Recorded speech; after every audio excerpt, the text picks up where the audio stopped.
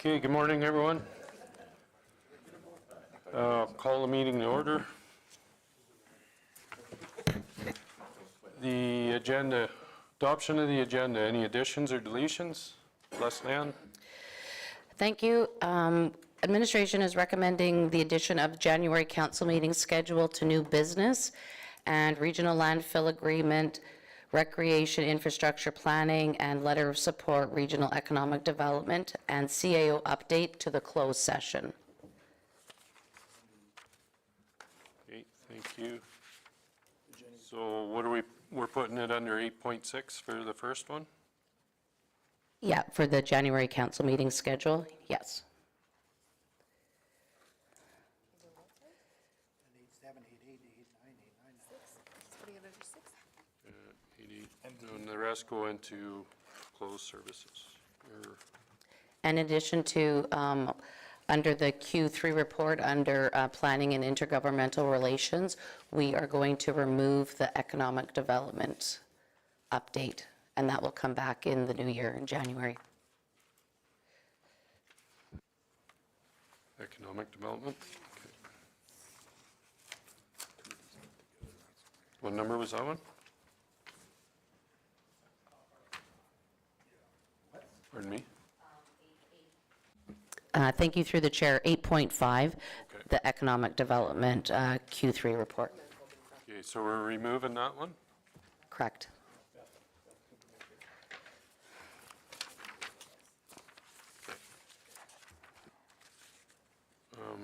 Dustin is moving the agenda with the additions and the deletions as on the board in front of everybody. Everybody's good with it? Understands it? Any questions? Vote.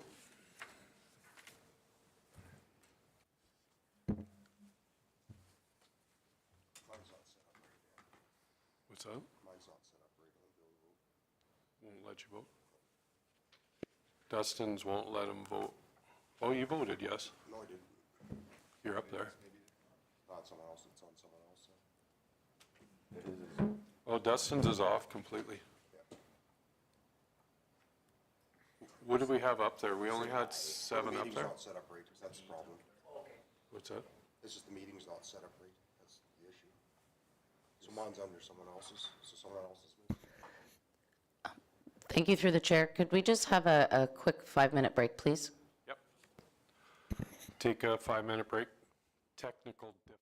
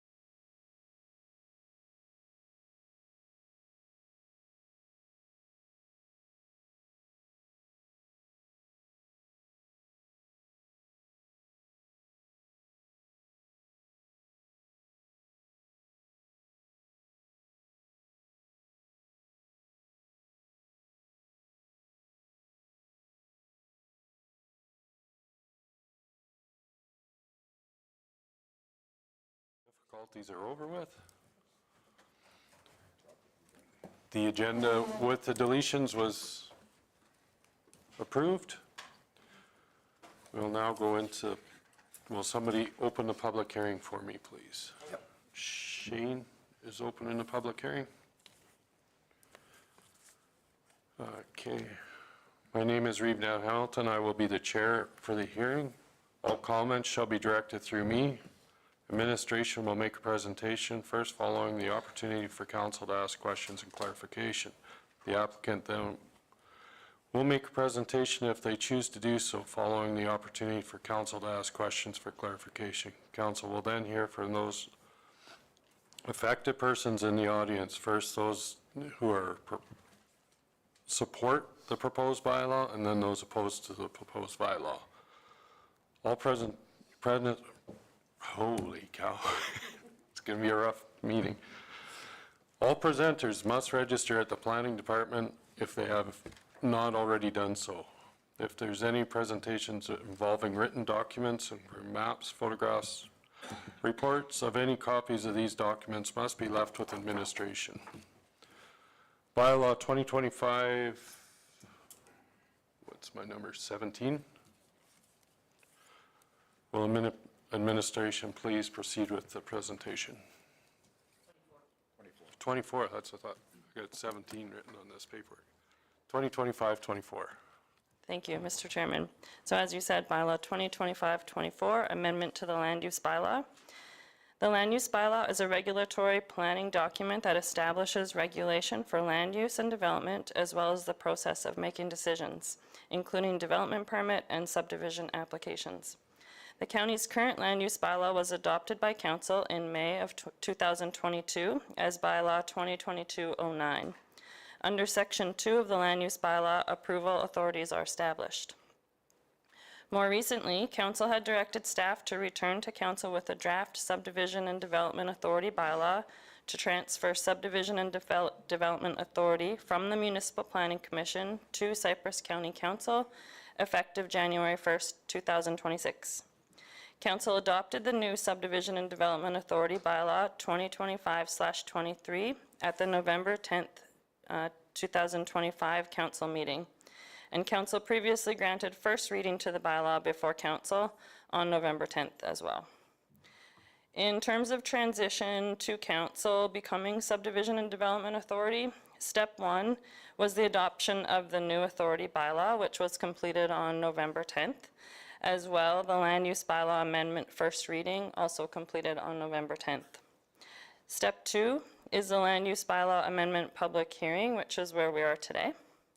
Step 3 would be second and third readings to the land use bylaw amendment. And step 4, rescind the Municipal Planning Commission bylaw. The passage of the new authority bylaw 2025-23 means that amendments to the land use bylaw are required to ensure clear and consistent decision-making capabilities are established. The proposed bylaw 2025-24 is a bylaw to amend the land use bylaw. This bylaw requires a public hearing prior to second reading. Bylaw 2025-24 captures the following amendments to the land use bylaw, and they are shown on the attachment with new text in red and deleted text with a strike through. So to sum it up, section 2.1, it was amended to acknowledge that the Development Authority for Cypress County is established pursuant to Subdivision and Development Authority Bylaw 2025-23 as amended or replaced from time to time. This amendment to section 2.1 ensures clarity amongst the bylaws and reduces regulatory burden to amend multiple bylaws should council wish to assign a new development authority in the future. Section 2.2, Development Officer, was deleted as roles and duties are established in the Subdivision and Development Authority Bylaw 2025-23. Additionally, subdivision and development processes are later explained in the Land Use Bylaw under Section 16. This amendment to Section 2.2 once again ensures clarity amongst the bylaws and reduces repetitive regulation in the Land Use Bylaw.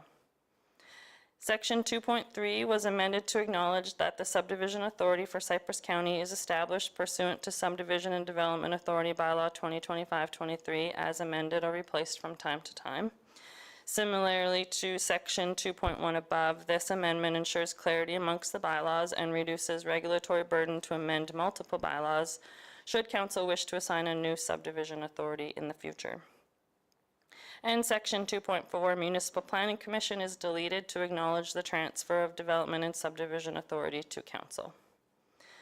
Under discussions, section 640, Land Use Bylaw of the Municipal Government Act states that every municipality must pass a land use bylaw.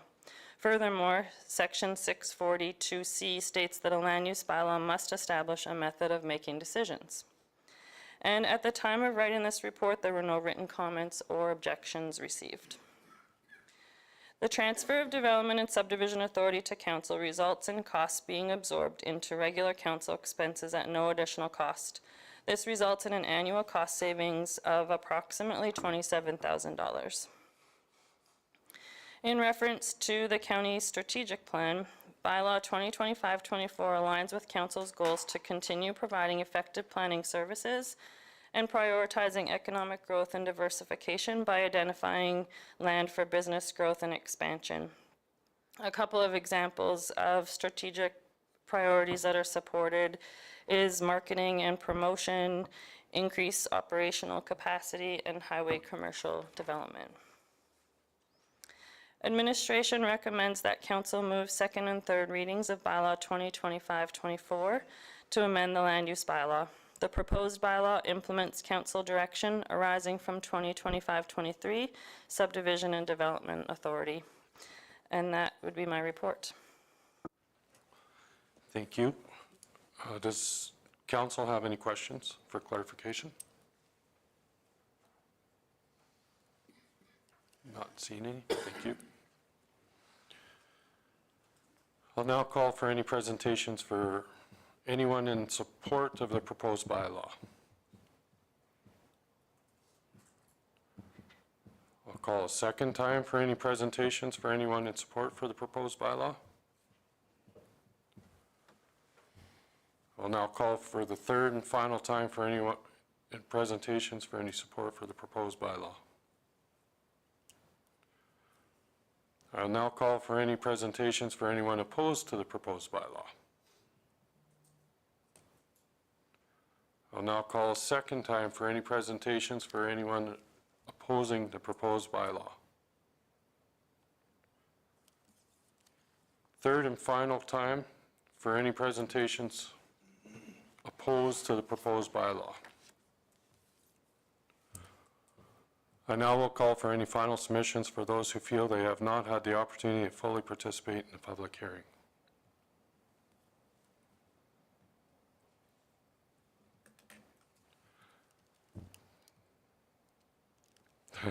This is only for you. So.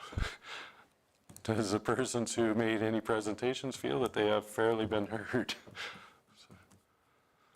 The public hearing for bylaw 2025-24 is concluded and no further submissions will be accepted. Now I ask for a motion to close the public hearing. Keith, vote.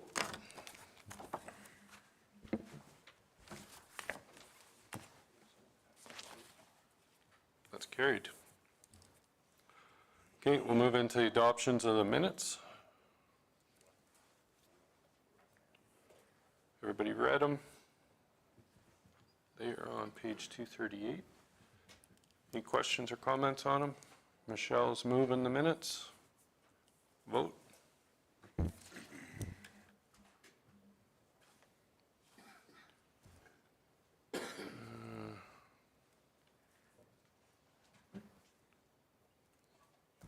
Then we go to the notice of motion.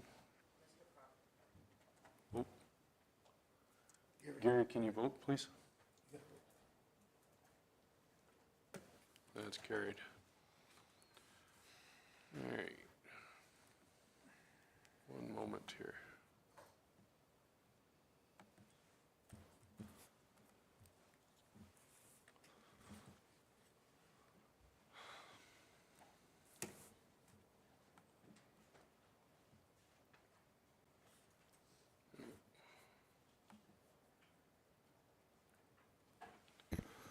Okay, notice motion presented by Reeve Hamilton. This notice of motion is read into council's record on December 2nd, 2025. This motion will be read directly, debated on, well, there's the one where I had the date, January 20th, 2026, which could be subject to change in the, with our motion coming up. Dunmore Junction wastewater. Dunmore Junction represents a significant area of Cypress County that offers opportunity for growth, development, and community enhancement. With its strategic location, lands hold potential for diverse use, including but not limited to residential, commercial, recreation, or mixed-use development. Exploring these possibilities aligns with the Cypress County Committee to sustain growth and community well-being. Growth is restricted by infrastructure services and are particularly by a current lack of wastewater infrastructure service. Therefore, be it resolved, administration be directed to prepare a report for council regarding the multiple opportunities for wastewater service for the Dunmore Junction to be presented by February 17th, 2026 council meeting. This report should include options for types of service, options for regional connection, high-level finance cost estimates, including annual operation costs, potential timelines, and construction. Okay. Now that's being read in. Mr. Reeve, could we have a seconder on record, please? Sorry. Dustin is seconding that. Vote on it, please. There's no vote on the, there's no Mr. Reeve, vote through on the that. chair, there's no vote on the notice of motion. But if you want it debated today, then there would a requirement for a motion to suspend the rules so it could be debated today as opposed to at the next council meeting. Yeah, that's where I need the vote. Okay, so normally this would go through to the next one, but because of timeline and how long we're going to have between now and February, I'm going to ask for a suspension in the time to temporarily suspend the rules so that we can discuss this matter. So it'll give staff more time over the holidays and over the next 2 months to look into what the motion is asked for. And I will make that motion.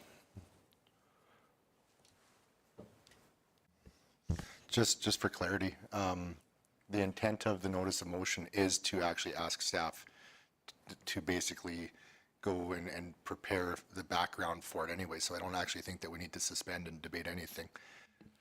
Except this is for staff. Go ahead, Al. Thank you. Through the chair, section 4.1 of the procedural bylaw is very clear that a notice of motion can only be read in on the first day, and that the debate on the notice of motion and whether or not council wants to move ahead with that as a resolution would take place at a subsequent meeting. So the suspension of the rules would be to allow council to debate that question today and make the resolution an actual resolution of council. Probably not a lot of debate, but what you're debating today would be, and voting on right now would be the suspension of the rules. Okay, so why is it a notice of motion even necessary at that point versus it just being an agenda item? Like, it should have just been added to the agenda as an item to discuss and debate right now. Like, the nice thing about notice of motion is you know that you have 3-4 weeks to prepare for it, not only for administration, but also for council. For us just to be debating it, it should be emerging business, or it should be an emergent item, which it's not. And so I'm kind of a little bit confused, I guess, on the process in which this is being brought. So according, through the chair, according to the procedure bylaw, new initiatives brought forward by councilors should be brought forward through a notice of motion, giving everybody a clear indication of what would be debated 2 weeks later at the next council meeting. In our case, that next council meeting is it's over a month away. And the procedure bylaw is very clear on the purpose of the notice of motion and on what takes place with the notice of motion. So all that we need today is a suspension of the rules to allow it to be debated today, and it essentially serves the same purpose, but it follows the procedure bylaw. It's confusing me on the system too, but it's trying to bring it back, everything to what we've learned and what we're doing. So my motion is to suspend the rules for today so we can debate it and move this motion forward today. But right now, my motion is to suspend it. So any other questions on the motion? Not seeing any? No, it's a motion, so.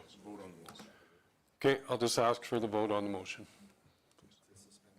To suspend the rules, yeah. So we can debate the notice of motion. Okay, that's carried. So does that notice of motion now come in the debate, or does it come up later in the day? It's as of now? Okay. Now you're debating the actual motion The itself. motion, Yeah, yes. yeah. So- 'Cause the notice of motion was what you read into the record Yes. to begin with. So Dustin, do you want to move that motion then?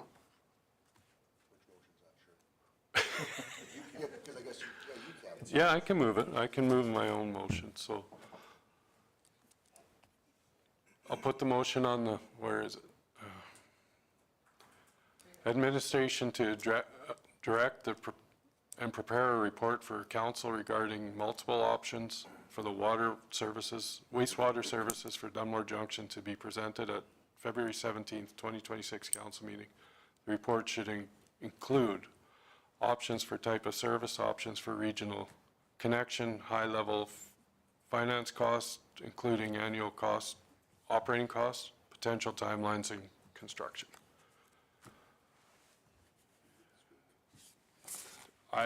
This just came up in conversation in Edmonton as we were sitting around at the conference, and with the timeline being, I guess it was said to me, our staff is kind of chomping at the bit to look at this because they know it needs to be done, and if they're eager to do it, let's let them go do it and see what they can bring back to us. So they've got time between now and February 17th, lots of time for them to look. That's why I brought it forward today.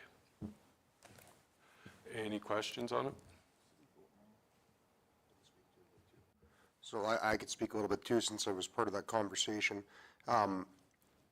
This was brought forward, we figured if we can get working on this, this is going to really push forward the advancement of Dunmore Junction and open up some opportunities for some different style of businesses to be able to come into it. One thing we've heard from the public that we really lack growth in this area because of lack of wastewater infrastructure. So bringing this forward would help with that, and it may, and I'm guessing staff will probably bring forward a little bit of an aspect as to future towards if it being adapted into Dunmore as well. Mike? I guess that'd be my comment too. I don't know if that's what you were alluding to, Councillor Vossler, but in the options for type of servicing, does that include options for the people, the residents that are already there? Or does that come later? How is that going to be addressed? Through the chair, we haven't embarked on that particular path yet to make recommendations to council as to whether that would include the entire current hamlet of Dunmore or whether it would be specifically for new development in Dunmore. That's a bigger question. What we have to have right off the bat before we even consider what parts of Dunmore, if any, would be what does the wastewater servicing look like? Is it a wastewater treatment plant? Is it a new lagoon? Is it an existing lagoon that we pipe to? Is it potentially hooking up to city services? We have to have that, and then we can probably have a much more educated conversation as to what the rest would look like. Changing current Dunmore residents who are on potentially septic fields or pump outs, and I'm not sure what probably fields are prevalent in Dunmore. That's a much larger conversation as to what that would look like. But we don't know what the best method to manage the wastewater would be yet, whether it be through a wastewater treatment hooking up to the city, existing lagoon, or a new lagoon. That's what we're hoping to come up with through this study. I just want to address the questions just so that the ratepayers understand where we're going and what we're thinking. Yeah, for right now, the motion for this is for new business. Michelle and then Robin. I think that this is long overdue. we really need to do this, at least look into it. Not saying that we're gonna, do it, but all in favor of this. Robin? Thank you, Mr. Reeve. I agree with Michelle. I think that, like, when we go into it, if we need to be specific enough in our motion, I think that we should look at, like, tying into it, we could tie into it in 5 years from now with the septic lines or whatever, but I think that when we're looking at what our options are, we should be looking at, wastewater, if the hamlet of Dunmore was to increase in size to 5,000 people or 4,000 people. Whatever design that we're doing for right now, or looking at for right now, should be something that works in 20 years from now as well. And we can tie into it at any point. We can work a plan around that. But it might be helpful just to be a little bit more specific in that we're not just looking for the commercial area. I think that we need to, whatever we do or design needs to have ways to phase in utilization from existing infrastructure. Yeah, and growth, yeah.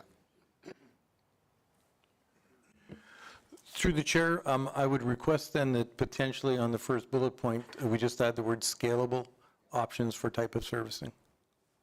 Scalable? I don't have a problem adding that. That works.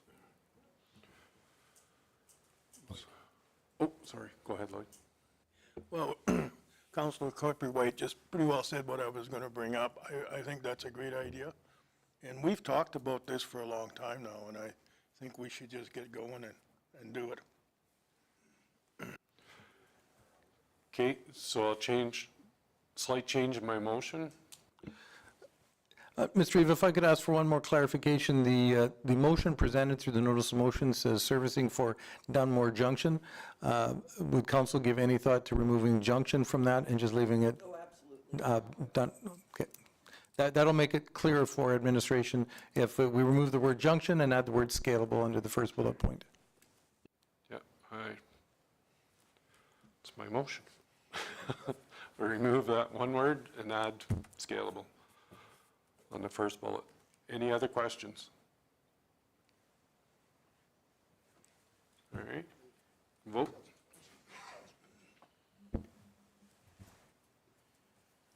That's carried. I'll thank everybody for helping me get through that, and glad we changed it to what everybody sees possible for Dunmore, or for Cypress County. Yep. Great, 8.1.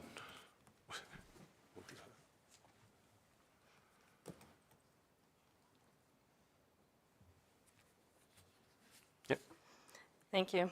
This is bylaw 2025-24, amendment to the land use bylaw, and the public hearing has just concluded. Administration's recommendation is that council move second and third readings of bylaw 2025-24. Thank you, Ms. Mack. Lloyd is moving second. Any questions or comments? Dustin? Well, I'm still not 100% for this. And I kind of missed a little bit of the discussion because I had to leave early that one day, but I figure I just have to add it to the record. So I really do like having public members on MPC, and the reasons why, including public members, show that planning decisions aren't solely made by elected officials behind closed doors. The idea is that development decisions are made fair, balanced, and accountable. Public members add a rural farming perspective, business and industry experience, and multi-generational local knowledge. They also bring in an input that's outside, I would say, the political lens. When residents sit at the table, they feel they're heard and represented. Public members often include different walks of life: engineers, farmers, business owners, construction and industry professionals, and longtime land stewards. These skills enhance the community's competency and can catch easily missed issues by elected officials.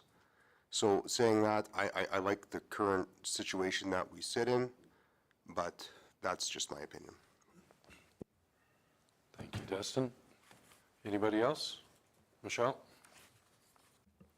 I can understand where you're coming from, but my opinion on that is that we still have the subdivision and appeal board, which is basically all members at large. So if we make a decision they're not happy with, it's going to be appealed, and then they can say what they want.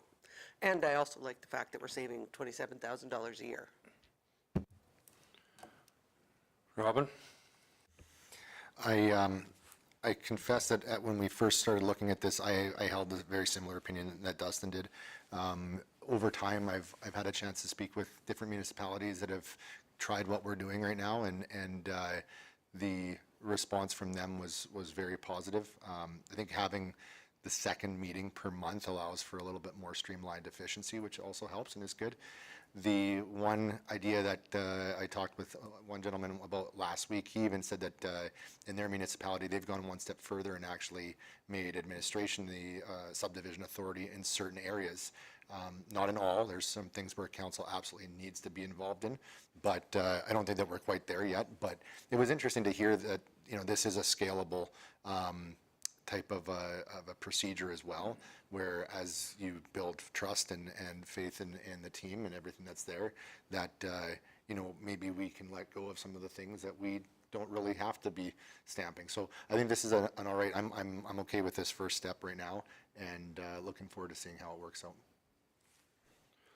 Well, and I think with our current situation, we have released some of the, like, our staff is able to do some stuff that's in policy and they can just move forward with it.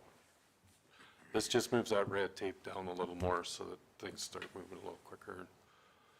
Does anybody else have any comments? Not seeing any. I'll ask for the vote for second reading. That's carried. Third reading. Somebody, Michelle's moving third. Vote.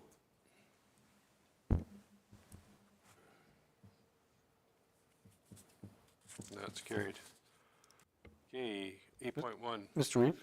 or 8.2, sorry. I thank you through the chair. Just as a reminder for council, council passed the Subdivision and Development Authority bylaw in November. The Development Authority bylaw is very clear that any member, any council member on the SDAB appointed by council would have to recuse themselves from the subdivision authority. Currently, Councillor Kerpwhite sits on the SDAB, so council has a choice to leave that alone. That would be managed through the current bylaws, including the Subdivision Development Appeal Board bylaw. Or council could ask us to bring back the bylaw to leave all of council on the subdivision authority and all members at large on the Subdivision Development Appeal Board. Currently, the bylaws are set up right now that we're fine, but Councillor Kerpwhite would have to recuse himself from the subdivision authority part because he's a member of the SDAB. I am. Oh, my apologies. I was. Oh, okay. Councillor McKenzie then. So Councillor McKenzie would have to recuse herself. Yes, as an alternate. So there'd be only currently 7 councillors would be able to sit and listen to a subdivision development planning committee, that first part of the council meeting. However, we could bring the bylaw back if council would like to leave all of council and put and all members at large on the SDAB. We're currently fine. There's nothing we have to do, but the 2 councillors who sit on SDAB, one the alternate and one the primary, would be required to recuse themselves from the subdivision authority part of the council meeting. Is that something that council would like staff to look into and just bring back for us to look at? Like, we can leave it the same, or do? I'd like to see it. Well, I'd like to see it changed. I think it should be that if we're gonna, all council should be part of the authority and all members at large be the subdivision appeal board. I mean, you're kind of defeating the purpose if we're gonna leave it that way and 2 of us don't get to be charm in on you know, the facts that are being brought forward. That's okay. Then if we could please get a motion arising to direct administration to bring back the subdivision and appeal board bylaw for amendment as directed. Mr. Brost, do you want to? Yeah, I would make that motion that we administration bring back the bylaw for the subdivision authority board, right? Is that the one? that's how you want to say it? Subdivision Development Appeal Board. Subdivision Development Appeal Board. And for clarity, we are perfectly fine. We can continue operating until that bylaw comes back. I expect that it would be back probably for the January 20th meeting, likely. So there'd probably be 1 month that would be in this middle ground. Mr. Kirby-White. Thanks. While we're still here, do you mind if we just discuss this a little bit? Because I think that there's a lot of value having a couple of council members, because otherwise we run the risk of basically council approving something because it fits our bylaws, our municipal development plan, our land use, everything. And if we have members at large that are just like, meh, the only way that we have the ability to counter that is by going to an injunction, to go to the legal system if they overturn. Like, we very easily could have 3 members at large in the subdivision appeal board that just want to do what they want to do, and there's no continuity that's to that. Now, I haven't sat on MPC for a while, and if we want to bring it back and, readjust who, if you want to be more on the subdivision or the MPC side and involved, maybe we have members that are okay being on the appeal board side. But I think it's probably more valuable to have some counselors still on that appeal side. Otherwise, we really lose continuity. In any case, at least you have somebody there explaining why you made that decision so that the subdivision, yeah. Mr. Proctor? Yes, I agree with Robin. If we don't have anybody sitting on the appeal board, if it's strictly people at large, we've got no control of any kind at all. Whatever we decide can be vetoed. Yeah. Mr. Bossler? I think you just got to be really careful how you say that. It's not that we want the control. It's that it's more along the lines of giving the justification and the reasoning to why the decisions were made in the way they were. So there's no, and anything when there's members at large making a decision and you're just going to be 1 vote out of 4 there anyways. But all you're doing is bringing the council perspective into that room and setting why the policies and bylaws are the way that they are.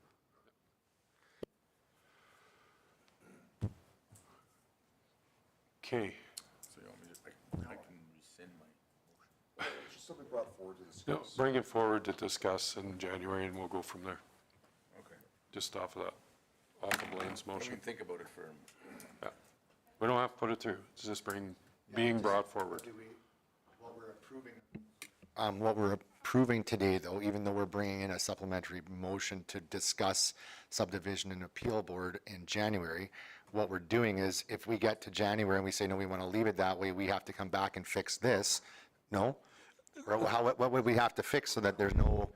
Through the chair, to Councillor Kirkwood and actually to all of council, for clarity, you now have a functioning council as the Subdivision Development Authority. The 2 councillors who, one the primary and one the alternate, would just have to recuse themselves at the planning when it comes in January. If council determines on, so there would be the 1 meeting in particular, January 20th, whatever planning decisions come to that meeting.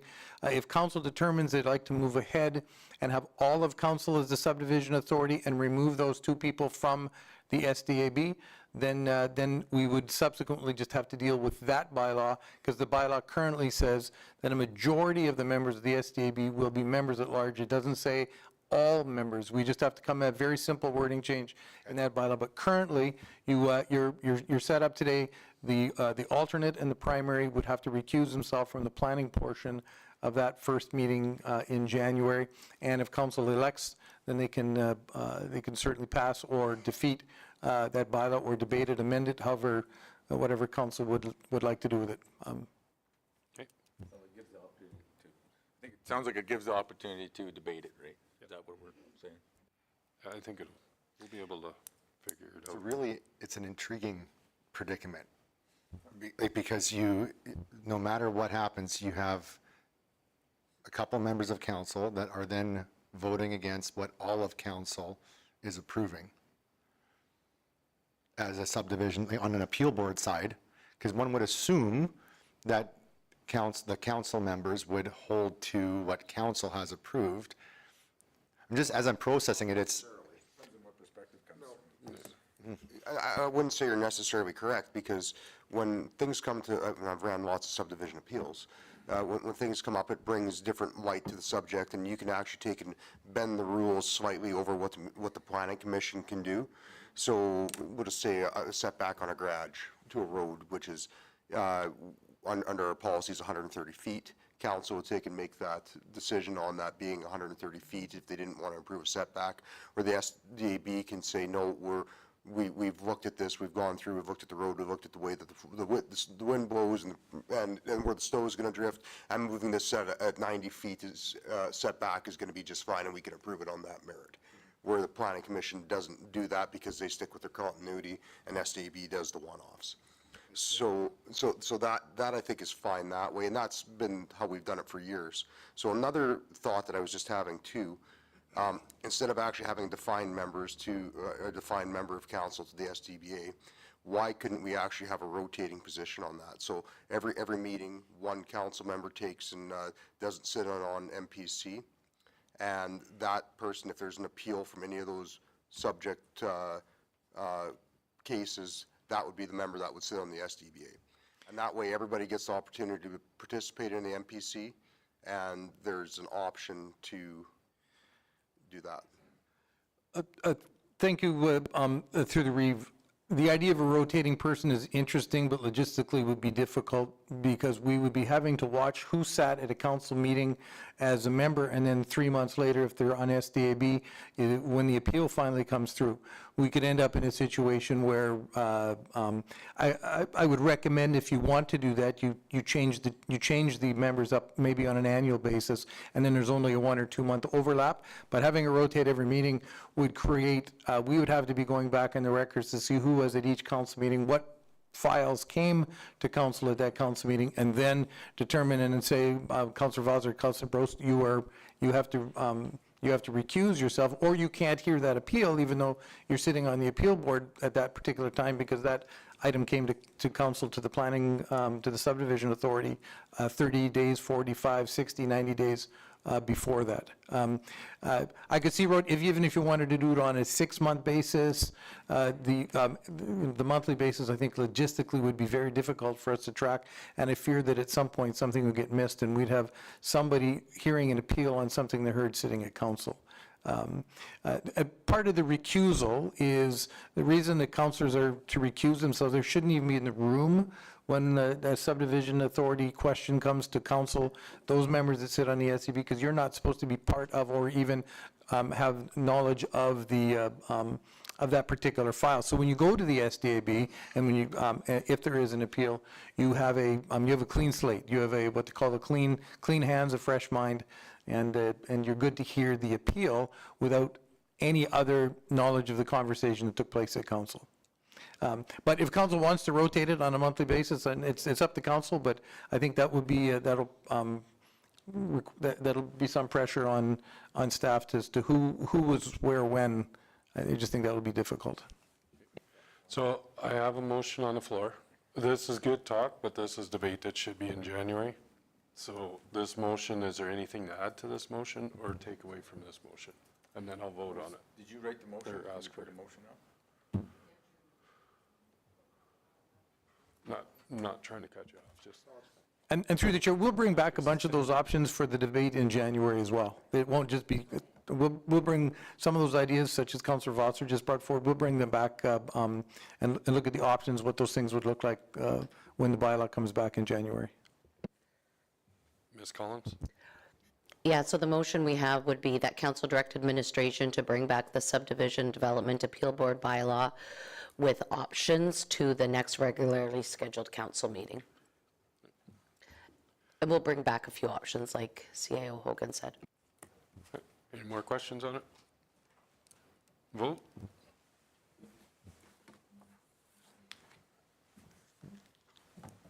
That's carried.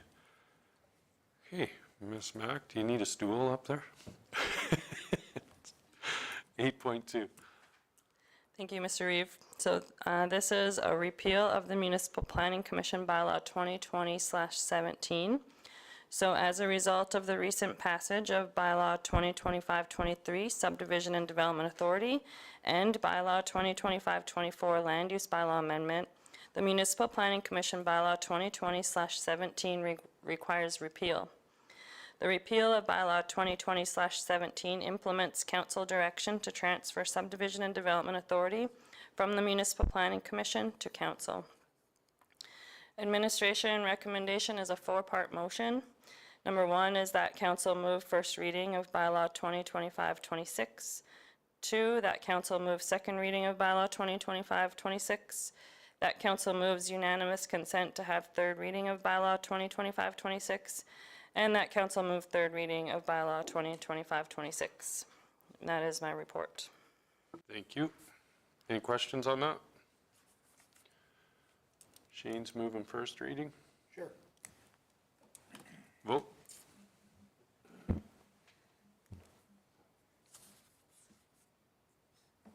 It's carried. Michelle's moving second reading. Last chance for any questions or comments on it. Not seeing any. Vote.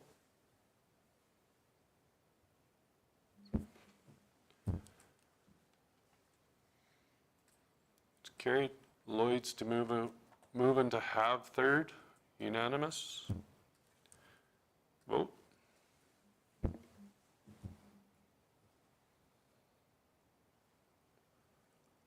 Gary's moving third.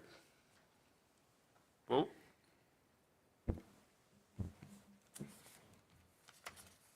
That's carried. Okay, bylaw 2025-21, 8.3. Thank you.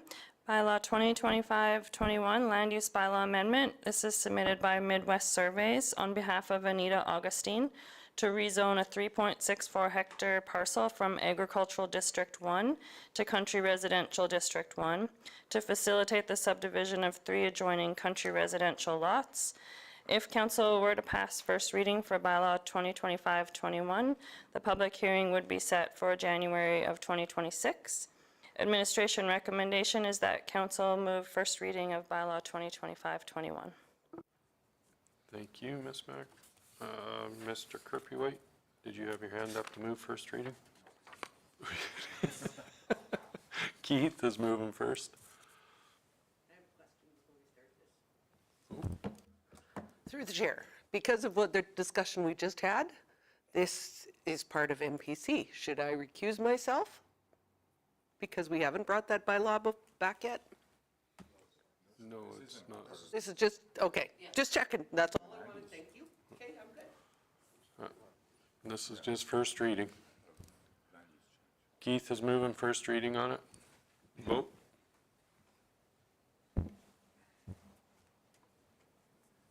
It's carried. 8.4. Thank you. Bylaw 2025-25 is a land use bylaw amendment submitted by Harold Fieldberg, and this is to rezone a 4.42 hectare area from Agricultural District 1 to country residential use. The reclassification will facilitate the subdivision of 2 adjoining country residential lots. If council were to pass first reading of bylaw 2025-25, the public hearing would be tentatively set for January 2026. Administration's recommendation is that council move first reading of bylaw 2025-25. Thank you.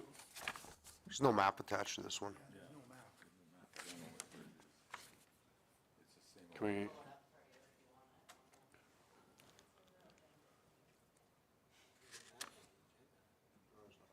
No, there isn't.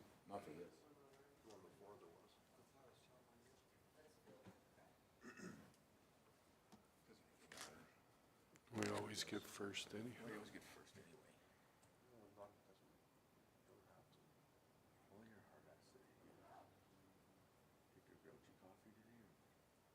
you look at where it is, and this is where I thought it was. Is that the property right on Ring Road 55, just before the railroad tracks to the right?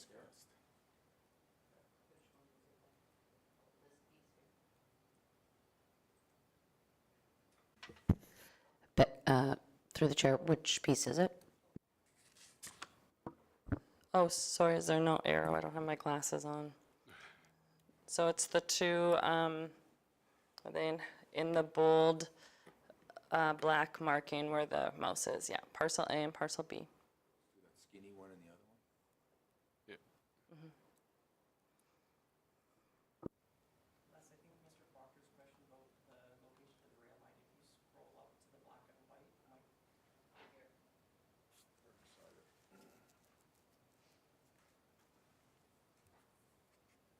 can see it in the bottom right-hand corner, Gary.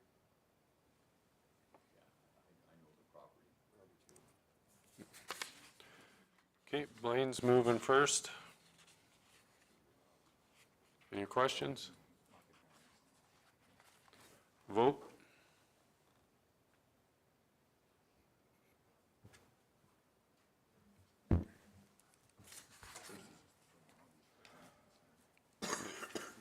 That's carried. Okay, we'll move to 8.6. Council meeting. Les, are you taking this, or?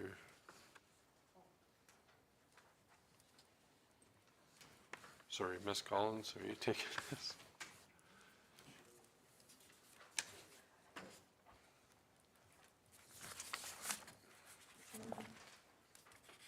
Scheduling of the council meeting. Yeah, we missed 8.5, that's why I'm confused. 8.5 is done. We canceled it. Was it finding? We pulled it off from the beginning. Pulled off one part. We only pulled off the economic development part of it. 8.5, didn't we pull that off in the, Only the economic development piece. my bad. Yep. Yep, Thank you through the chair. Administration is recommending the rescheduling of the Tuesday, January 20th, 2026 regularly scheduled council meeting to Tuesday, January 13th. In September, administration presented council with proposed post-election meeting schedule that included one meeting in January set for Tuesday, the 20th.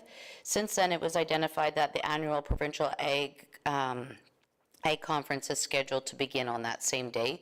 So the dates that we had proposed were slotted one over. So administration is recommending that council reschedule the Tuesday, January 20th regularly scheduled council meeting to Tuesday, January 13th.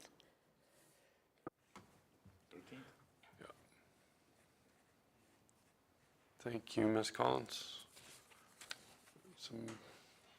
Keith is moving that. Any questions on it? Pretty self-explanatory. Vote.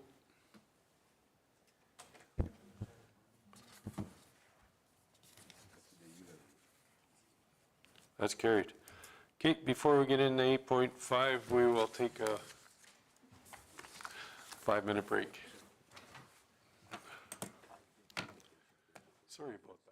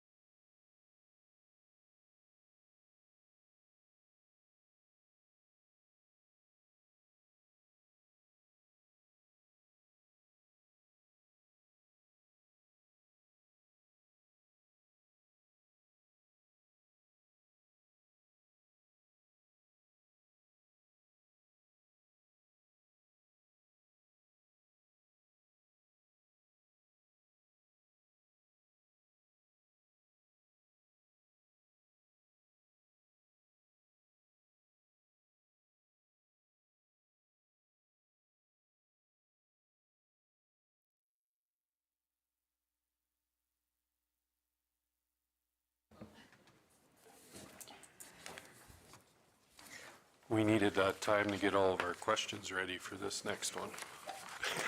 And there is a lot. No questions. All right, 8.5. Okay, I bring to you today the 2025 third quarter review for Planning and Development Services. So as you can see, we've been busy with development permit applications, 43 of them in the third quarter. Notably, 3 subdivision application approvals and 2 endorsements were completed, and that was over 3 municipal planning commission meetings.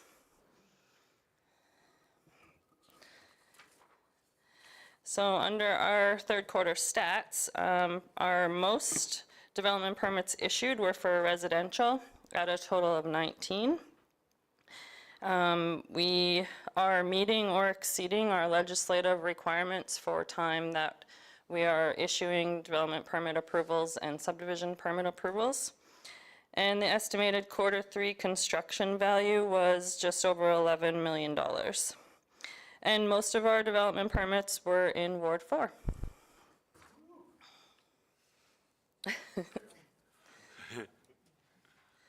So if we move on to development permit types under residential, most of those were new builds at a number of 10.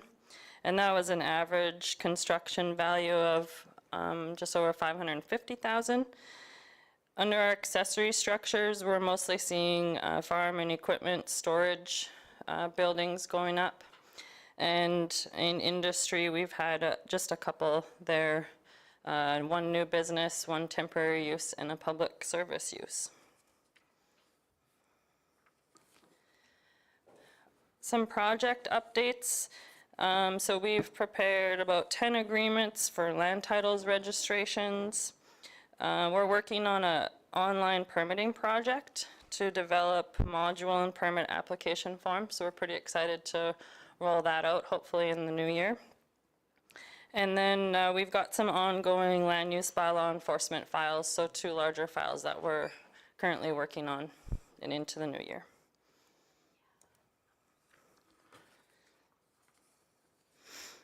And in our mapping, our GIS and MIMS, they're working on asset management development, data cleaning and rebuilding data sets.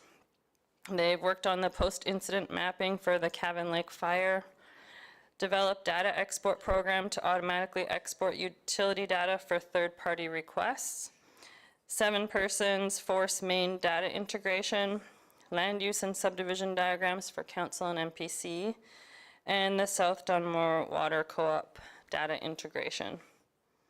And that concludes our presentation. Ready for any questions? Mr. Hawk? Number 1, on our computers, this nice little deal, got a whole bunch of flowers and a big round dot that you can't read stuff. Ms. Collins? Thank you, Deputy Reeves. There was some problems, we were having IT problems with the uploading of this council agenda package, so that's why we have the PowerPoints on the screen for council to view. Okay, number 2. Under, if I can find it and be able to read it, under development permit types, sheds 2. During my campaign in that, I was confronted the definition of sheds, because the one guy was getting taxed on his portable horse shelter. They were saying it was a shed. So during the assessment, and so there's this gray area about these portable shelters. Are they sheds? Are they shelters? And I can speak to the development side of it, and then Steve can speak to the assessment portion of that. In our land use bylaw, anything under 144 square feet is exempt from needing a permit, so a lot of those animal shelters would fall under that. In the country residential districts, if they are over 144, they are counted as an accessory structure, not necessarily a shed. We would look at that as a 3-sided livestock shelter as an accessory structure. And in the ag districts, those would be exempt. But I'll let Steve talk to the assessment portion. Yeah, and through the chair, it's important to, as Acting General Manager Mack has identified, for planning purposes and assessment and taxation purposes, they're quite different. So from an assessment standpoint, the structure, whether it's a fixed or not, the assessor needs to consider if it's contributing to the market value of the property. So if they sold it on the open market to a knowledgeable, willing buyer, and there was a knowledgeable, willing seller, how much value would that shed add into the sale? And sometimes it's zero, sometimes it's minus because you have to haul it away, and other times the shed or structure may contribute to that market value of that property. It's really in the eyes of the beholder. However, if it is in fact an agricultural use building, used in connection with their farming operations, kind of how it's laid out in the regulations, it's exempt from taxation. So it wouldn't have an assessment prepared for it if it was for the raising, production, and sale of an agricultural product.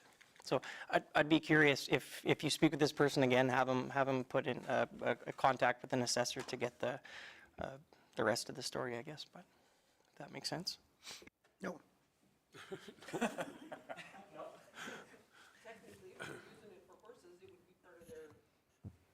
They're using it for everything. It's a 3-sided shelter, 8 by 16 lean-to, and they're being charged, taxed on it. And you're wondering why it's in the it's out in an acreage,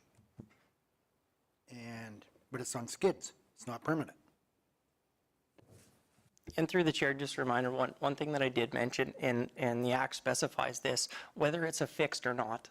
And so when you get into, and I'll kind of speak to real estate stuff and try not to embarrass myself, but basically, would that improvement transfer without special mention in the sale document? So would it transfer without special mention? Kind of like a dishwasher. A dishwasher's built in, so we know that automatically transfers with the sale of a property. But a fridge has to get written in to the real estate contract, kind of a thing. So if that shelter's in place, or a sea can is a great example. Sea cans can come and go every couple hours if you wanted to. But if there was a concrete pad poured and they had anchors in, you could kind of say that would transfer without special mention. That's how those structures are kind of looked at. Okay. Any other questions? Lloyd is moving the presentation. Oh, we don't need a motion for this one? Jeez. Okay, no motion.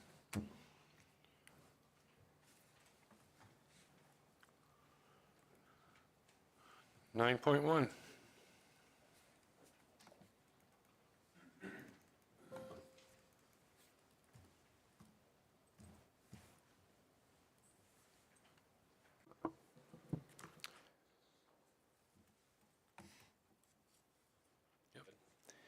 Good morning, members of council, and through the chair, I have before you a request for sponsorship from the Kaleidoscope of the Arts. Kaleidoscope of the Arts is an annual Prairie Rose Public School Division event that showcases student talent from grades 1 through 12 across all Prairie Rose School Division schools. It is an open to the public event, and it features student performances and artwork, as well as hands-on workshops where students can explore new artistic techniques. Approaching its 17th year, the Kaleidoscope is entirely volunteer run. They are requesting $5,000 in sponsorship from the county for the cost of their venue, judges, and other expenses. The county did support them last year in the 2025 or 24-25 school year with a $5,000 sponsorship fund from the cap levy. The administration's recommendation for this one is to approve the request for financial support in the amount of $5,000 for the Kaleidoscope of the Arts event, and defer the payment to come from the 2026 Rec 4 sponsorship budgets. Administration would also recommend that council direct administration to revise the Rec 4 sponsorship policy to allow for year-over-year approval of the Kaleidoscope of the Arts event and any other annual events that similarly align with the Rec 4 sponsorship policy that council may wish to sponsor ongoing. So I'd bring that back for a future council meeting for discussion about the Rec 4 sponsorship policy. And the attached letter of request is there as well. Thank you. Lloyd? Well, I'll move to accept this and that we sponsor them. I think it's a very well-worthy cause for the Cypress County. So you're moving to number 1? I'd like to do both. Can we, or do you need two One at a different time. motions? 2 different motions. Number 1. Okay. Everybody's good with that? Blaine? You need it read out, or? I just have a question. Okay. So it says you want to take it from the 2026 Rec 4 sponsorship budget. What, how much is in that budget? I don't even know.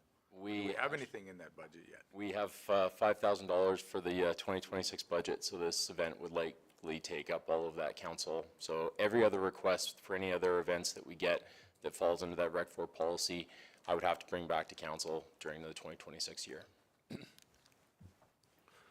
Well, that wiped it out before the year even started, eh? Michelle? Is this the same, through the chair, is this the same place that, like, the sponsorship lunches for community associations comes from? No? No, it could. The sponsorship policy and the $5,000 that's set aside for that is typically supposed to be intended for larger scale events. So provincial, national, international, like if we were hosting, say like a summer type game, something like that.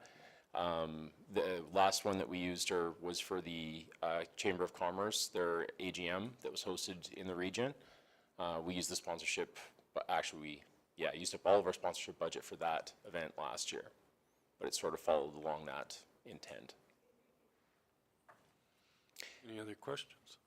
Sorry, through the chair, the reason I brought up the idea on this one is we have a number of other associations and other types of events that we have annual funding set aside for. Because this one doesn't necessarily fit with the Rec 4, that's why I'm suggesting that we make a modification so that we're not bringing this one back if council would choose to do this on an annual basis. It's of course totally up to council. Okay. So to start with, we have a motion on the floor for number 1 to sponsor for this year for the 5,000. Any more questions on it? Vote. Oh, Keith, you have a question? Yeah, just a quick question. Where does the money for the rec, this rec money, is that a scheduled thing out of the budget? And that is total of $5,000 a year? That's correct. It's through council's budget, and it's a sponsorship side for these types of events or other sort of larger events. Okay. So that's it for this year. That's all that's in that account is 5,000.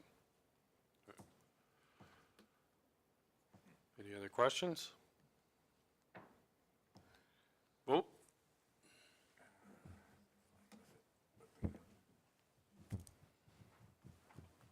Okay, that's carried. Lloyd, do you want to make the next one? I do, I'd like to accept, and we support number 2. We direct administration to revise the Rec 4 sponsorship policy to allow for year-to-year approval for the event. Hold on. And other annual events similar to the Rec 4 sponsorship policy that council wishes to sponsor and ongoing. Right. Any other questions? Keith, have a question? So, through the chair, to revise this means you want to increase the funding. Is that correct? Not necessarily. We might look at some different funding options potentially for the events. I think trying to perhaps add some clarity for some of the community associations and groups of the mechanism and the way to apply for these types of things and to have some of that maybe assurance for them going forward. As well, council would then have that opportunity to debate which events might fit best with that type of a sponsorship going forward. And then we could set aside budget for future years potentially for what we see coming in and aligning with that policy change. So what it would do is take it out of that 5,000 that was there this year, so for future years, if there was a one-off that was coming in, they could take it, they would still have their 5,000, because this would be annually going on. That would be the intent, correct? Any other questions on it? Vote.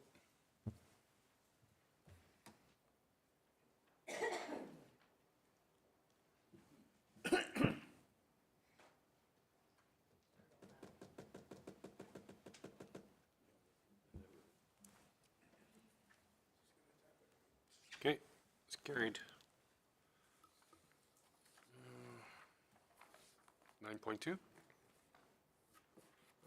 Yes, thank you. Through council, I'm pleased to present, and unfortunately you're going to hear more of me than usual, for the Q3 Community Services Update. Our agricultural department is away at training right now, so I'm going to do my best to talk about weeds. Recs first, yeah. This one's a little bit easier.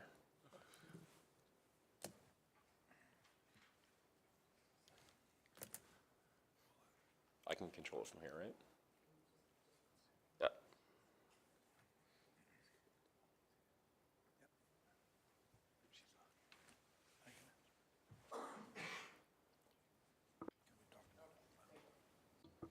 Thank you, Les. All right, starting off, Recreation Quarterly Report. So this next time I will have Jody Phillips come and present, and she's been extraordinarily busy over the last month here, diving into the recreation portfolio.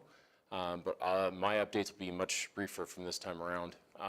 So thinking of that third quarter perspective, had a chance to meet with the Schuler Association, and we approved some installation of above ground irrigation system in the park area by the Schuler skating rink. They had planted some trees there after the lift station project went through. So to keep those trees alive, really needed some irrigation to make sure that they survived the dry summer. We also supported the Seven Persons Community Association and a Community Facility Enhancement Program application. Application unfortunately was pulled just due to what came back as excessive cost of the project. We did a number of iterations and looks with our cost consultant, but weren't able to bring the project cost down to an acceptable level. So we'll be reconnecting with them here over the winter to ensure that we understand what's the next phase for that project. The Southern Alberta Summer Games occurred in Taber from July 2nd through 5th. In all, Cypress County came ahead with 23 total medals, so 6 gold, 11 silver, and 6 bronze. Kind of put us in the comparable pack or slightly above from some of the other smaller regions and municipalities that took part. But we had residents that took part in events such as crib, shot put, golf, long jump, volleyball, javelin, basketball, badminton, esports, which included Mario Kart, which I didn't know was a sport, mountain biking, archery, trap shooting, and various running events, so different distances. We also reviewed the required repairs to the Urban Sports Complex ice plant and the Zamboni room, and in accordance with council direction, reimbursed the Urban and District Ag Society for the required repairs. So as we know now, the ice successfully got put back in, and hockey and other events are happening. And that's recreation, unless there's any questions.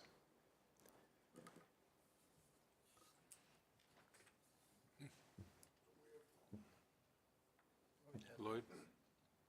So we haven't done anything inside like the locker rooms and that? For the urban, so nothing, the locker rooms, there was new ladies' change rooms installed. So that was a project that the Urban Ag Society had funds for already. So they've basically took an old storage room and transformed that, and then upgraded and updated the other smaller ladies' change room that was already there. Okay. But that project is now, I believe, complete as well. Well, I'm just going to reiterate for that and help you out with that, Joe. Yeah, they used that CFIP grant that didn't they use part of that money for that? I don't know if I'm not sure if they had a CFIP grant. They had the ag grants. Well, I think that's what they used, that we topped up with, if I'm not mistaken, right? Or am I wrong? I could have to go back and check on that one, Councilor Brost. I know, sorry, through the chair, we've been looking at washroom renovations, and the money that we're using to top up that is using the same contractor and same contractor is about to kick off, and that's for the actual washroom upgrades, so new urinals, countertops, sinks, for the upstairs and downstairs washrooms are going in over this when they shut down the facility this summer. And that's what I was alluding to, and I thought that's maybe what Councillor Want was asking about. My apologies. There was a secondary project as well for the women's change rooms. That portion is complete. Second phase of that, and that's the top part that we've topped up, was for the washroom renovations. That's what I thought you were talking about, so. Sorry, my misunderstanding. I should have been more specific, sorry. It was good. Lots of projects, lots of good things happening out at the Irvin Society. Okay, moving on to agricultural services. Basically, the call volumes were roughly about the same between the second and the third quarters, which is definitely the busiest part of the ag season. So regulated weed calls were consistent with the second quarter. The environmental farm plans continues to be a big push and taking up a fairly significant amount of time. The requirement for having an environmental farm plan in place to qualify for some grant funding is really kind of accelerated the interest in that program.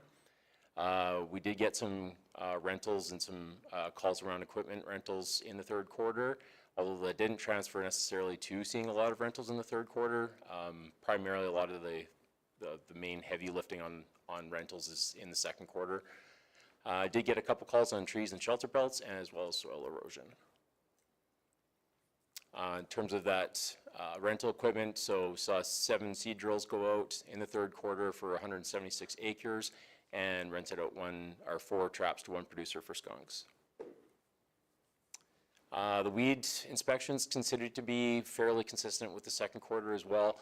Knapweed, of course, being the biggest one, so between Russian diffuse and spotted knapweed, by far the most inspections we got for the prohibited noxious weeds. On the noxious weed side of things, leafy spurge continued to be one of interest, field bindweed showing up prevalently, and baby's breath and trying to deal with that, as well as a number of the other smaller ones.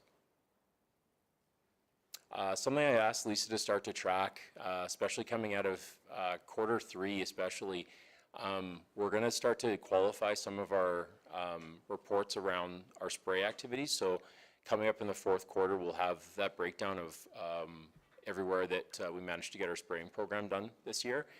But wind was really a big factor this year. So we're trying to keep track now on windy days and getting data from Environment Canada on wind and wind direction. Once we hit a certain velocity on the wind, spraying's not effective and they'll have to suspend operations. So it ended up this summer, we ended up having quite a few days where we weren't able to be out spraying, unfortunately, which meant that we had a lot of hand picking going on. Maybe not fortunately, but there was a number of fields with baby's breath being prevalent, so it kept our summer contingent very busy with hand and weed pulling when they would much rather be out actively spraying. So just to show between Medicine Hat and Irvin, some strong wind gusts over the third quarter. A quick update on our bioactive agents. So doing inspections and follow-up inspections on leafy spurge around the river valley, where we had apparently at one point they were using caterpillars. So they were one of the first ones that was used for the bioeffective control. Not really that effective, but we actually did see evidence that they were still there and still established in those areas. And also seeing that the black and brown beetles that we now used are effective. They just take a long time to establish and see results. But we are seeing where we've gone back out and made those additional deposits for the biocontrol this year. that we had established areas, and we're starting to see some knockdown in that leafy spurge. Just some other quick stats. So had 7 Dutch elm disease traps put out. We joined a cross-ministry invasive species tour in the Medicine Hat area. 109 sites were surveyed for grasshoppers, had 1 drone flight go out for inspections, 1 ASB meeting in the 3rd quarter, 115 weed inspections, 8 weed species managed, 1,166 kilometers of ditch inspected and sprayed for Canada thistle, and 800 kilometers of ditch inspected and sprayed for field bindweed, and had 4 canola fields surveyed and 12 wheat fields surveyed.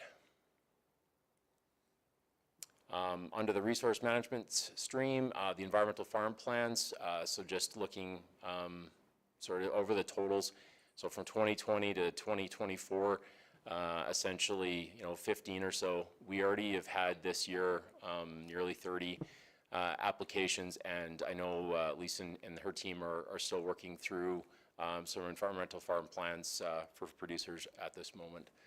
So we've had a huge uptake in that to help them qualify for the Agri-Invest and the Agri-Stability grants.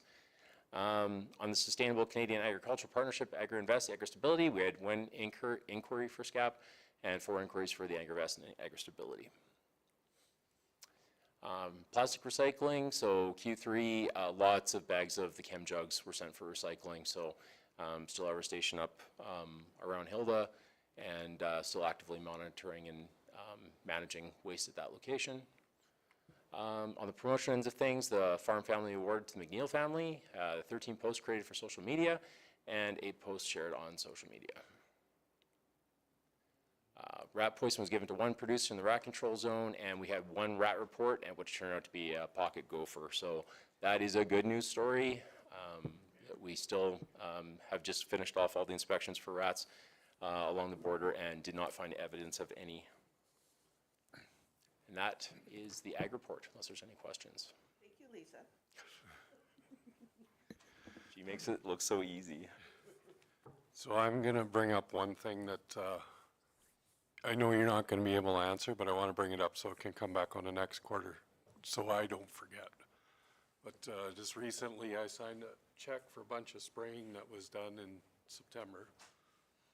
And it was pretty big check that was for a third party to do it. But I'm just wondering if there's something that, should we be looking at third party all the time versus having staff around? Because you did say that stuff was, and I don't want to debate it today because I know you're not the person to do it, but I just want to make a note of it so that it can be brought back in the next quarter and we can maybe discuss it, or at least it can have some information on it. And Just on the spraying side. you bet. I do know to the, like on the third-party spraying operations, because they handle a lot of their own spraying along the roadsides, that doesn't happen through the ag group. So there's potentially So some there's two overlap. different sides of the spraying. So the one in September, was that through the ag side then or through the roadside? Through the chair, as far as the roadside spraying, we do it twice, 2 rounds per year on all the gravel roads to control the downy brome along the shoulders of the roads. So that's for an operational, for grading roads, so to keep those, so they doesn't ball up into the greater operation. So all those gravel roads get done with a third party. So I'm referring to. So maybe that's the one that I signed for on. Likely, I don't believe we used third-party services, no. Through ag. Well, yeah, you say you do it yourselves, but I know that it was said in the spring when we don't have people here yet, you guys have contracted out to have some spraying done when it's early because we don't have staff members here. So that's why I was out. I've got some confusion in it, but I don't want to screw anybody up today. I think it's something that needs to be discussed, but when Lisa's back and we can figure out which department it's with.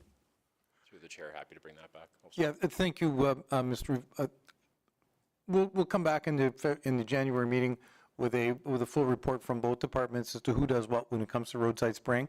Try to clear up any misunderstandings with what does operations do, what does ag do. So we'll come back with a full report, not specifically on the checks that got signed, but specifically on who does what and what that looks like.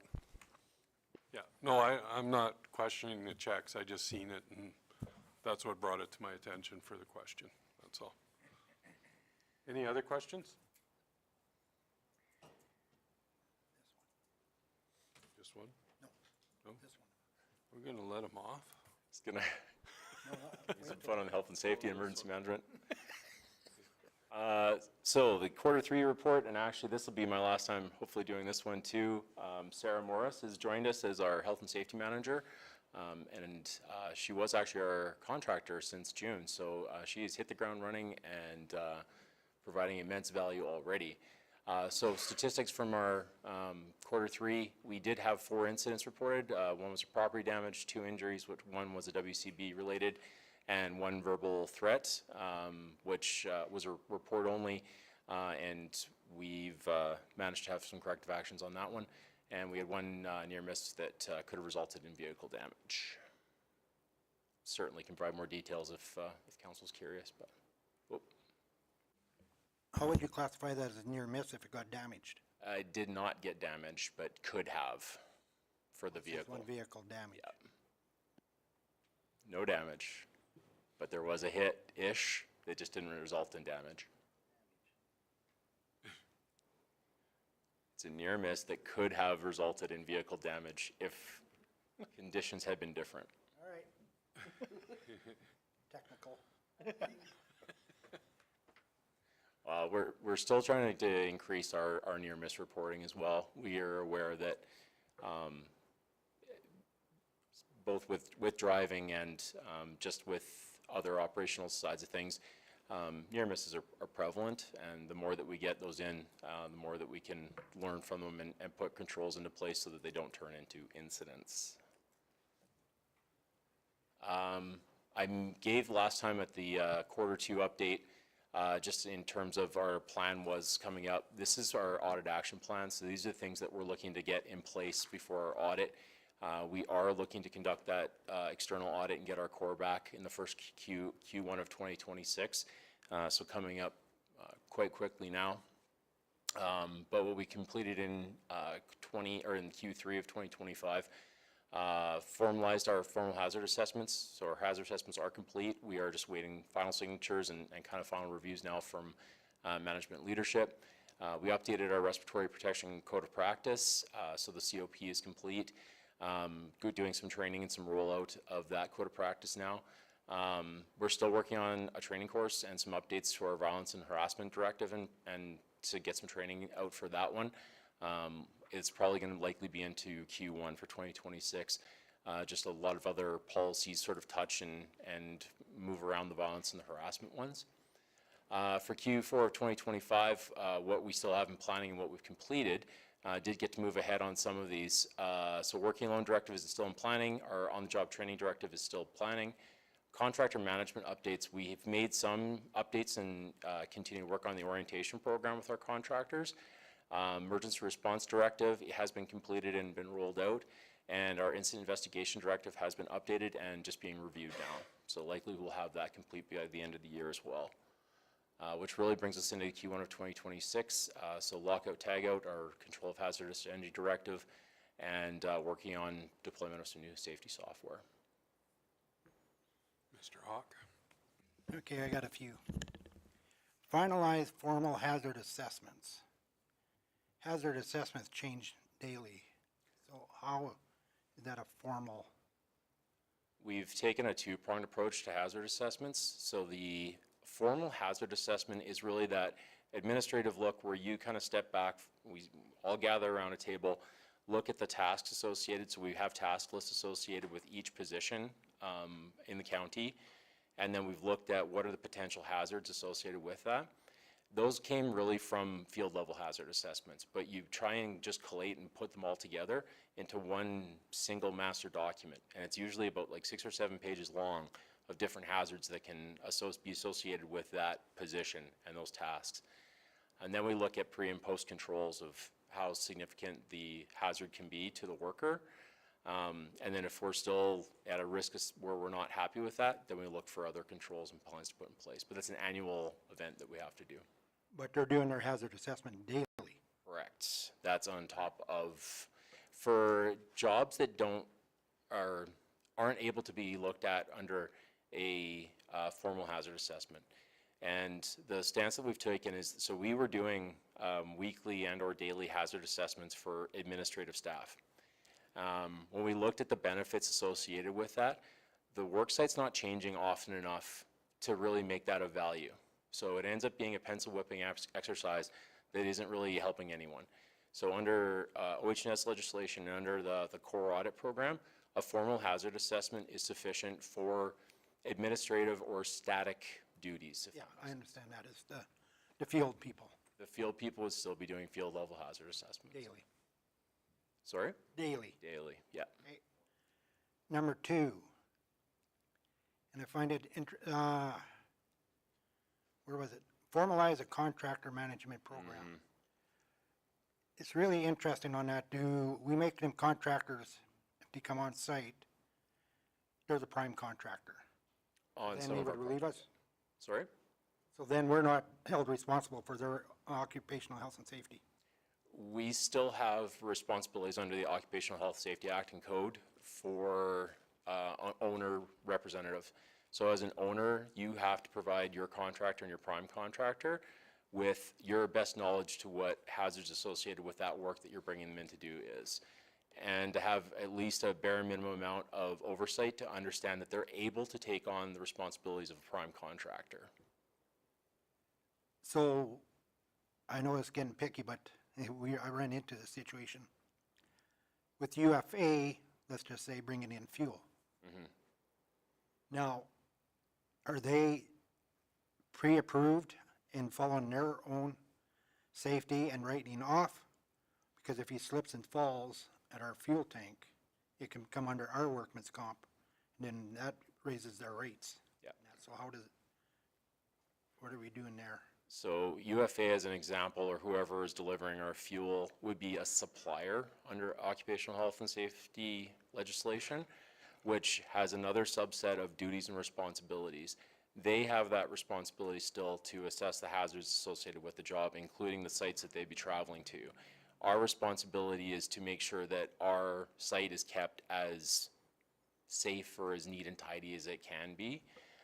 But onus is on both of us in that point. So us as the owner for the site to make sure that we are labeling, identifying, as for a supplier coming to site, we would do a quick orientation with them of if there's something going on, say in the yard that day, then we make sure it's like, hey, we're gonna suspend operations until you guys are done the fueling, then we'll start back up again.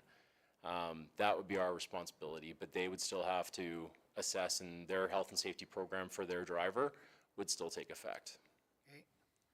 Number 3. And I got wrote up on it. I don't know if it's from Ken or not. Emergency response.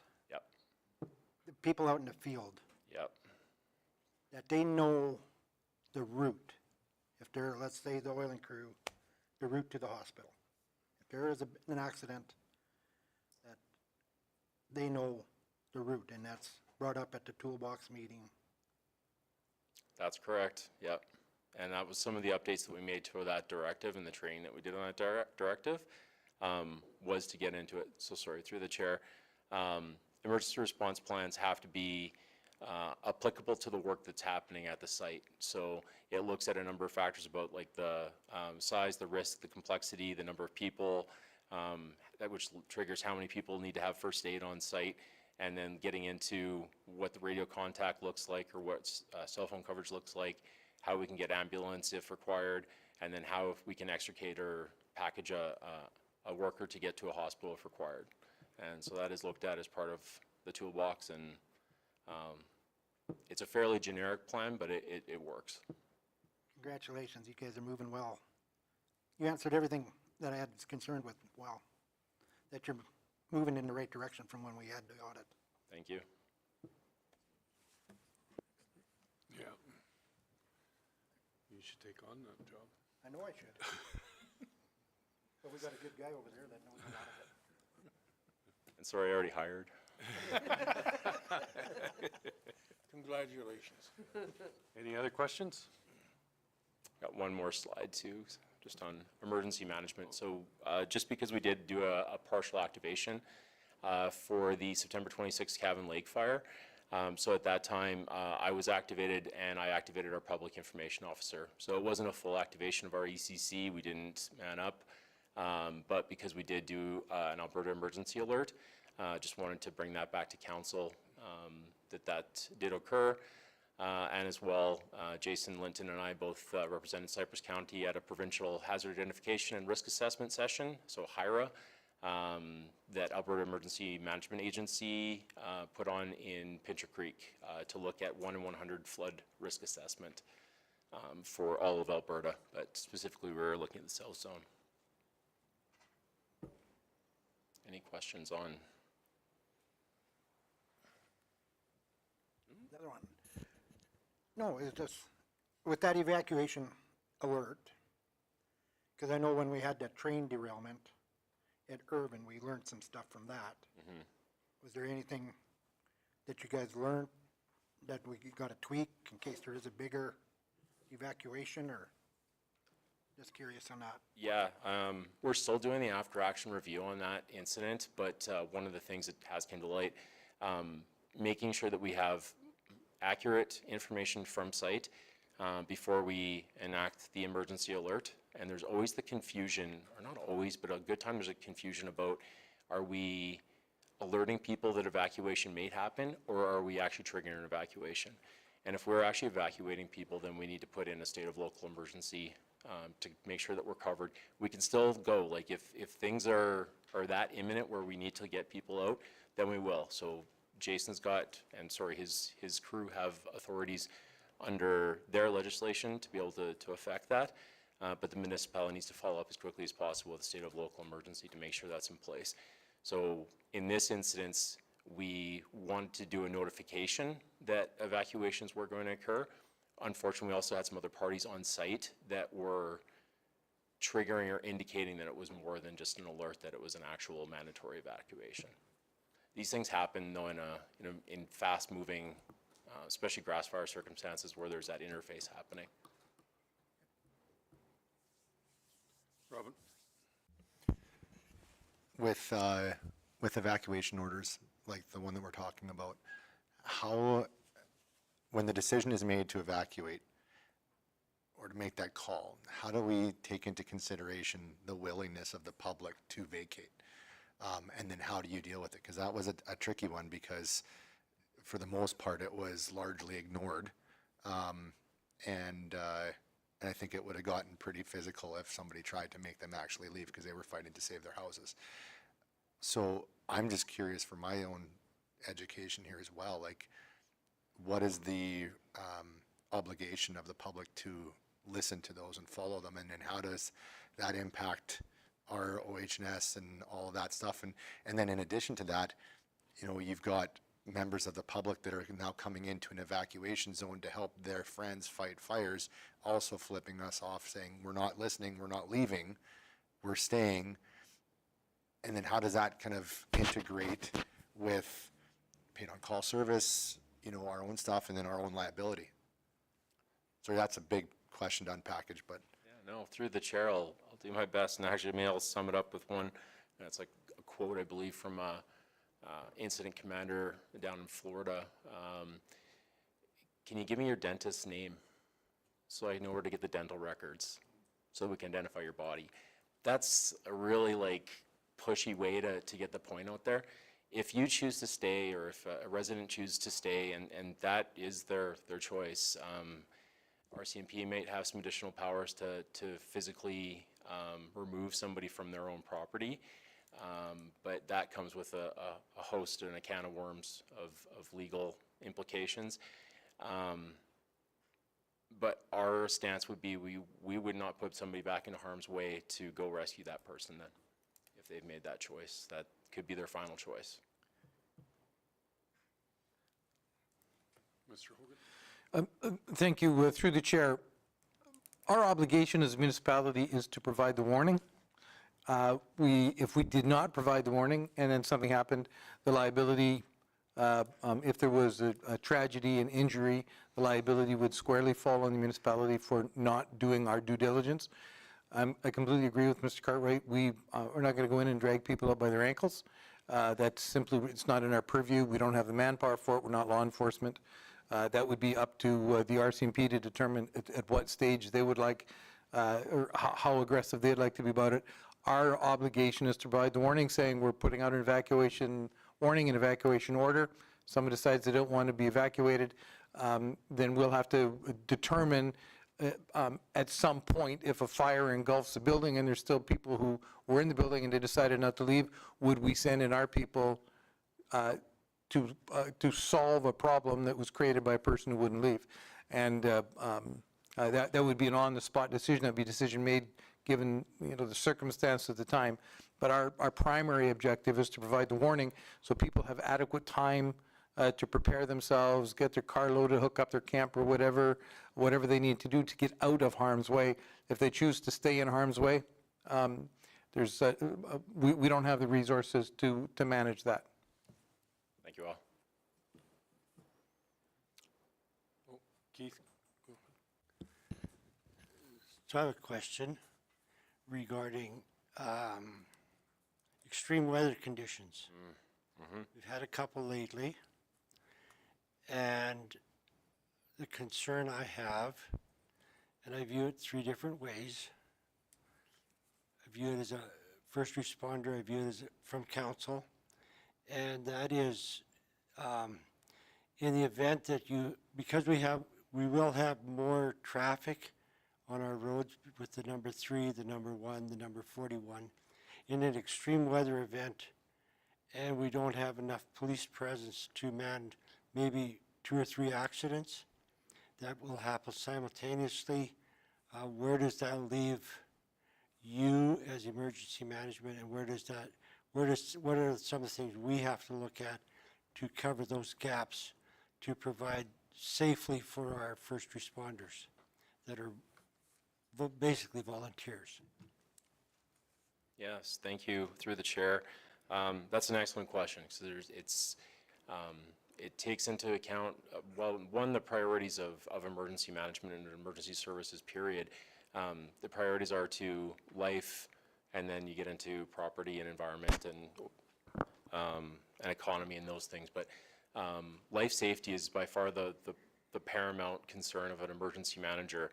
And even on top of that is the life and safety of your first responders, which is why, to Al's point and to the one I crassly made, we won't put our people into jeopardy. We do our absolute best, and through risks assessments and training and preparation and planning, do our best to respond when required. But we won't put our people into that level of hazard where they might end up being another statistic or another knock-on event that we'd have to respond to. So we actually did back in March, a scenario of, and just a tabletop exercise, but we looked at, having a massive pile up along Suffield or kind of west there along the Highway 1, and what are the impacts and ramifications. Travel's down, so it makes logistically trying to get resources around difficult. It makes trying to get manpower on site difficult. You're dealing with people in the cold, so there's just a number of aspects that we need to plan and think about. And I don't think we're ever going to be perfect. We don't have capacity budget-wise or from manpower-wise to be 100% every time. But I think with the apparatus and the personnel and the training that we've received, the quality that we keep our gear in, we're as well suited as we can be to respond to those types of incidents and those events. And knowing that, again, as conditions change and as the risks, say, become more real, that we might have to make some hard decisions about not being able to respond all the time.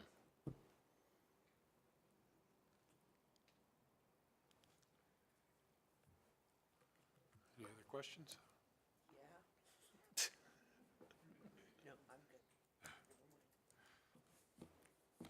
All right.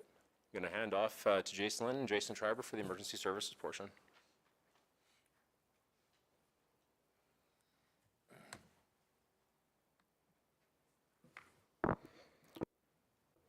Good morning, Council, through the chair. 2020, our Q3 Emergency Service Report. In 2023, in Q3, we are consistent with the calls year over year. We are down a little bit. Over the last 2 to 3 years, we haven't seen a lot of large-scale wildfires due to moisture in the. Absolutely agreed. It's a good problem to have. We have the last 2 years seen moisture in the spring, which is gave us some time to get the fuel moisture content up and buys us time with the season. So we haven't seen a lot of scale fires. Haven't seen a lot of increase in calls at all in Cypress County. Very typical trends. Our only real big trend is that our alarm bells or alarm calls have increased. Not to one particular business, just that we've seen that increase year over year. Our top 3 calls for service are medical, motor vehicle, and typically wildland.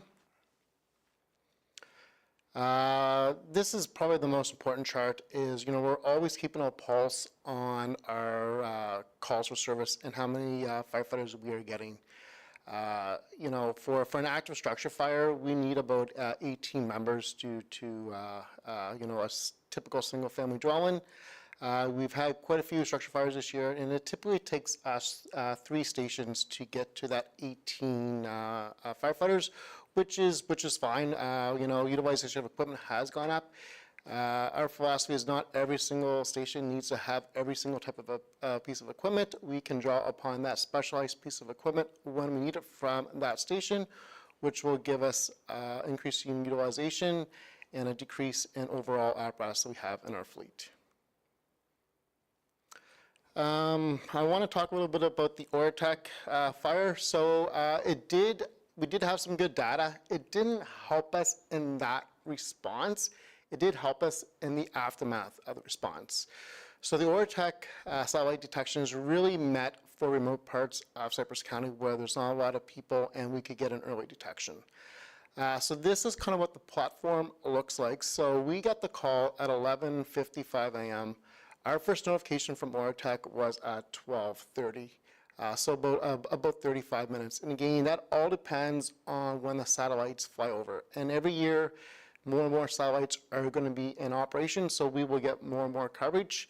We are best suited for the most coverage is actually when we get most of our fires. So it just happened to be where we are at. And when the satellites fly over, have historically been between 12 and 6 o'clock, and that's when the most of the satellites do fly over. So we do have good detection on that. So this is kind of what the platform looks like. It gives us a bunch of information on clusters, hotspots, how hot they are, and whereabouts they're at. The second picture with the smoke is the satellite system actually takes pictures of the fire and columns, and that can give us decisions on, if it's a big fire moving, do we need to evacuate, alert, or do a shelter in place due to smoke? And the very third picture is, it helped us where the hotspots were and where we had to monitor them for the days to come. So we really use this as part of our briefing for the next 3 to 4 mornings in a row on where we're going to be concentrating our resources for active hotspots so we don't get called back out or for a rekindle. I think this is probably the most important slide that council might be interested in, so I will pause for questions about this system before we move on, if there's any. Okay. I like it. As General Manager Cartwright said, we are in reviewing that Cabin Lake fire. I just did want to put together a little report for council.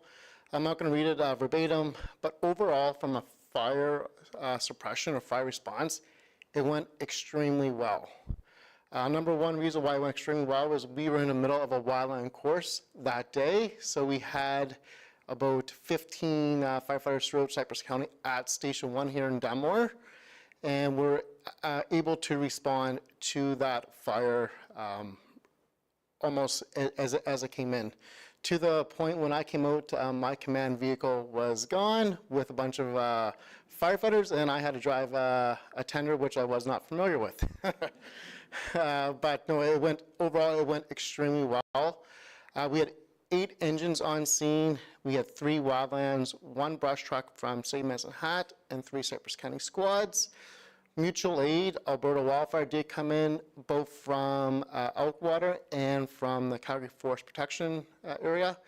One thing we did learn, in the past when I was a paid-on-call firefighter years ago, we had a lot of fires that were stubborn, took us, days, weeks at some point to put out, and we spent a lot of time as volunteers leaving our place of employment. Alberta Wildfire is only about $2 to $3 more an hour than what we would pay our firefighters, and they have the expertise, knowledge to do the hotspots, work the fire. So, we did learn that, and that's something we're going to maybe try to use more on if the resources are available, so our firefighters can get back to their primary jobs versus being out there for 3 or 4 days. When Alberta Wildfire was on this for the next 3 to 4 days, they walked that whole field 5-6 times a day, put out hotspots. We got called back once for a small rekindle, but besides that, we did have a small group of firefighters from various stations helping us out, but really Alberta Wildfire really took over that versus us doing that and put in the hardship on our firefighters and their respective employers. Hail came out. Hail's been fantastic this year with fire operations from the air. This picture was taken from a drone, but we have lots of pictures from Halo. We used them, and they did coordinate to make sure they weren't in the way of Alberta Wildfire helicopters. They have their own protocols, and those 2 agencies can talk and make sure they do not get in the way of each other. The City of Brooks has a portable generator. We've used it more in the last couple of years than they have. Again, they're willing to support. Again, we don't need to have every single piece of equipment. When we do need something specialized, let's just call them and get that support. So that's been fantastic. Again, CP of Suffield over the last couple of years has been fantastic with resources throughout the entire Cypress County. Typically, they used to only stay in their response zone, but we've grown in partnership with them, and they've really helped us out anywhere in the county with their big tenders as well as manpower for their wildland firefighters. Massat Fire was dispatched as well to help and support. They helped with the urban interface around the country residential of Cabin Lake. RCMP and Alberta Sheriffs for traffic control as well. Our Q3 highlights, so we completed the renovation on Dunmore Station 1. We believe we were on time with the project, and we are on budget or maybe just slightly over. Is that correct? So I think overall it was pretty good. Station 4, Box Springs, that station is now operational along with CSAR, and everything's working good. We're just fine-tuning the placement of some apparatus, but pretty much all the work is done for the fire side of it, and it is working out extremely well. Our specialized tech rescue team supported in a motocross event. This is about our 3rd or 4th year doing that in the Badlands to support Halo. We ran an 1140 wildland course with 9 Cypress County firefighters. That is the one that happened during the Cabin Lake fire. So all the students were very, very successful in their practical portion of that course. It's funny, we were on lunch break. We were playing a leadership video, and the gentleman, he's a battalion chief in the States, and he was saying, someone watching this video today is going to have the call of the career in the next 10 minutes. Well, 10 minutes later, every firefighter, because they were new, had the biggest call of the career so far. We co-hosted a tech rescue course, so we try our best to do a lot of regionalized training. Every department only has so many dollars to go around, so we try to co-share, run courses with different departments that need the exact same course with us. So for us, we need about 2 to 3 members for our tech rescue team. A cost per person, basically, if we ran that by ourselves, would be not value added, or would be extremely not value added for what we needed. So we co-hosted a course with CFP Suffield and Methanex as regionalized training, and we have been doing that a lot more. And Methanex actually came back at the last minute, and they paid for the whole course by themselves and allowed Cypress County and Suffield to join in. One thing, a couple years ago, we did a gap assessment, presented to council about our level of service, and one of the things we were missing was an orientation program. Before we had a very small 2-hour orientation program, and then that was it. So the Dunmore Fire Station developed a really good 40-hour in-house course that we implemented to the entire Cypress County.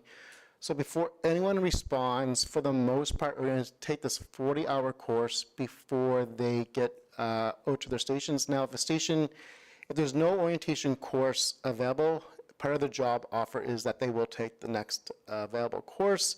And this has been a great success. It gives them a really good, solid foundation of our understanding of our policies, procedures, number one, how to work our trucks, and how to use the PPE, and that is all a legal obligation under OH&S. And as of yesterday, we were recognized, that program, through the OH&S officer that is traveling around, and asked 40 Mile to reach out to us about our policies, procedures, and our training program.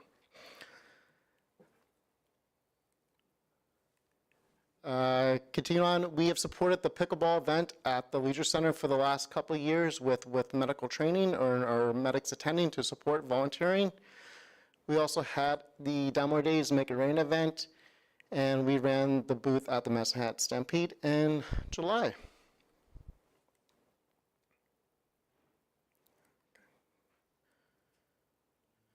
And just a couple of pictures for highlights here of different calls and how we responded to them throughout the quarter.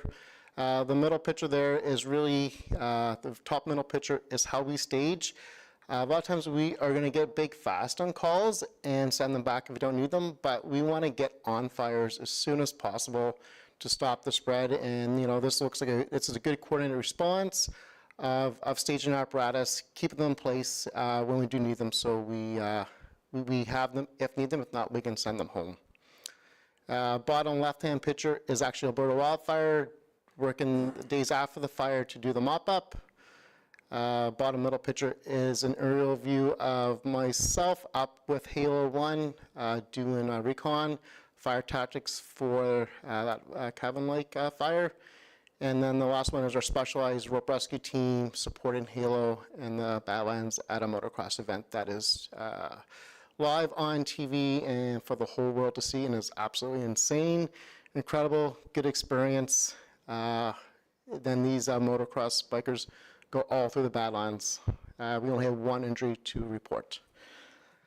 With that, if there's no questions for myself, I'm going to pass it over to our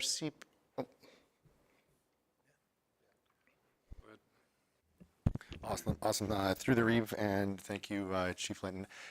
With regards to the Cabin Lake fire, you guys did a great job. I was there on site. I watched how you guys worked, and it was fantastic.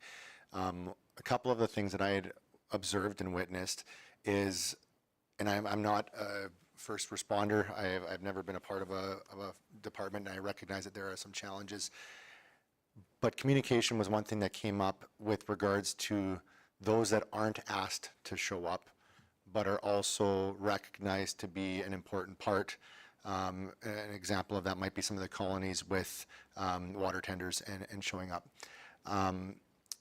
How do we, the 40-hour course is great, but what do we do when we have guys that are showing up that aren't participating in that course?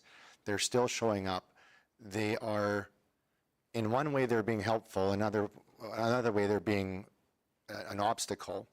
And when they don't have the correct radios, I see it as a concern, because they could end up becoming more chaotic than helpful in a worst case kind of a scenario. Have we considered getting those colonies or some of those water haulers onto the same, because we changed to AFRAC, I think it is? I don't know a lot about this at all, so I'm probably saying the wrong thing, but I think we went to AFRAC, and when we went to AFRAC, there are some haulers that are coming in and helping out that show up that maybe don't have those radios.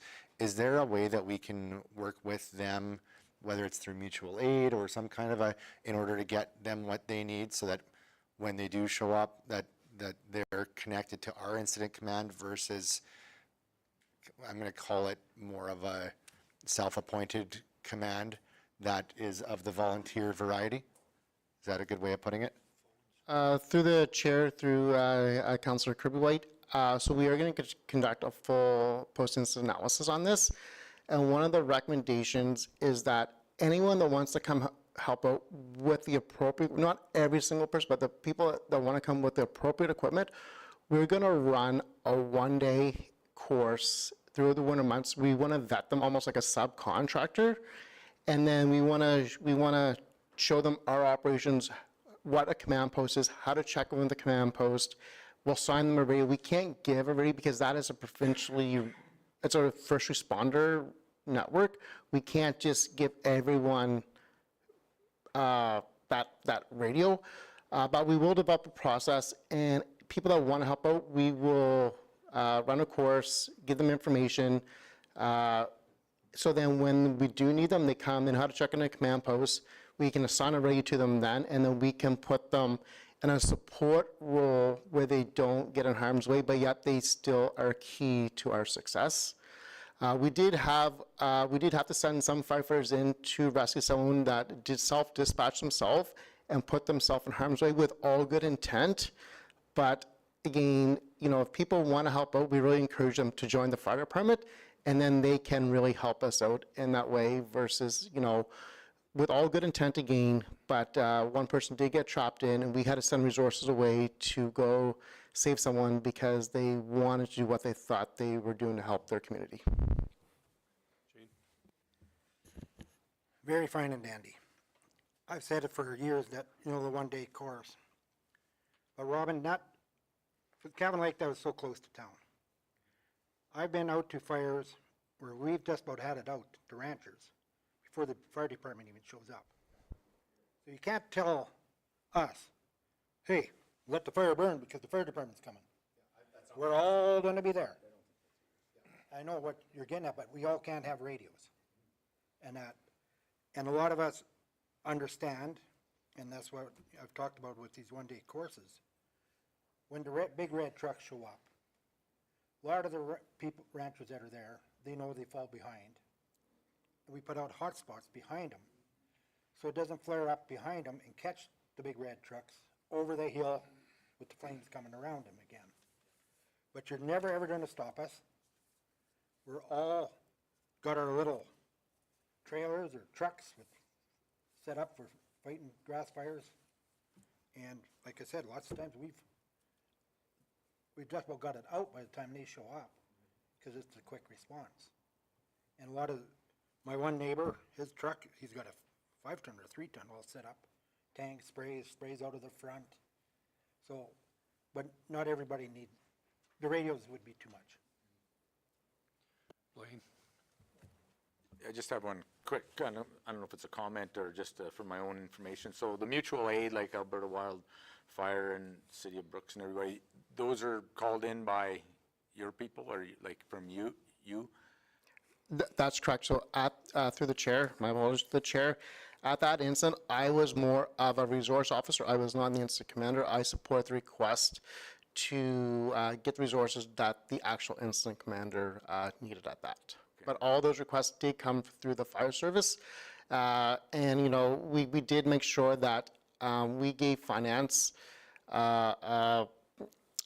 a list of all the vendors that we requested, and besides that, if any other bills did come in, we were not to pay, but sometimes during emergency management, people come to help and then they can send a bill in afterwards. So anything that we call, we have the understanding that there could be a financial cost to that. We did quickly discuss bringing in air tankers at one point, and there could have been a substantial cost to that, but we did discuss that beforehand. But yes, all the list there came through the appropriate channels, through incident command, through the resource officer. Through the chair. Thanks for that clarification. I was just wondering how that all comes to boat. Any other questions? through the chair, if I just may, just to direct the Councillor Hawk and Councillor White, there's two different components to people coming to help, is the big corporations or the big water tenders. That's where we're going to do the one-day course. If they want to come in, we'll almost vet them as a subcontractor and then set them up for success. And we, as a fire department, are never, ever going to pull someone off a fire scene. You know, there's been some rumors that, you know, when a fire department comes, you know, we're going to actually arrest people or pull people off the road, and that is not our intent. We want people to go and do what they can before we get, call us first, and then go do what they can as long as they can do it safely. And then, you know, once we get on scene, we will take over, but we will still give them tasks to make sure they're doing it safe. But we have to make sure as soon as we give a task, they are our responsibility. And that's where we want to make sure that, you know, the county is not liable because we give direction to them out, that we give direction to anyone. They, by default, are our employee. Robin? Yeah, and just to clarify, and I think that Deputy Reeve Hawk, I don't think he misunderstood me. I hear where you were coming from. I think that what I recognize, and I say this in the most respectful way possible, but it was almost like an organized militia that shows up, and in many cases, militia can be coordinated with the government to be productive. In a situation like we have, I see that organized militia as something that, as long as we have a way to, I agree with Shane, like they're going to show up. But when you have it being organized by one or two people that are then become kind of that contact person, it's either going to remain dangerous, or we find a way to bridge that gap in a way that's acceptable, where there still can be enough of a hierarchy on communication that it's not unsafe. So that was kind of where I was going with that. So thank you for your explanation. Thank you. Keith? Just a comment. As for your position as a fire chief, these situations very often involve a lot of emotion, and sometimes are very difficult to manage, as you know.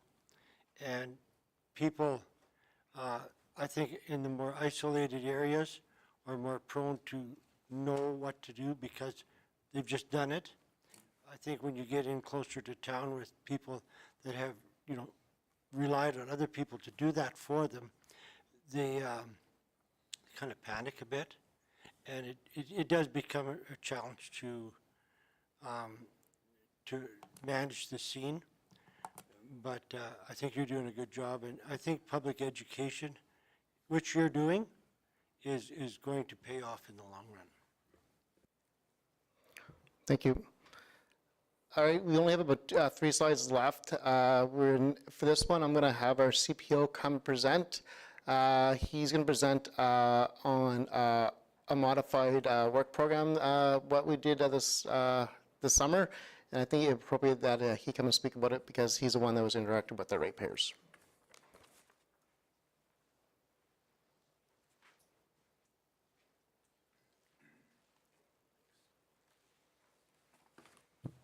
Good afternoon, Council, Chair. Through the Chair, if I may begin, I have a few slides here that I put together regarding the third quarter, different subzones where the complaints had come in.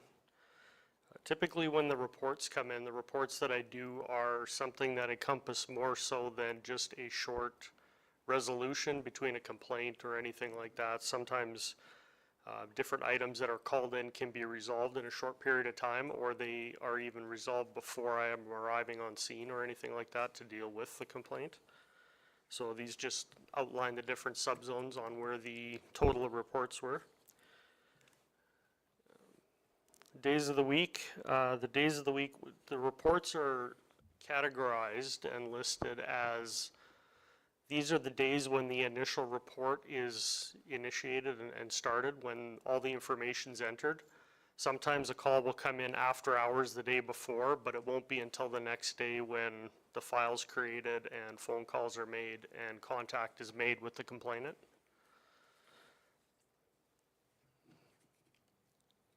Through the method of complaints, they're presented a variety of different ways: admin directive, dispatch, email, front counter walk-ins, officer observed. I listed everything out there on the different sources where the complaints had come from.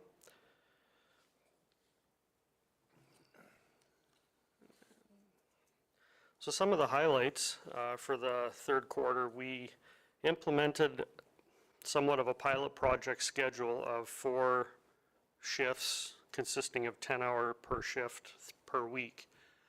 This would encompass after hours, after supper, weekends, different times, holidays, just to try to increase presence, drive different areas, go all different locations, just to see what was going on at different hours, different times.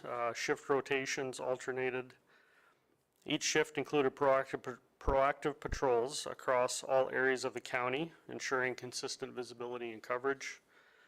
I consistently did routine patrols in Sandy Point and Cabin Lake once, possibly sometimes twice a week.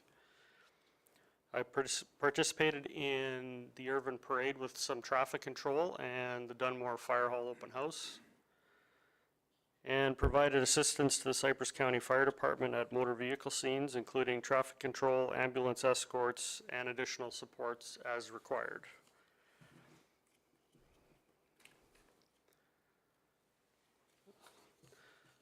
Throughout the summer, throughout the shifts that I had conducted, I interacted with people who were staying at the campgrounds, people who were out working in their yards.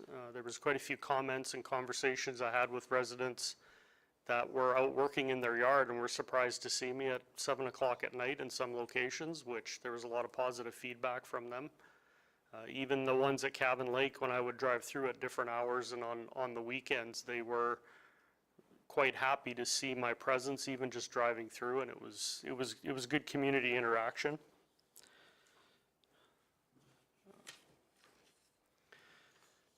In addition to the routine duties that I had conducted, in October we had a fire in Elkwater, and some of my camera footage from my patrol vehicle was used in the provincial investigation, so I downloaded that information, sent it up to them, and they used that in their investigation. I collaborated with the RCMP on different files, different complaints. There were some that I documented as a file for myself, but it was passed on from the RCMP, so it was more along the lines of a bylaw complaint, but it was called into the RCMP, so they passed it on to myself, and I conducted those investigations or those files and completed those as well. Partnership with the SPCA. The SPCA I can't say enough good things about. They have been amazing with assisting with animal control, dogs, found dogs, housing dogs, and care of the dogs until the owners are able to pick up the dogs. Unfortunately, we've had 3 dogs this year that were basically, we couldn't find the home for them, and they ended up getting rehomed, but they were dropped off at the SPCA from myself or a third party who found them at different locations throughout the county.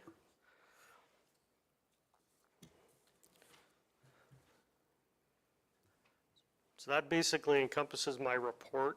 If anybody has any other questions or anything, please feel free to ask. Any questions? Oh, thank you very much. Thank you. So I believe that's the end of the reports. Okay, we will break for lunch. Yeah, be back at 12:30.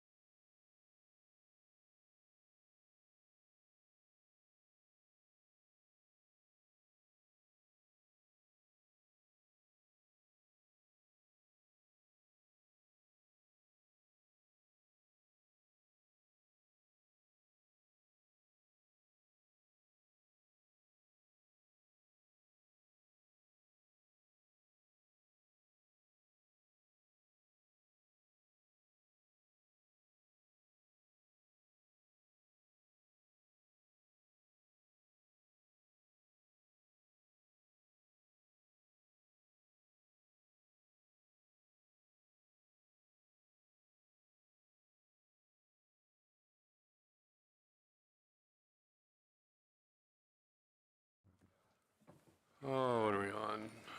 Holy cat, that guy right there. Oh, 10.1. Corporate services. Oh, boy. We haven't had a bunch of no's today, so it's about time. Floor is yours, sir. I'm happy to be here too.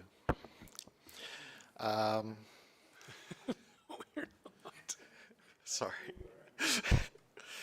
Through the chair, I'd like to present audit services for 2025 to 2027. Corporate Services Department proposes an up to a 3-year contract for audit services for 2025 through to 2027. As per the MGA, Section 280, council is required to appoint one or more auditors for the municipality to review financial statements of the preceding year.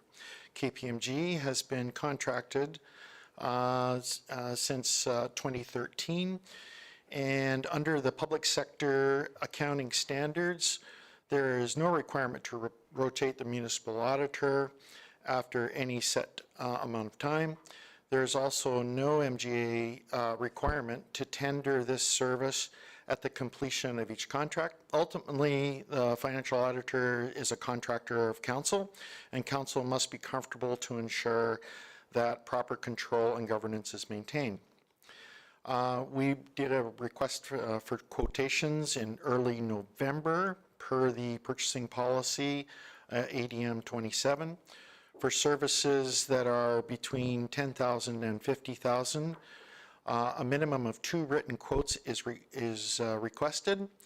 In addition to the financial statement audit, this contract also includes preparation of the annual financial information return, the FCSS review engagement, and the tri-annual LAP audit, which actually is taking place in 2025.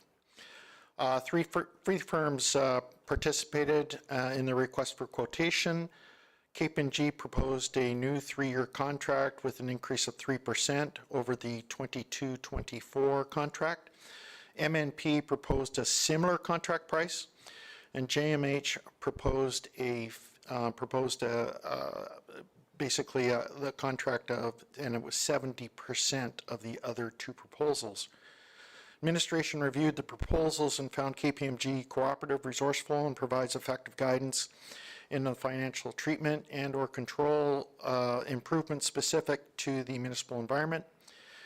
When considering JMH proposal, although lower than the other 2 proposals, there is concern that the fees for the audit services may not be sufficient to ensure compliance with the audit requirements for Cypress County and may require additional fees during the time. Just a few things with respect to it. The 2025 amounts, KPMG offered it at 39.2. MNP came in at 39,375 and JMH came in at 25. The rest of the years are escalated out. Any questions? Shane? So what makes you say may? Costs more for J, MH and Co. Yeah. You said it may and may, but when we put out tenders for roads, the low one wins, but we don't say, well, it may cost us more with them being low. So what's the difference? Yeah. So through the chair, it is a situation where, based on experience we've had with, because we've had experience with both MNP prior to 2013 and also with KPMG, the fact that 25,000 seems awfully low, and we would be subject to potentially overtime. And overtime is one of those things where we don't know what that dollar amount will be. And so that's our concern.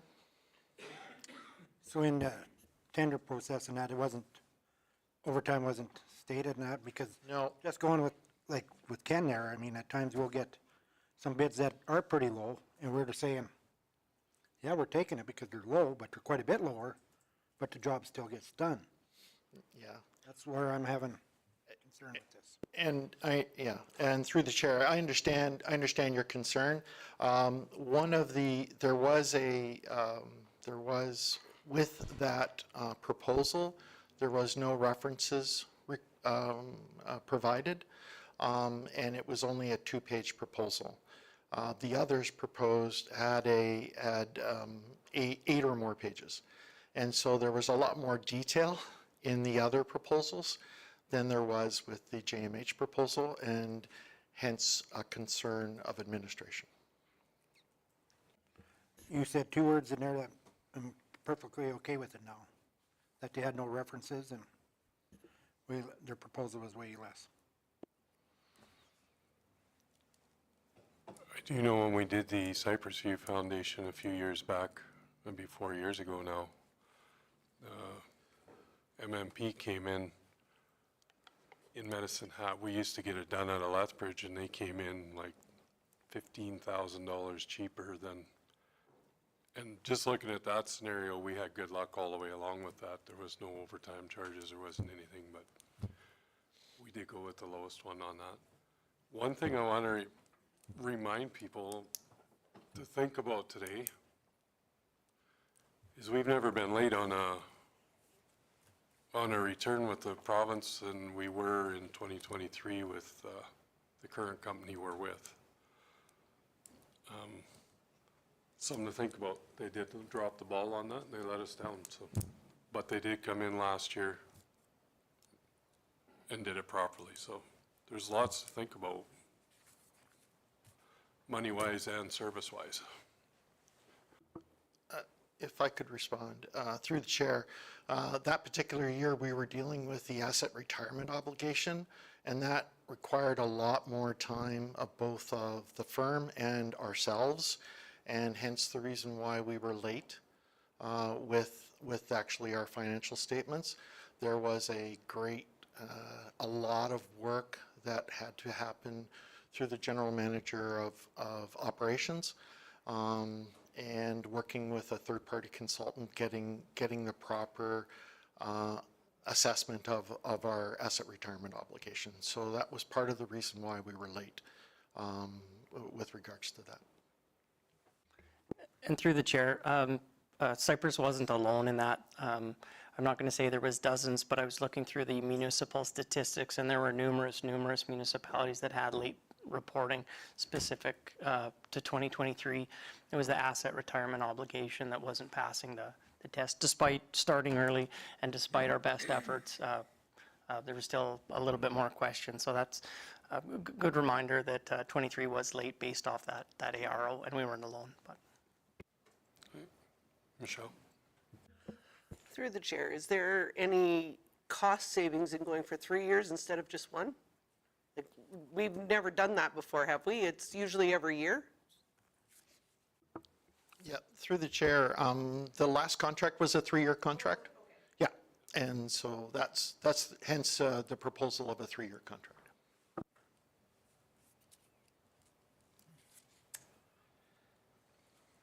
Oh, anybody want to make a motion on it, or any? Lloyd? I'll make the motion that we go with what they're proposing. I'm just trying to find it here again. Yeah. I think we're in good hands with our staff, and I think I'll take their word for it.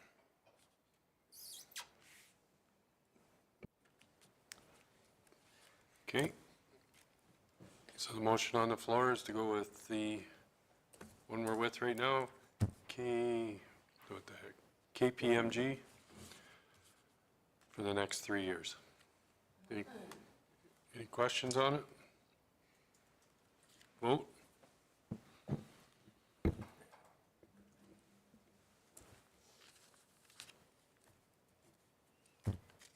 That's carried. We are on to 10.2.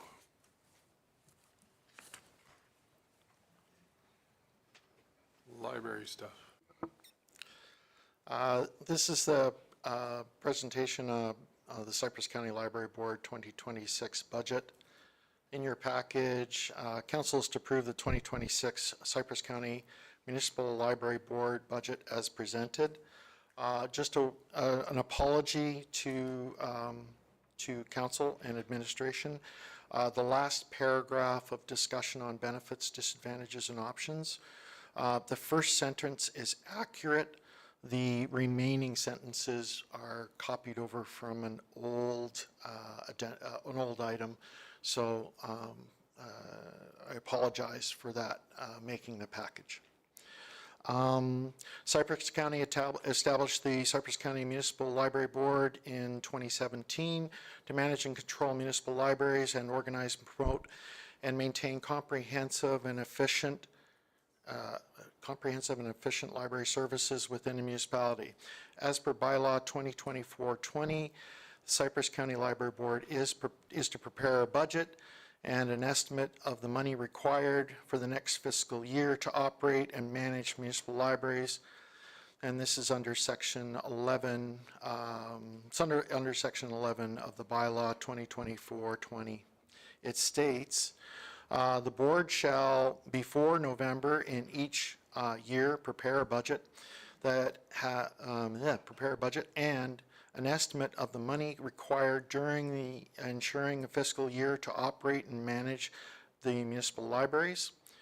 Under subsection A, the budget and the estimated money required shall be submitted to county administration to be prepared for review by council. Council may approve the estimate money required in whole or in part.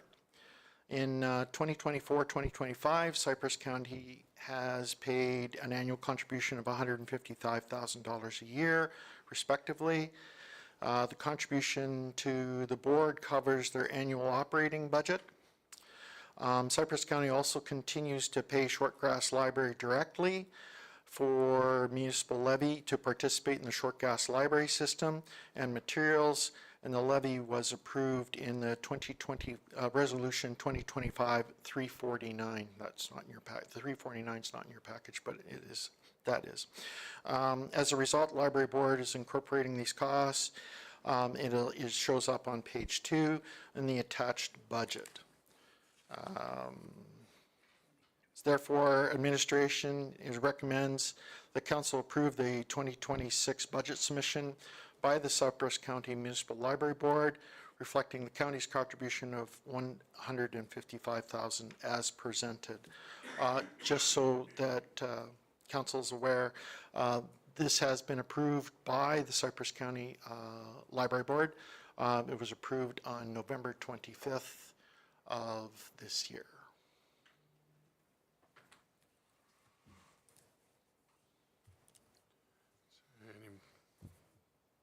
Anybody want to make a motion? Okay. I'll make the motion that the council approves the 2026 budget submission by the Cypress County Municipal Library Board reflecting the county's contribution of $155,000 as presented, and this is the same budget we had last year, so there was no increase.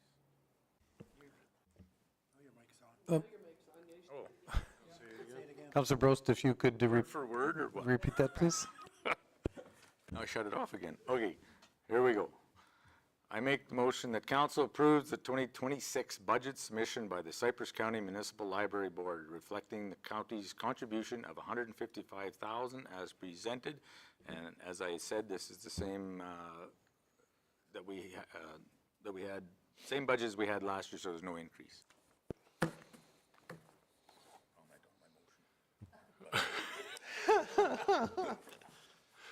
All right. Everybody knows what the motion is? Any questions on it? Vote.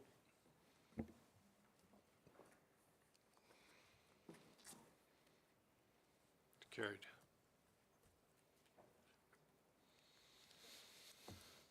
All right, 10.3. Thank you, Mr. Chair. So this is the investment policy update. This is Corporate Services Department proposes changes to the Cypress County Investment Policy, ADM 5. I do have a presentation.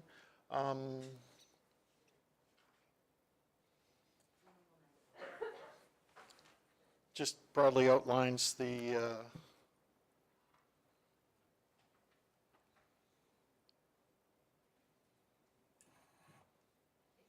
oh, thank you. Oh, do I have the clicker? Cool. Yeah, right on. Whoops. So our investment policy, the policy objectives provide the strongest possible blend of investment returns and principal protection while satisfying liquidity demands of the county.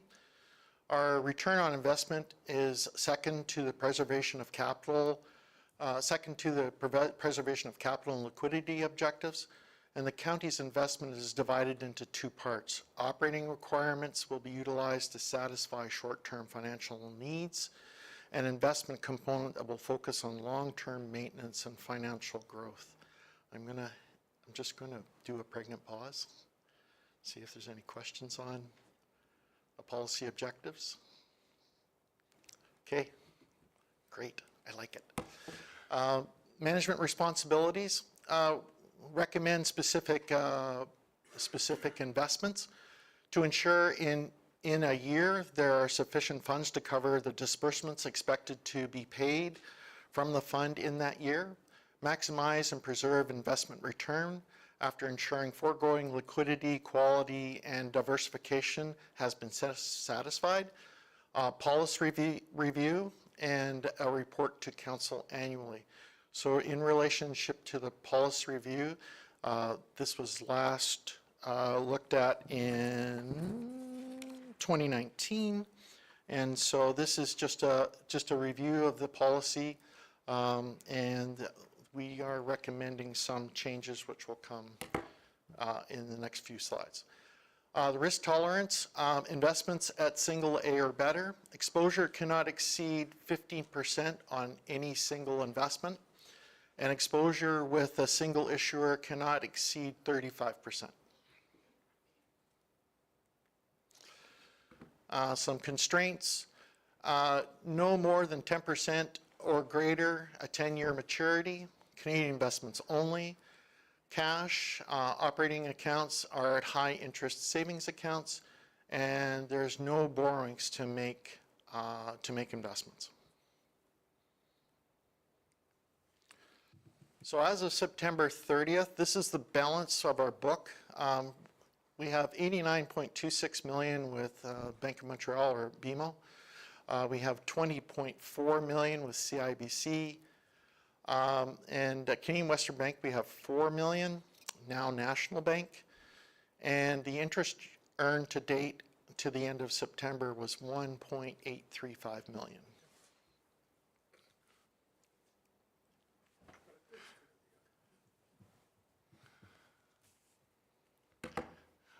I'm always concerned. Anyway, sorry. Investment policy update. So we wanted to remove a reference to active markets. This is something that we don't do. And so this is something that, quite frankly, I think it's just best to have it not in the policy. It's also to clean up some redundancy. There are in different sections a repeat of some of the verbiage, and so we've cleaned that up. Management responsibilities. So to be consistent with the CAO bylaw, one of the things that we've done is the CAO is responsible for all, responsible for, lack of a better term, all investments. And so what this change will be is the REIV will not be, the REIV will not approve the investments at this time. It's actually covered under the CAO bylaw. And also the fact that given that the REIV is not going to be involved in the day-to-day investment decision, we are providing a quarterly update to all of council with respect to our investments and our investment returns. And also, we'll have an annual review at a certain point too as well with regards to investments. The adherence to the CFA Institute is moved to the ethics section, and the reference to the MGA section 250, this is, so if 250 actually changes, there's actually, in the old policy, there is an actually outline of the section 250. We felt that we should actually remove that just in case it actually does change. This would help eliminate bringing this back each and every time if there was any changes to section 250. So just some considerations with regards to management responsibility, and then investment opportunities too as well. Just some cleanup. And yeah, the rest of the policy is, he had reporting twice. Just some cleanup. And then that's, and we removed Appendix B because the table actually provides the information in relationship to what our needs are, and so on and so forth with regards to investments.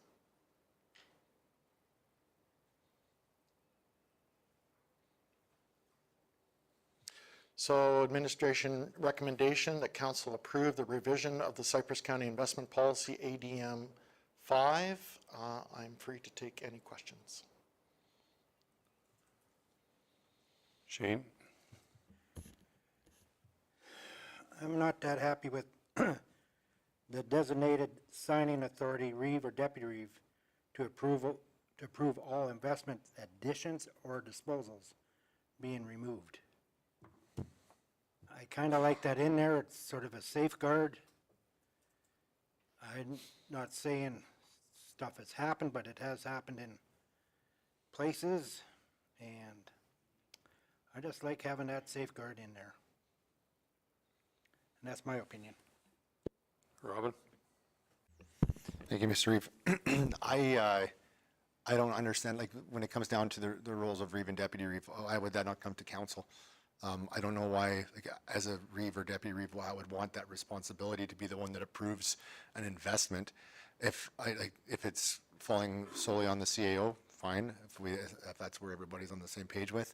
Otherwise, if it's approving investments, to me, it would be either all of council or none of council, but that's just my, what's that? It says additions or disposals, it's not all investments, just when they're doing something to that investment. Yeah.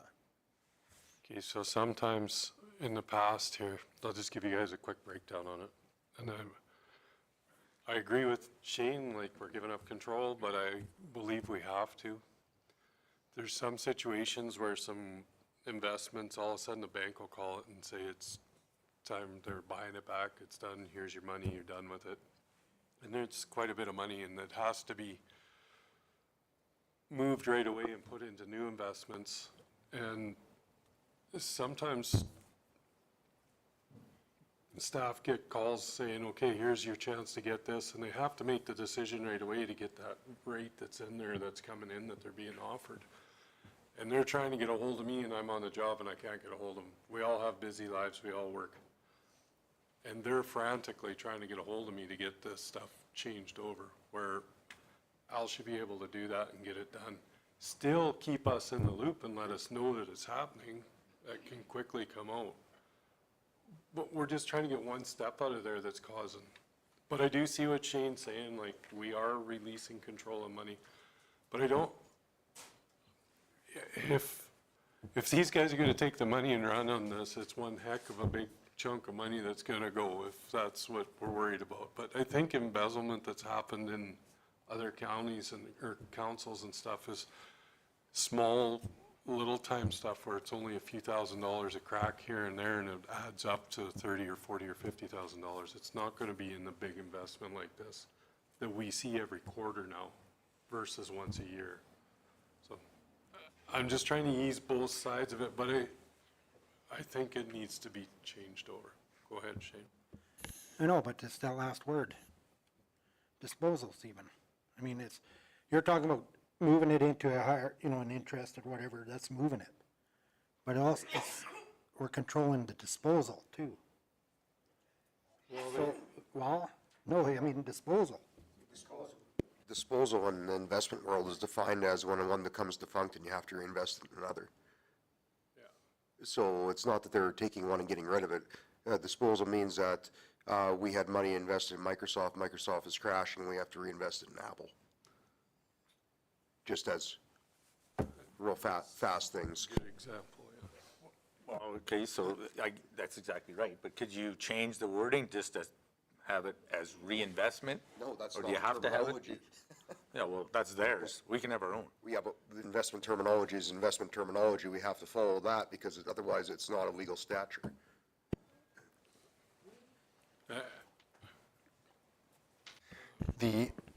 To me, and council, correct me if I'm off base on this, but I think the importance is knowing that it's happening, knowing what's going on. I don't know that, I don't really feel like I need to approve Al to do what you're talking about, going from one to the other, but I do think that it's important for, and maybe that's just something that we have that's a reported item every month or something, that if there is changes to investment, maybe that comes in closed session or whatever, but where it's a disclosure of here's what's happened with our investments.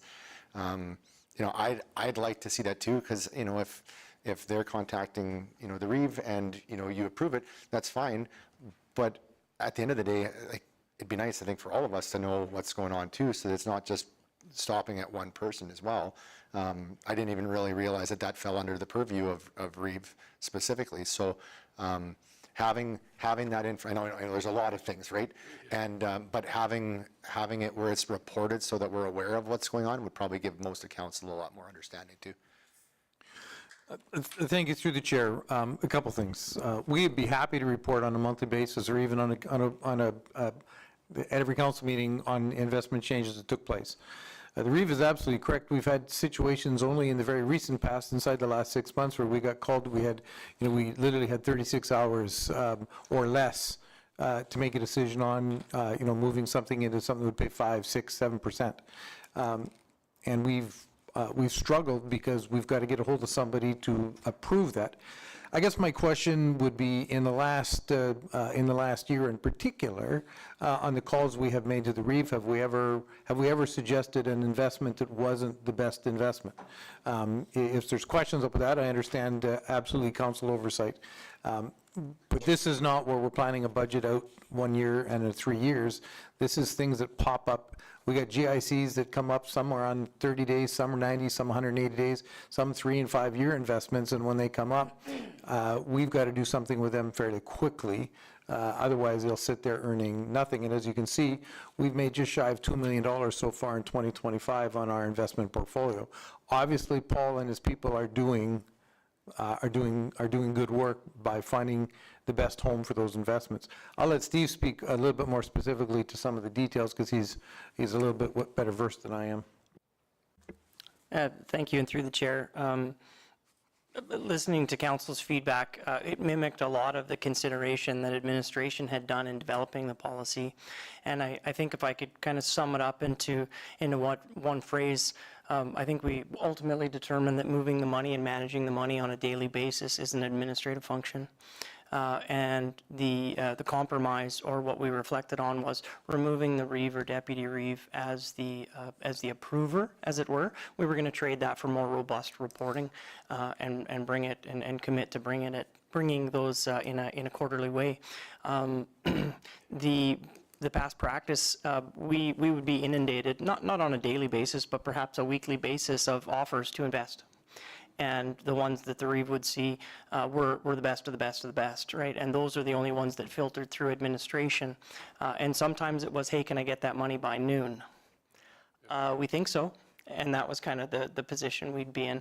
Not always, but those circumstances could come up. And so this is just ensuring that administration can be able to be nimble and make those best decisions, while the ones that come every week we're turning down, but when something rises to the top, we're able to just capture it.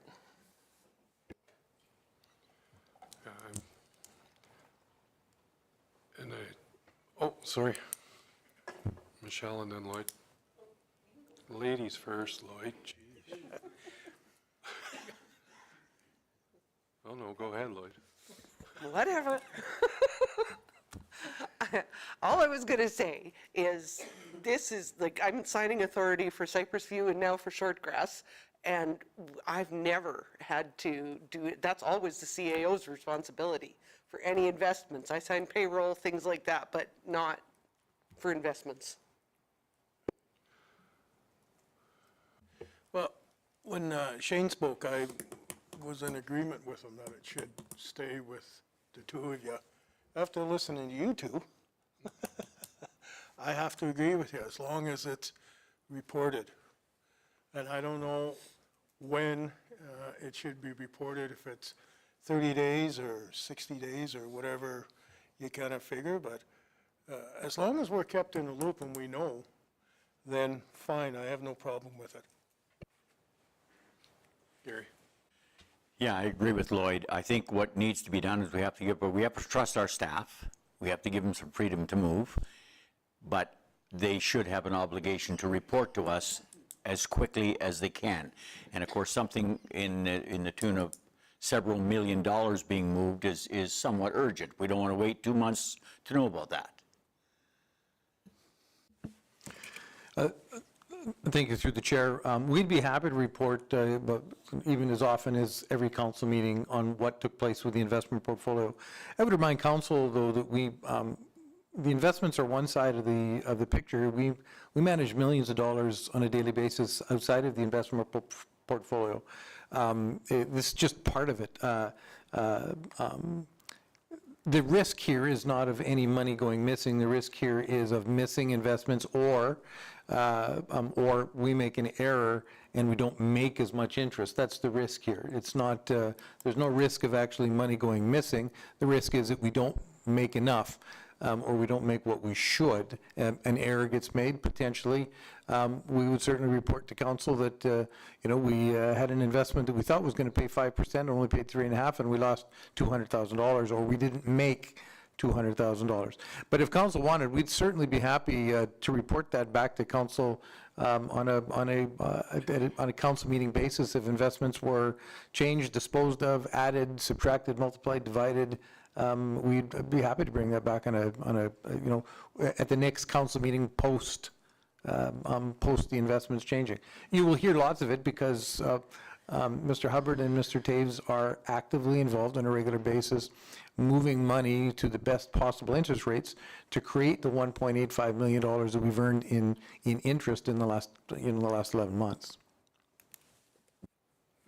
I think the quarterly is good, but go ahead, Rob. Thanks, Mr. Reeve. Yeah, and it's complicated. We get that part, right? And I think that as we begin to let go of some of those control mechanisms that council has, I think it's a fair trade-off to at least have an indication. I remember in recent years, even just being educated as council on the fact that certain investments that go in are locked into certain times, which means that capital spending in certain years might be limited because we don't have access to the same fluidity. And so, like, if it's quarterly, that's fine. But I think it's part of us developing our financial IQ as council as well, and understanding what it is. And not, in no way, to CEO Hogan, am I suggesting that we micromanage this. But just to have a high level, our job is to oversee. Not in the weeds in the crazy details, but enough to be responsible to being questioned at some point. And to that point, our job is to report. And I might add, just to make everybody feel a little at ease, in 8 years of being the Reeve and dealing with this all the time, I've never had to come back to you guys and say, oops, we screwed up on this one and there's a loss. I don't remember of any, if anything, it broke even, but there was never a loss on it. It was always something that was positive to talk about. I think there might have been a couple that just, they were called and we didn't lose money, but we didn't make a lot of money, but they were doing it to move it into something that made money, so I'm comfortable with it, but. So am I. just created a lot of talk. Everybody got involved, and I'm good with the reporting. Good, make a motion then. I'll make the motion. That CO, that we get reported, where is it?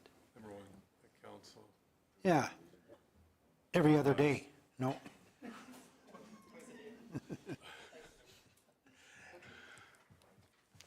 The one in blue.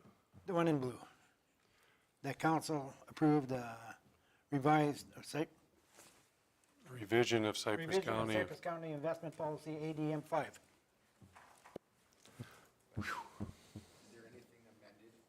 Would there be anything amended to it to consider the expectation of reporting? I think it was in there that it reported quarterly. Yeah, so through the chair, excuse me, the policy does say annually, reporting annually. We could update the policy to annually. Procedurally, we've committed to quarterly reporting, and we'll give that. But there could be a point in time where council says, okay, stocks and bonds and GICs aren't terribly interesting. It's all just flatline interest. Could you please stop bringing it? And that allows council to say, and we will give you the annual report. But we're procedurally committing to quarterly reporting of the investment. Up to council if they'd like to add quarterly into the policy or not. If we've got the motion right now, let's do the motion that Shane did with the amended of quarterly reporting. I think that satisfies a lot of the concerns. You're good with that, not Shane? Oh, yeah. Okay, it's added that it's quarterly. Any other questions on it? Vote.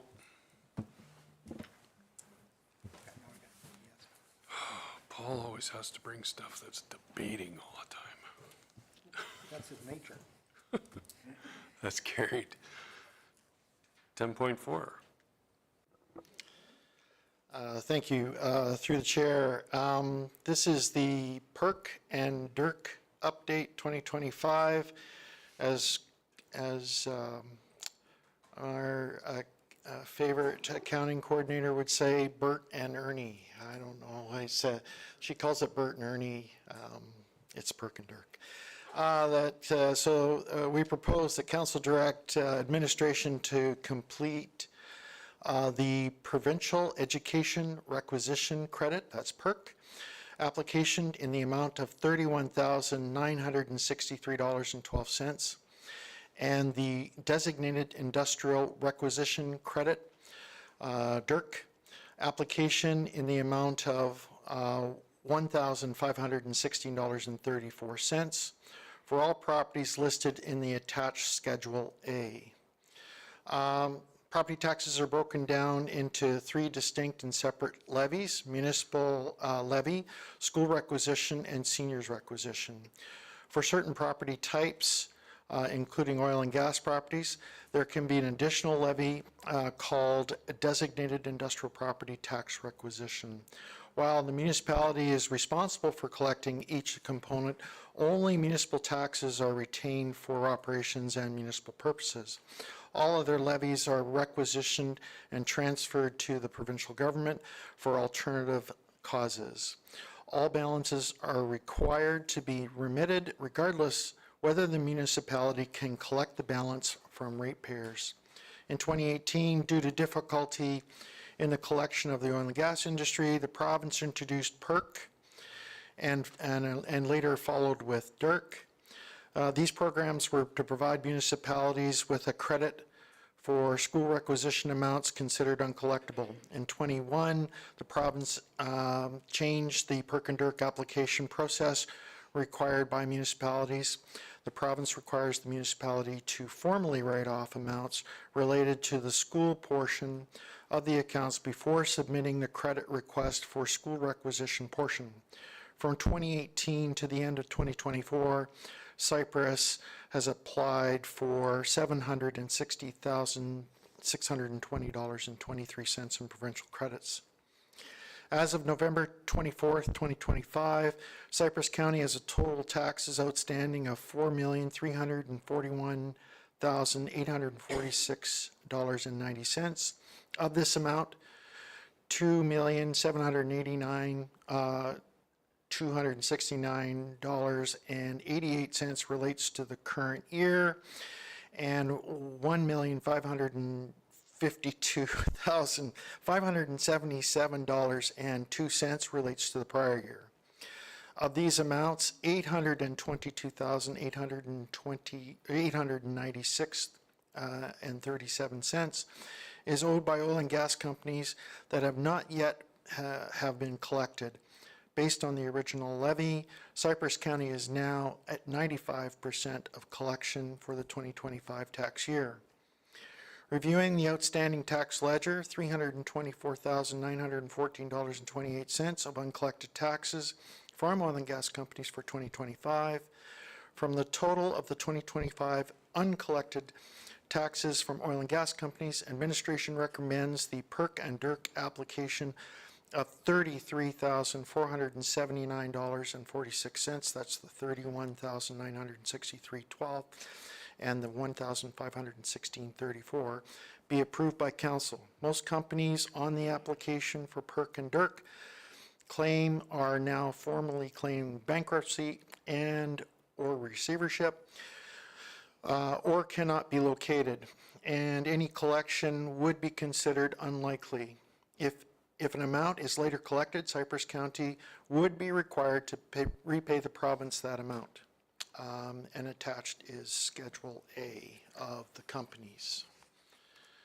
Therefore, administration is recommending that council direct administration to complete the 2025 provincial education requisition credit application in the amount of $31,963.12 and the 2025 designated industrial requisition credit application in the amount of $1,516.34.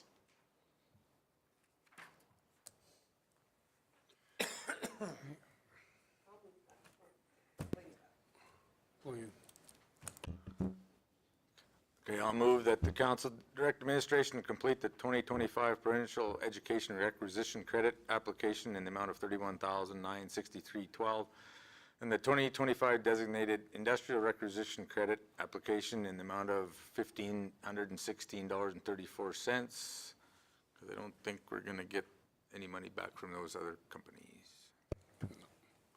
Okay. Any questions? Vote.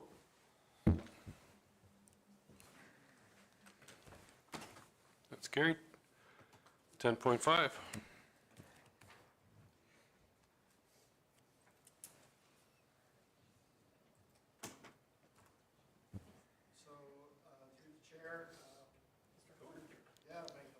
This going through the chair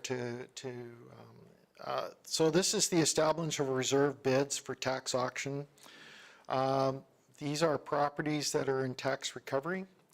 So municipalities rely on the collection of property taxes to provide services, make improvements to infrastructure, and meet their overall financial obligations. Part 10, Division 8 of the MGA provides municipalities with the authority to collect tax arrears that relate to property taxes, local improvement taxes, or special taxes, and use the Alberta Lands Title System to aid in the enforcement of the collection of taxes levied against land and improvements under Section 418(1) of the Municipal Government Act.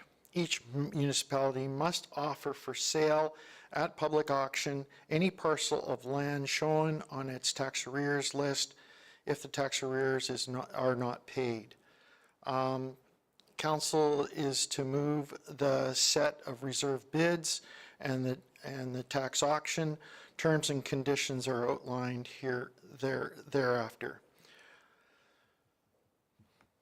So tax arrears is defined as taxes that remain unpaid after December 31st of the year in which they are imposed. Each year, administration submits a listing prior to March 31st to the province of Alberta, indicating all parcels of land that are more than 1 year in arrears.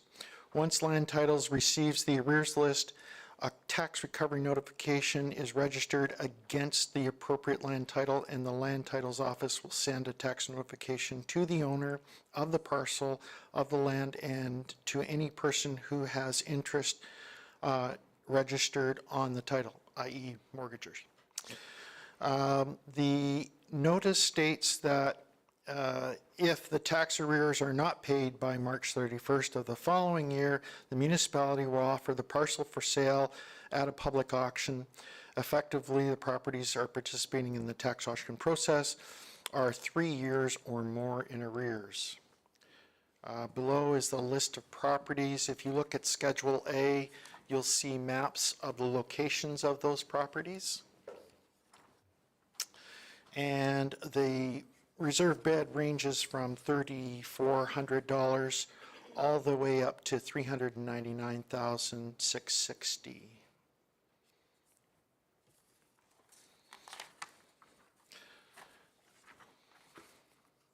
So properties on the tax arrears list, 2 years behind and the current tax year, can be offered for sale at a tax auction sometime in the year following notification. Notification is process guidelined in the Municipal Government Act under Section 413, involves the endorsement / notice on the certificate of title given the property taxes in arrears. These notices are sent out prior to March 31st, 2025. Properties are offered for sale as is basis. Cypress County makes no representation, no warranty whatsoever as to the adequacies of the services, soil conditions, land use, districting, building and development conditions, absence or presence of environmental contamination, or the development ability of the subject land for any intended use by the purchaser. Public auction date to sell the parcels of land is set at Monday, March 23rd, beginning at 10 a.m. Administration takes all and any reasonable steps with taxpayers to remedy the arrears and remove the properties from the auction. Under costs and source of funding, in accordance to the MGA 553, subsection 1, subsection F, costs associated with the tax recovery proceedings will be added to each property tax account advertised in the Alberta Gazette. In addition, per MGA 427, subsection 2, sale proceeds from the property will be used to cover expenses and outstanding property taxes. And then references to provincial regulations. So therefore, administration is recommending the council will move to set the terms and conditions of the 2026 property tax recovery auction as the sale is complete upon payment via cash, certified check, or bank draft. Payment in full to be received 21 days following the date of auction. And 1.2, the council moved to set a reserve bids for the 2026 property tax recovery auction as per the attached schedule forming these minutes.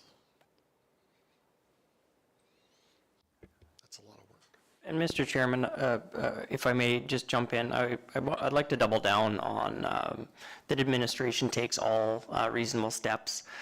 This is probably one of the most sensitive things we do when we start to talk about selling someone's property. And I will offer to council that we take that very, very seriously and do everything we can. We might even dip a toe into the gray to ensure that these people can keep their property.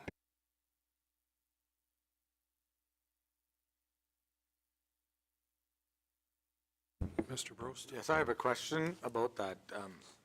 I know this has been brought up many times, obviously. Are these, and I don't know if you can answer this question through the chair, are these properties that kind of keep reoccurring, or are these new ones?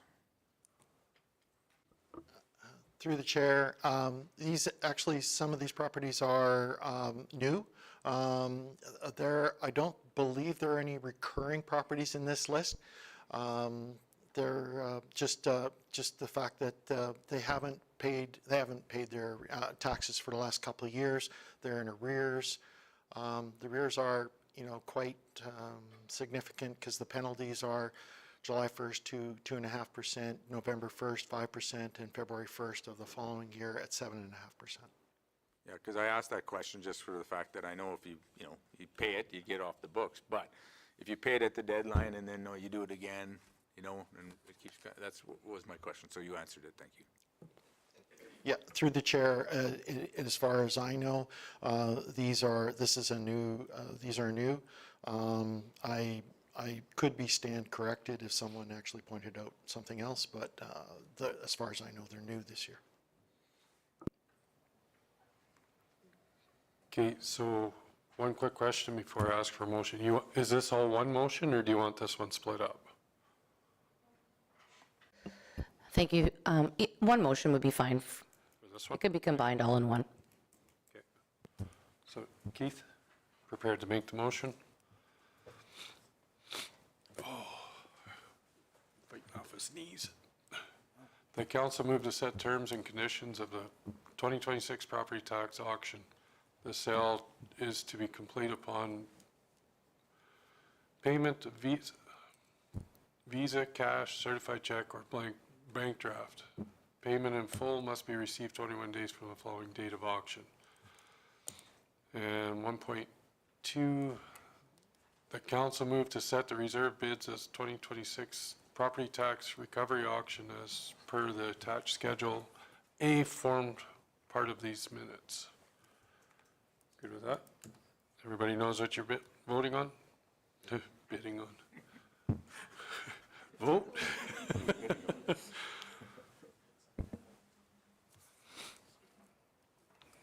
That's carried. 10.6. So thank you, and through the chair, maybe just to kick off the Q3 reporting for corporate services, just want to mention that the teams here, we've been going at it pretty hard in Q3, including presenting, preparing, and having council approve a budget. So we're not going to know what to do here in the next couple months. Now, only tease, but so yeah, Paul, if you can take us through some financials, that'd be great. Thank you. I would love to. Also, so there is a presentation being handed out. I noticed that in the packet, the presentation did not transfer over very well. So we're passing copies of the presentation out. A couple of things. Actually, one thing I'm going to be a little self-serving here. I'd like to introduce Lacey Lerner. She's the new financial analyst for Cypress County. Lacey joined the organization early November, and she's in the audience right now.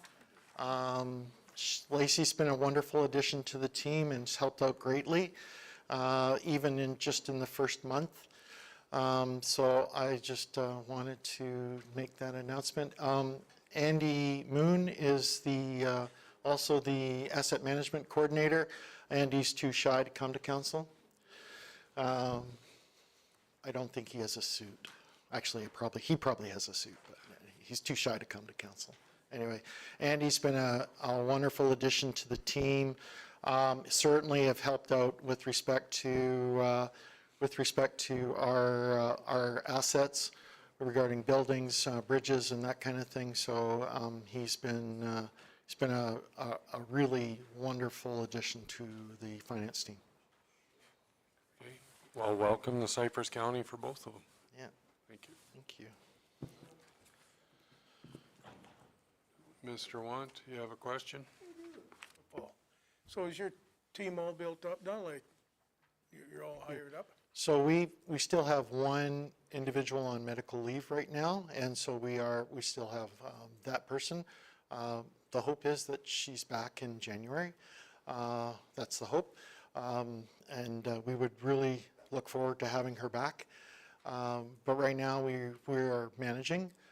It's been a crazy year. We've been relatively short-staffed for most of the year with regards to all the activity and so on. But we've actually managed really, really well. So I appreciate the ask.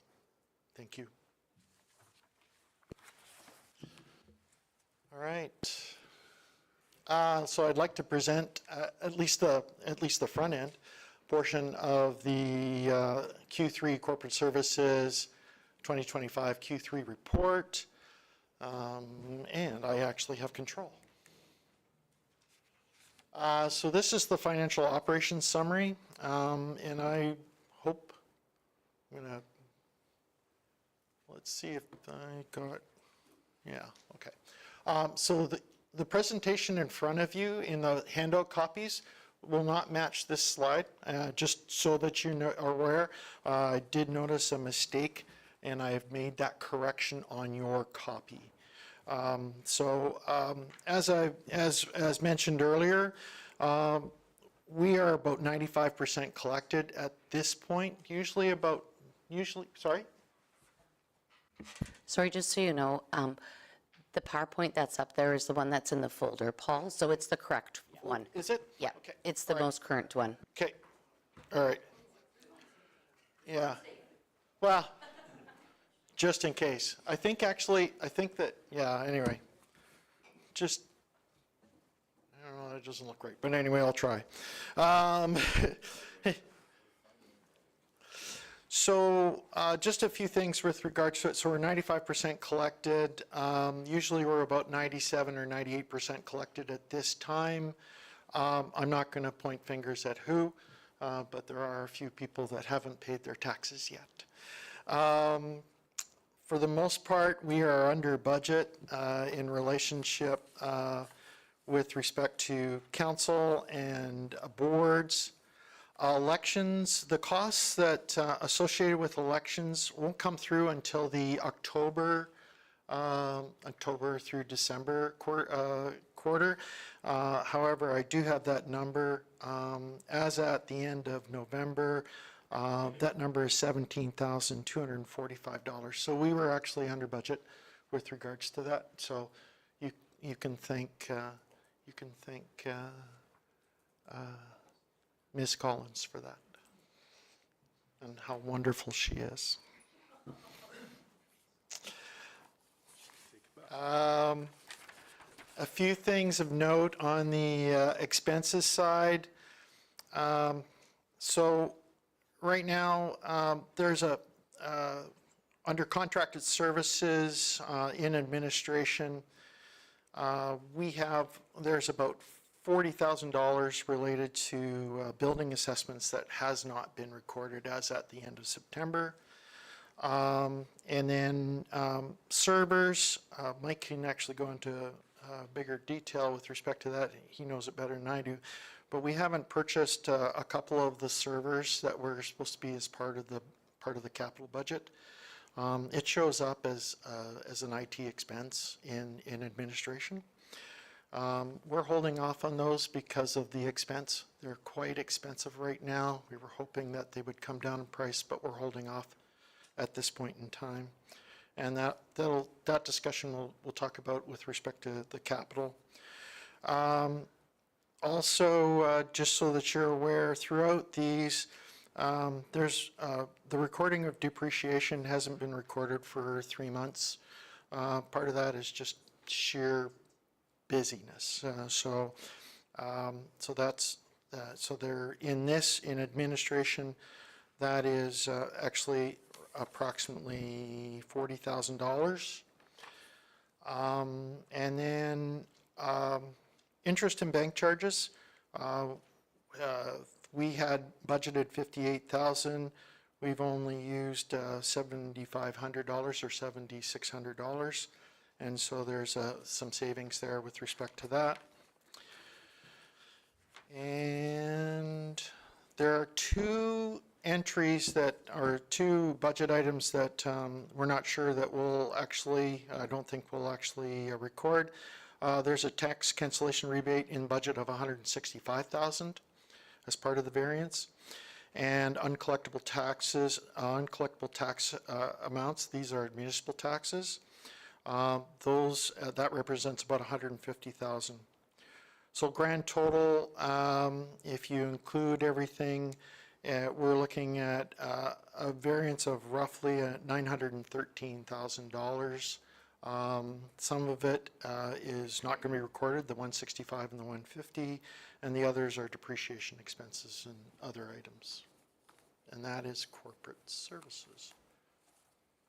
Wow, we jumped to the financial summary already? Holy crap, I haven't did that. Did I do that? Go ahead, Shane. Under operations 9 months ending September 30th, revenue, transportation fleet, is that the sale of equipment? That is 4 million? And then you got it under expenses.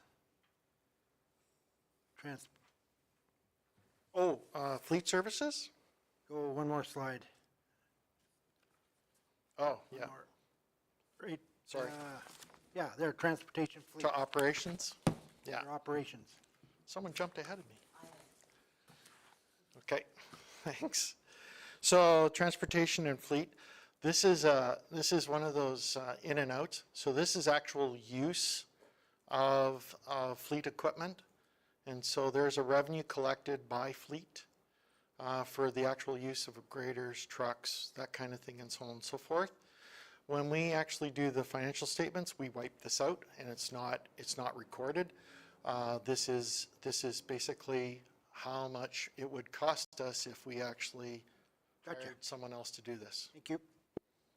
And Mr. Hubbard, the reason that number is utilized is because it represents the work each department is, and if it was missing as an expense in the department, it wouldn't show the amount of work they're doing. That answers it. I was just wondering. Because it had fleet as this transportation. No, I understand now what you mean. Okay. I'm just going to double back. If there are no further questions with regards to general government and corporate services. Oh, I jumped ahead. Okay, cool. Community services. I'm going to jump to that. Drop that. Add this.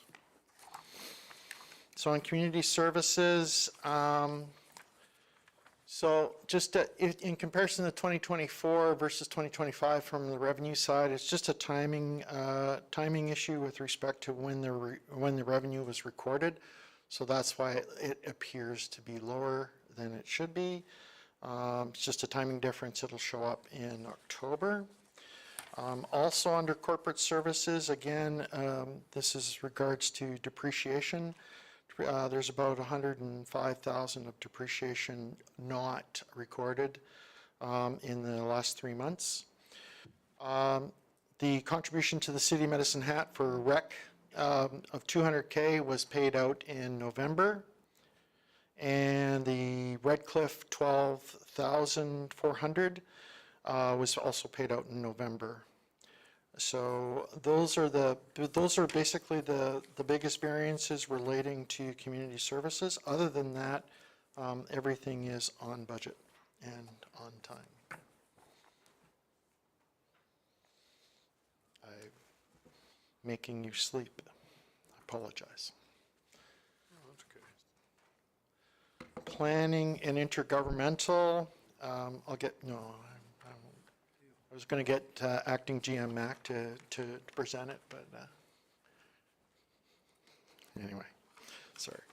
Again, most of the variance is there's a variance in so in this in planning and development contracted services. Last year we were using a third party to do inspections. This year, we're actually doing the inspections ourselves, and it's been more cost-effective and also, from a timing perspective, a lot easier. Real difficulty with respect to even getting a proper invoice from the third party. So this is done internally by our industry coordinator, Monsieur Page, not Page, Page. And that is, for the most part, everything else is really on budget and on time with respect to planning and intergovernmental relations. Any questions to that? All right, moving on. Operations. So, hate to sound like the same old story, but for the most part, there's been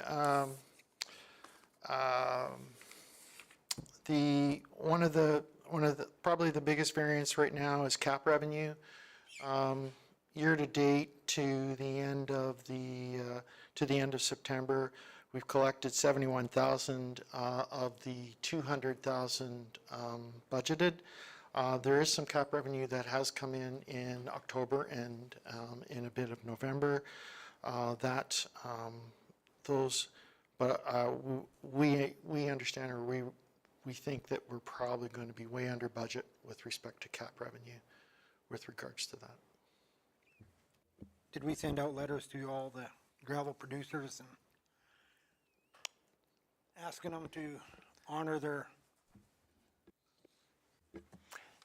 Presuming that the chair's going to allow me to speak, and through the chair to Councillor Hawk, something that we're pursuing, General Manager of Operations had a really good suggestion where our industry coordinator is going to start to inject themselves with the gravel producers, just to make sure we kind of bridge that gap, bridge that relationship, that they know about the levy and what it goes to. So looking to kick that off January 2nd, 2026.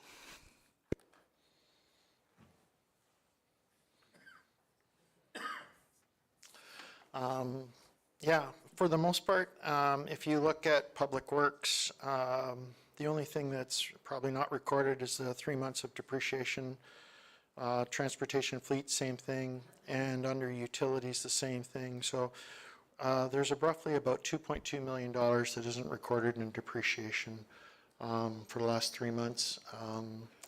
It's a system entry, and we just haven't made the entry, so just so that you're aware.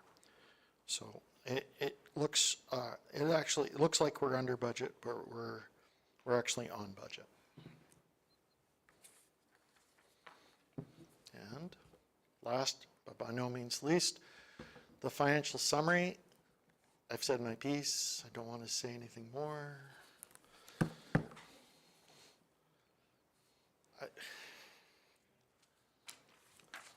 I was instructed not to talk.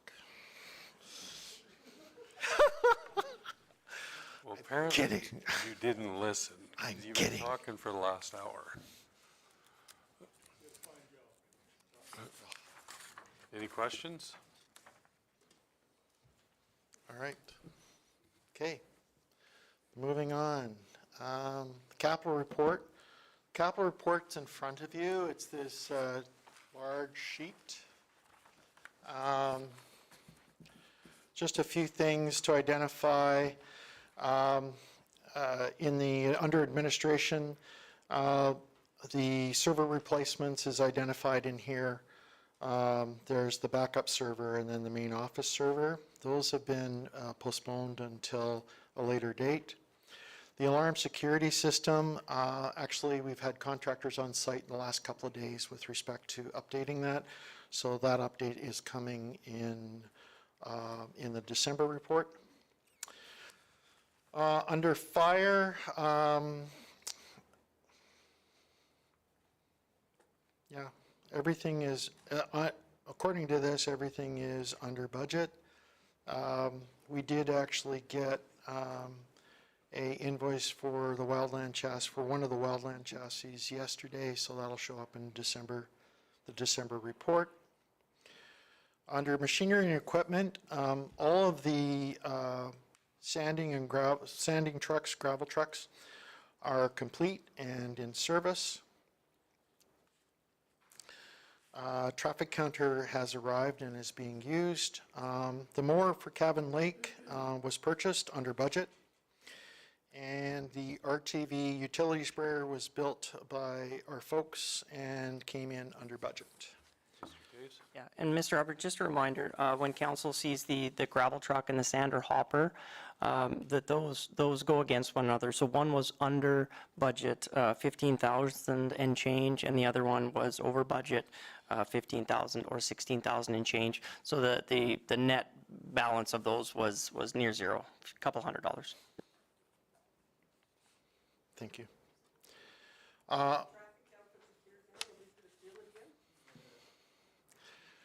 Through the chair, yeah, we don't know what happened to that traffic counter. I'm not sure why anyone would pilfer it. I'm not going to pass comment on it other than the fact that it wasn't on the poll where we left it. Under water and sewer, everything is actually under budget. I understand the Q3 report for operations is going to come from General Manager Jacobs, so he can extol the virtues of his group regarding that. And then under roads and bridges, just from a timing perspective, I think a lot of the capital projects are complete or close to complete, unless it's either under a planning stage or some construction stage. But for the most part, I think General Manager Jacobs can actually provide better information with regard to individual projects.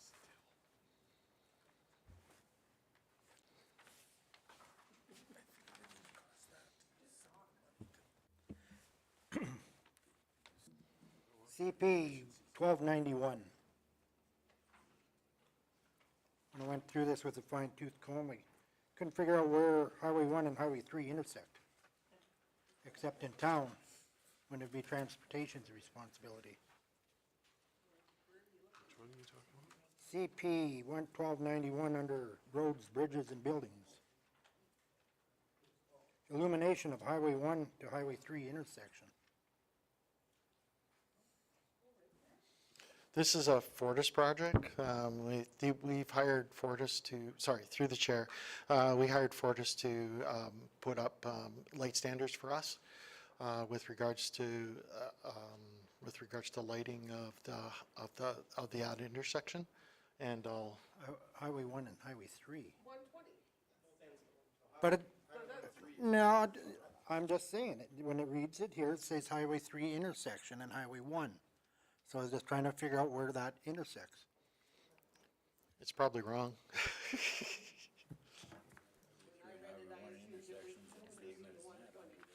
That's a separate one. Yeah, but Highway, Through the chair, I'll just provide some clarity. That is Township Road 120 project, and it's from Highway 3 to Highway 1, the 18 kilometers, and the about 8 intersections along the way got lighting. So it's just in the verbiage there, the 120, if it's missing, it could be added for the future. okay, That's my error, and I apologize for that. You get confused on that. well, read it. And tell me where it is. Okay, all right. Roads and bridges are hopefully done. We didn't even read it. Solid waste containers, we purchased one solid waste container this year, and we also repaired several of them, 5 of them to be exact, and they are under budget. And then the under recreation, everything is under budget. The Dunmore Shelter Belt irrigation is in the planning stage and probably will late to next year. So all told, 2025 actual up to the end of September, $10,526,870 has been spent on capital.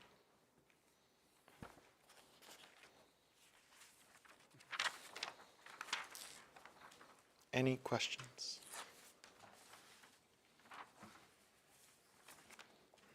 No question, I'm getting heck. Haven't made you pout yet today, so. That's the capital report. Financial activities, investment performance. So these are as at September 30th. Book value is 113.3 million. For the most part, it's just a variation in the market value, a variation in things coming off and things going on. In the difference is a small difference between them. Market value is also the same thing. Investments, a couple of investments rolling off and an investment rolling on. And so therefore the interest earned up to this point is 1.835 million. And yeah, that's that. Tax certificates. Sorry, Mr. Hubbard. Oh, sorry. Just one comment. You know, when we look at the book value, it's kind of concerning and say, you know, why the change? And it could be just simply the amount of the bond that was purchased. Bonds all mature at $100, and sometimes we buy them for 98, but we get 6% interest. Sometimes we buy them at 86 and get 2% interest. So the book value represents, it's not the whole story of the value that we're holding. It's just mere that those bonds will mature at 100. It's just when we bought them, and the price of the bond varies with how much percentage they're going to pay you. So not to be alarmed.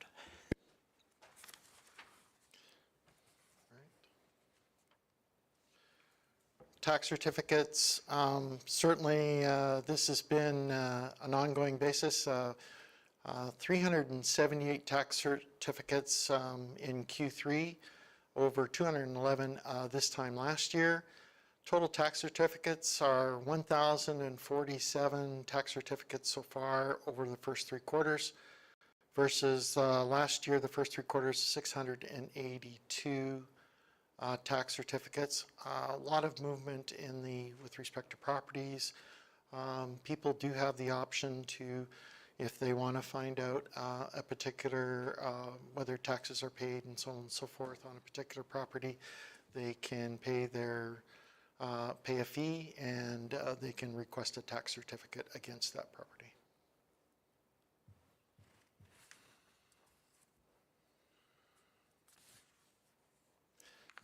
Third quarter financial statistics. For the most part, I think one of the biggest things that really stick out for Q3 is the number of vendors paid. Now, appreciate that these vendors paid we could be paying MGB all the same time, or we could be paying Cozart plumbing and heating 4 times or 5 times or 6 times, depending on when they're called out and that kind of thing. A lot of the invoices are smaller invoices that we're getting, and so hence the AP amount, if you compare it to 2024 versus 2025, yeah, the number of vendors paid, even though it's probably multiple for some vendors, is actually far less, and it's because of basically the invoices are smaller, and I've had to review pages and pages and pages of vendors, so it's been a challenging time. Number of AR invoices, pretty much consistent. The AR billed amount, just up a tick with regards to it, or actually a fair amount, but and the AR total outstanding is 490,000. But we are at 8%, so that's relatively consistent with what we've done in the past. And then utility bills invoiced, 751,000, and we are at 97% compared to roughly the same 98% last year, give or take either 0.5 this way or 0.4 that way. And those are the financial statistics.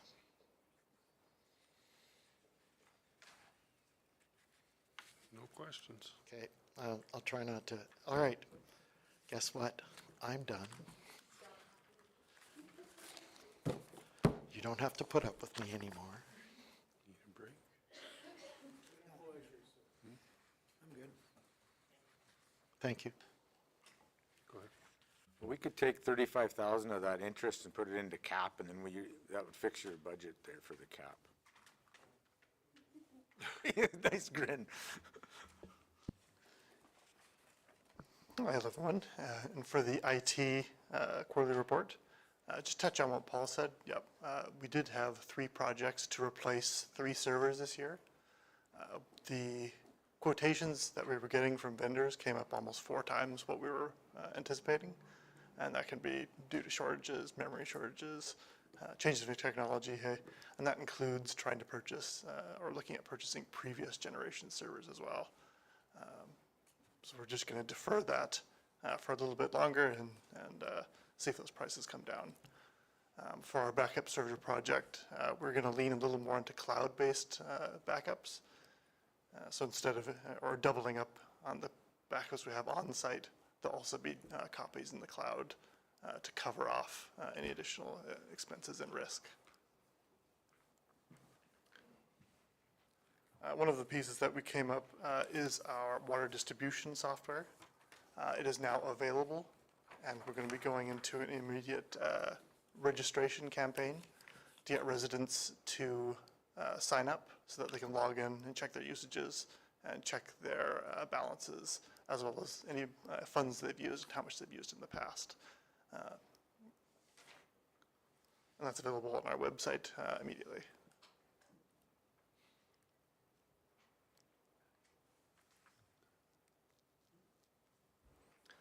Just for our security, at the beginning in Q1, we did kind of a quick look at what was passing through our systems. And for year to date, or to the end of November, so far we've had 2,913 malicious emails pass through our systems that get blocked and quarantined. We've had over 6,544 spam messages, as well as 32,573 pieces of bulk or advertising passing through our office. And then finally, we've had over 95,750 pieces of legitimate correspondence, and each piece of these is getting scanned and passed through quite quickly. Michelle? Is that the reason Shortgrass is having so many issues sending Cypress County emails? We've had to ramp up our restrictions quite heavily, mostly because of the amount of email that are coming through are becoming so indiscernible from legitimate to malicious. That it's becoming hard to tell which is which. At the last Shortgrass meeting, she asked if we were getting emails for the requisitions because she said they keep bouncing back because her emails will not come through here. Oh, yep. Hey, yep. If you have any issues, hey, let me know. We'll get them sorted. Hey. There we go. Additionally, between last quarter and this, we've also introduced our cybersecurity training, and that includes new coursework in addition to phishing training for all our staff. And we were able to complete over 408 courses for all staff, just going through basic security training and phishing training and kind of awareness to go through exactly those emails to be able to spot right from wrong. And our staff have done quite well, actually, in reporting them. That many of them actually reported the training emails themselves as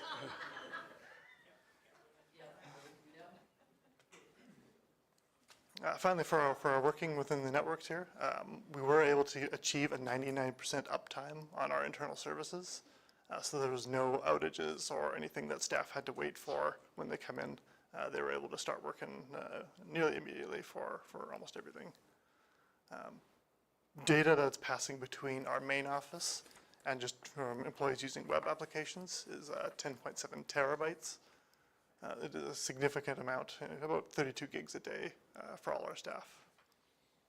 And between our sites, mostly looking at SCADA data between our water plants, we used over 6.9 terabytes of data between our sites. Is there any questions on any of that? No? Very easy. Yeah, I'll turn it over to assessment.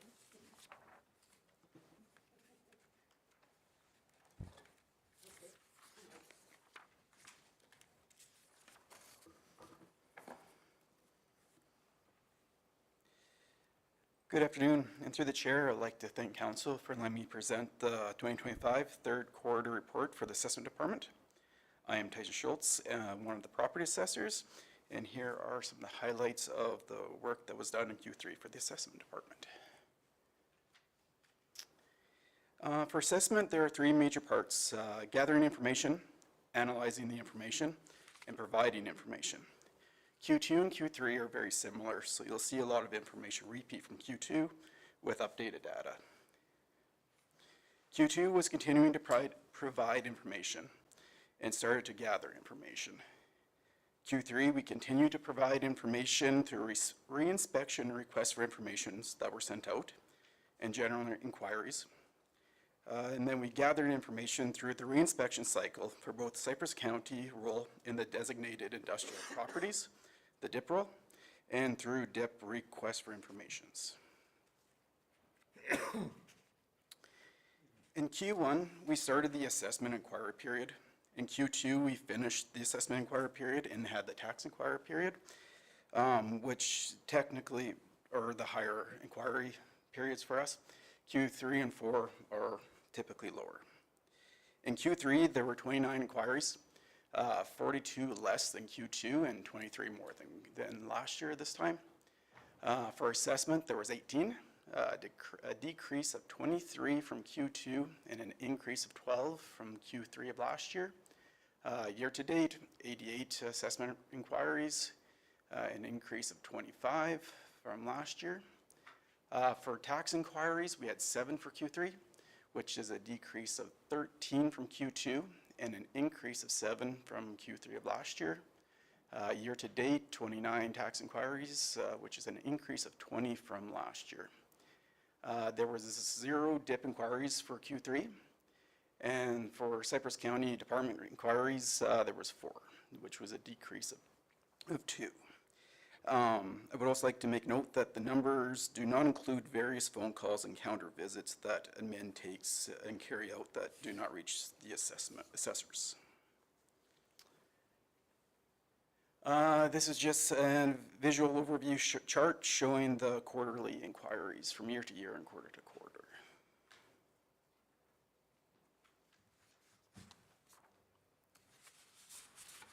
Inspections that were worked on in Q3 for Cypress County rules, reinspection cycles done, sales reviews, and other types of inspections. For the DIP rural properties, the reinspection cycle happened. Assessments are prepared yearly, but a specific area will be reinspected every 5 years, give or take. Information gathered can be done by on-site inspections, orthomaps, from requests for information, and other information available to us like MLS listings. For the Cypress County role, for 2025, 2,856 accounts were to be reinspected. We aim for 10 to 20% of the inventory per year, depending on the type. For farmland, we had 1,994 accounts that were to be inspected. In Q3, 1% was completed, the last 1%, and then the GIS layers and maps were cleaned up. For the Hamlet of Walsh, 100 counts were under review. 11 were completed in Q3, and by the end of Q3, we're 97% done. For the town site of Elkwater, 440 counts were under reinspection. 95 were completed in Q3, and by the end of Q3, we're 98% done. And then for rural Southwest Medicine Hat number 3, 322 accounts were to be reinspected. 195 were completed at Q3, and by the end of Q3, we were 64% done.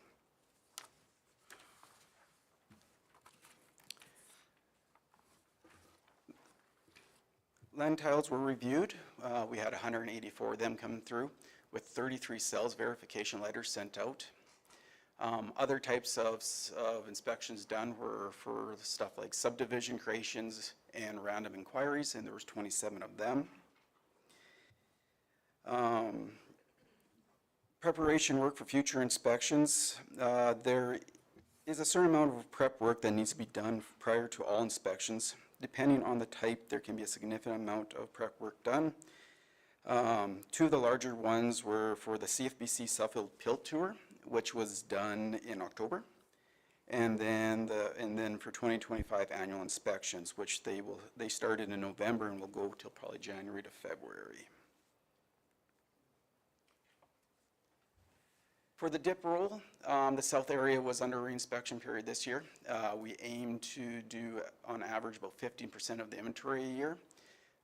There was 129 accounts to be reinspected.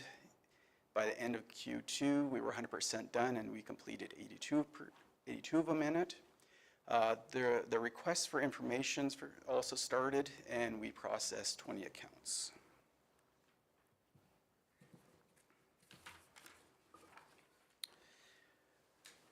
Before I wrap it up, just a couple of things. One assessor was sent to the Alberta Assessor Association's Fall Symposium in Cold Lake in September. The symposium consisted of different presentations for assessment purposes. I would like to remind the public that might be watching that we encourage the public to visit the Cypress County website. There are great tools available for the public if needed, and that the assessment department is always available to discuss assessments year-round and to talk about assessment-related questions people might have. And with that, if there's any questions.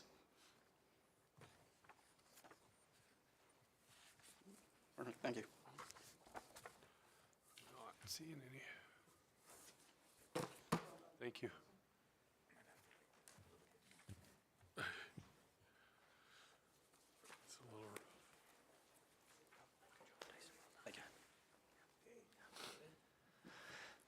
Well, thank you, Council, and through the chair, continuing on with the Q3 reporting, we're on to our HR slide. Just one slide to wrap things up for our Q3 reporting. What you have in front of you is just the positions that we are recruiting for, and the number in brackets are the number of applicants. We currently have all three except for the manager of human resources, and that's why you see me up here. And we anticipate that position joining us in Q1 of 2026, hopefully first thing early on in the year. And there'll be more to come for Q4 reporting. Happy to take any questions. I think everybody's questioned out. Not allowed to. Just you. Okay, we're going to take a 5-minute break before Ken has to get up there. Let him go out and jog around.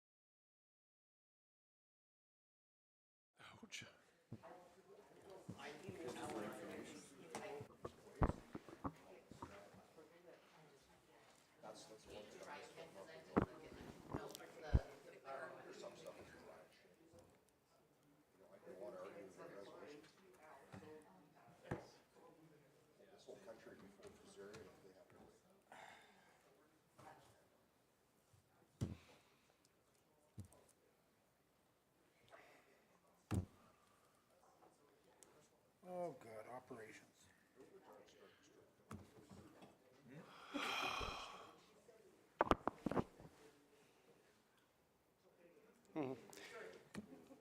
That's okay. Mike has all the, or Mike. Ken has all day to stand up there. Yeah, there you go. Thank you, Mr. Even. Through the chair, it's our privilege to bring the operation report for the third quarter. We're going to start out with Dorn Jensen, our manager of utilities, and switch to Andrew Collins, Drew blank there, our manager of operations, and I'll touch on a little bit of the facilities and close off on a review of our capital projects. So call on, yeah.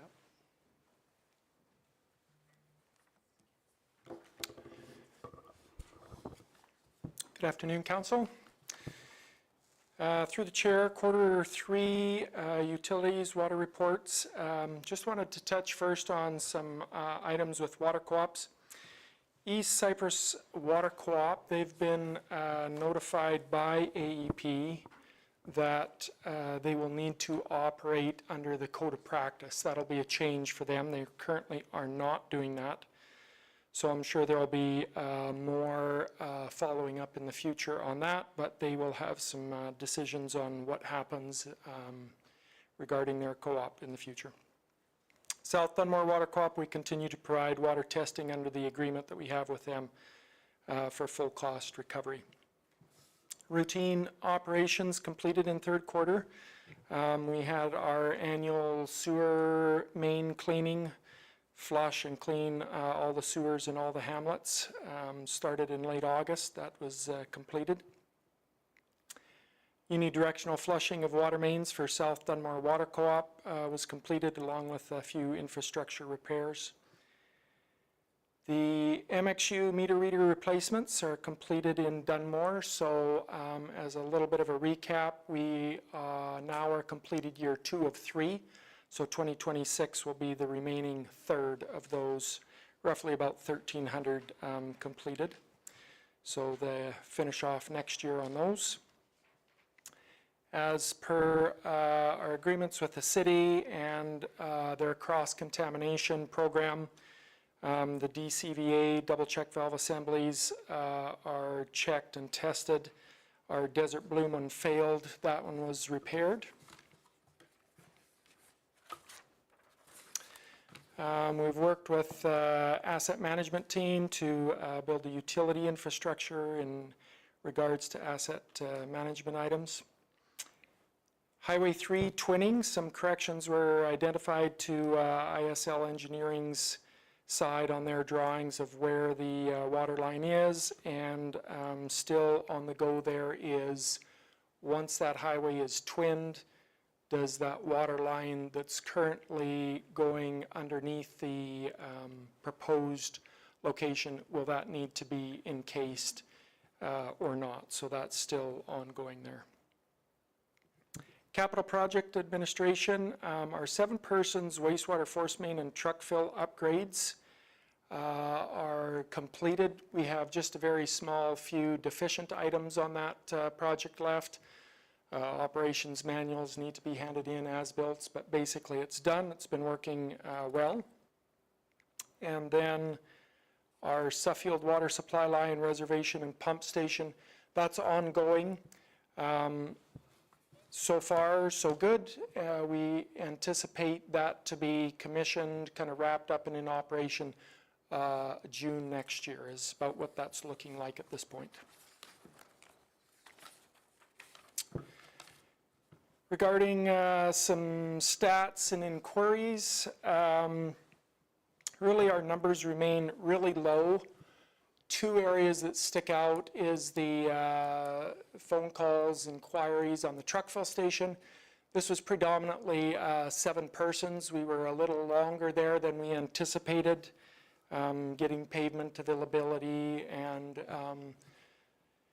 setting up accounts, a little new to some of those people. We had about 100 accounts set up in about a month or so time period. So that's highly related to the 7 persons truck fill. The other one is up in low pressure complaints, and that was predominantly in Suffield. In August, what was happening there is we were filling up that new clear well so that we can do a leak test on it to see if there's any leaks. So fairly big clear well, we were pushing pretty hard to get that filled up, and there's some low pressure complaints with there. Both of those should be down. Suffield was in September, a few lingering ones there in September in the 3rd quarter for the truck fill stations, but would anticipate those to return down to very low. Any questions? Thank you. Thanks.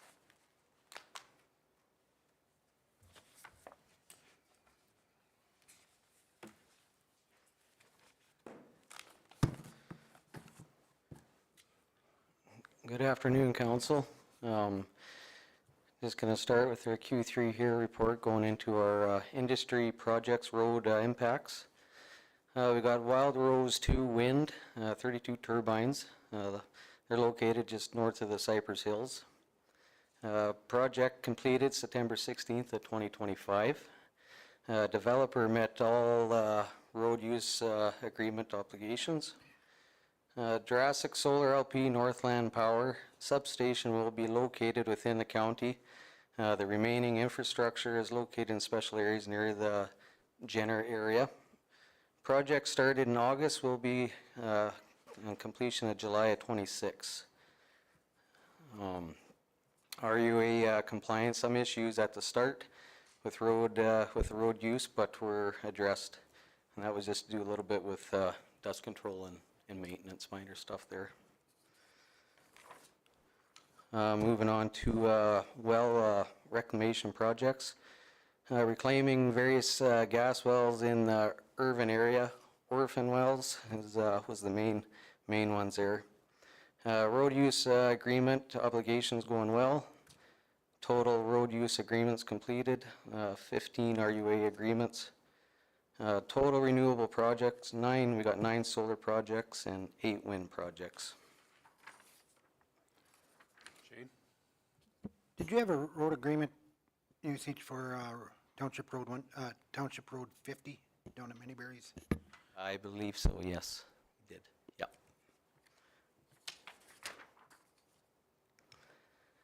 Moving along to transportation. We just got stats of the permits issued.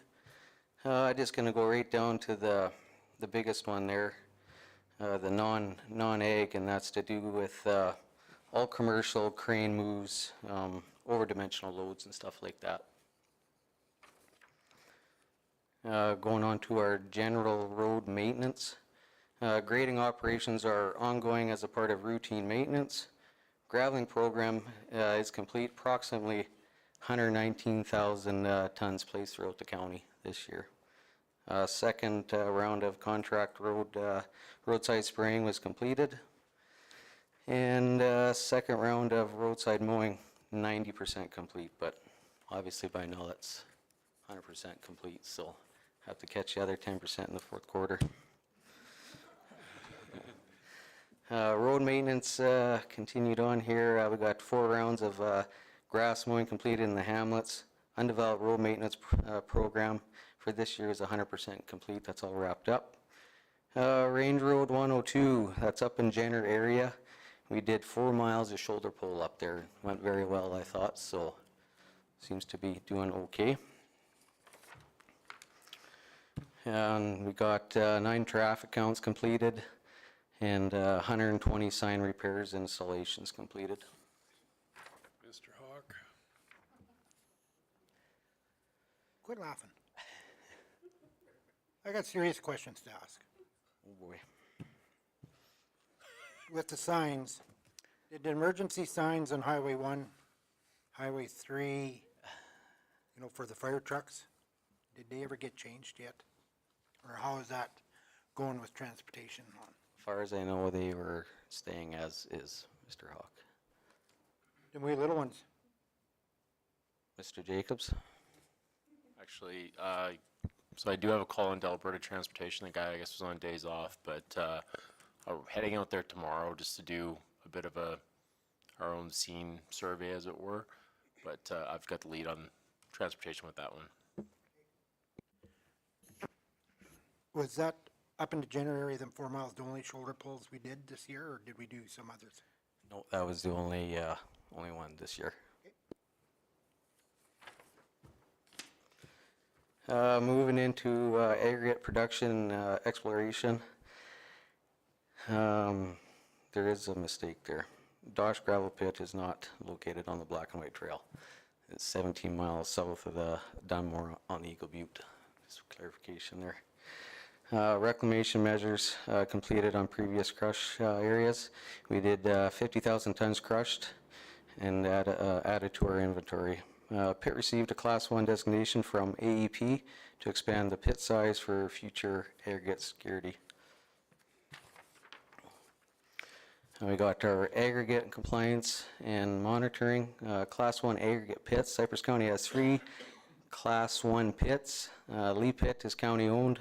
The Dosh Pit is leased, and our Stony Hill Pit is also leased. Class 1 pit designation allows for the expansion of the pit size to greater than 5 hectares to support future needs. And we do, for contract crushing, we are preparing a tender for 2026 crush for at our Leaf Pit. Mr. Brost? Through the chair. Through the last couple of years, we've had a quite extensive graveling project going, and we did 120,000, you said, this year. Just wondering how our inventory is looking. Are we staying okay, or we're running short, or? We're looking not too bad, but we do have crushes that we do need to, replenish again for sure. That's not the only pit that is needing a crush. There'll be 2 more coming right up as well.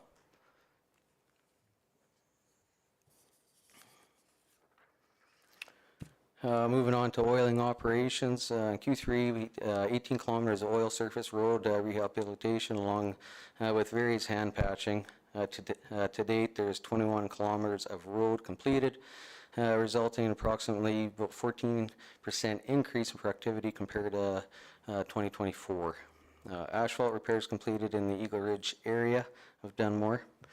Along with asphalt surface preservation, we did sand seal completed on Box Springs Road, and that was about 13 kilometers, as well on Township 132, known as the Long Valley Road, and that was 16 kilometers. And we also did Dunmore and Desert Bloom walking trails as well. And we continue to review oiled road section to determine if they could be reverted back to gravel. Just a few pictures of our crew there that did a remill and relay there. So, calcium chloride dust abatement program. Fall application period was advertised. No applications were received. Transfer sites, routine maintenance activities at transfer sites completed. Blocks were installed at the transfer site, as well as a little bit of cold mix paving was completed going into the 7-person transfer site. And we are keeping tallies on vehicle traffic per month, and you can see below there, Dunmore was definitely the highest at all of our transfer sites there. Transportation inquiries. I'm just going to go right down to the highest one, and that's our other concerns. Other concerns, that's just call-ins about garbage in the ditch, dead animals. Sometimes we get calls on the Elkwater streets, and about purchasing materials, culverts, gravel, etc.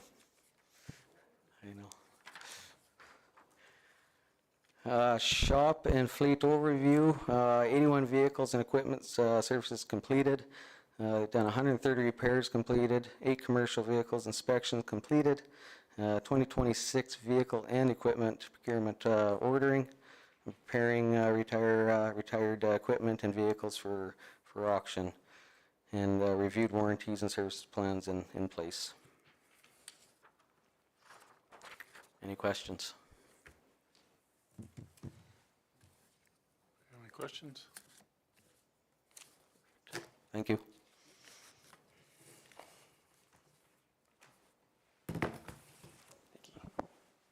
Thank you, Andrew. Just touch on facilities first. We completed all the facility condition assessments that we wanted to do this year, that composed of community centers, fire stations, and administration facilities. And we're presently reviewing all the documents right now and coming up with a strategy moving forward with our asset management group. The Box Spring Fire Station Greater Shop, we did a number of things to get that facility up and running. So that's both the Greater Shop and the fire station is operational. We issued a janitor service contract this quarter, and the results came back with about a $15,000 saving per year for the winning bid there. The ag department, we are moving them over to the house across the street, and we did a small renovation to do some flooring and some painting for that facility, and they're planning to move over there on the 1st. The North Security Yard, you can see as you drove in there, we're in the process of replacing the gates there and to do some other security improvements to prevent break-ins and whatnots. Dunmore Fire Station renovation completed and going well. And Joe, did you want to comment on that? Nothing major, other than we've gotten some fantastic feedback back from the school, the fire academy. Just the quality of the room, quality of the AV. It's really enhanced the learning environment in that building. So it's very appreciated. Thank you. Our facility coordinator has been out to the fire station in Elkwater just to repair broken windows, get that completed, and door issues there. So he's hopping all over the place right now. The administrative building, a couple weeks ago, we had a fail sewer pump, a lift station we have over here. It failed 2 days before a council meeting, but we were able to get that fixed. Urban Resource Center, we completed some deficiency work on the back of the building with storm runoff. It was a miss in the design of the building, how to handle stormwater runoff, so that has been rectified. Just going through at the capital list, these are active projects that we have in the queue, and I put the year up there also just to note the approved budget year. So Dunmore 3rd Ave Road Extension, pretty much complete what we wanted to do there. We just have a little bit of lighting to do with Fortis to finish that one off, and that project's been gone well and within budget. 2024 shelter belt, it comes up once in a while. After we had that approved budget, we realized there's an opportunity to get a grant, and we were successful for the grant recently. We got a letter. We're just reviewing the requirements of the grant to get the maximum benefit out of that grant right now. So that, through the chair, the grant that we received was $142,000.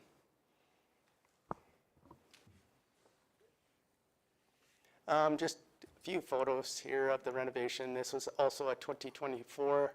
That was an active project that we finished off. And Doran touched on this one. This one's the one currently under construction. A bit of an aerial view of where they're at. This is about about 3 weeks ago photo. But you can see all the rebar and all the mechanical systems in there. So the project takes a long time to get done due to all the mechanical work and the computer systems and whatnot. So it's going well, as Doran mentioned, and on budget so far. Bull Trail project. This was our 1.8 kilometer soil cement project that with an aggregate seal coat. This happened in August, and we were able to complete about 400 meters of ditching to improve the drainage along the road.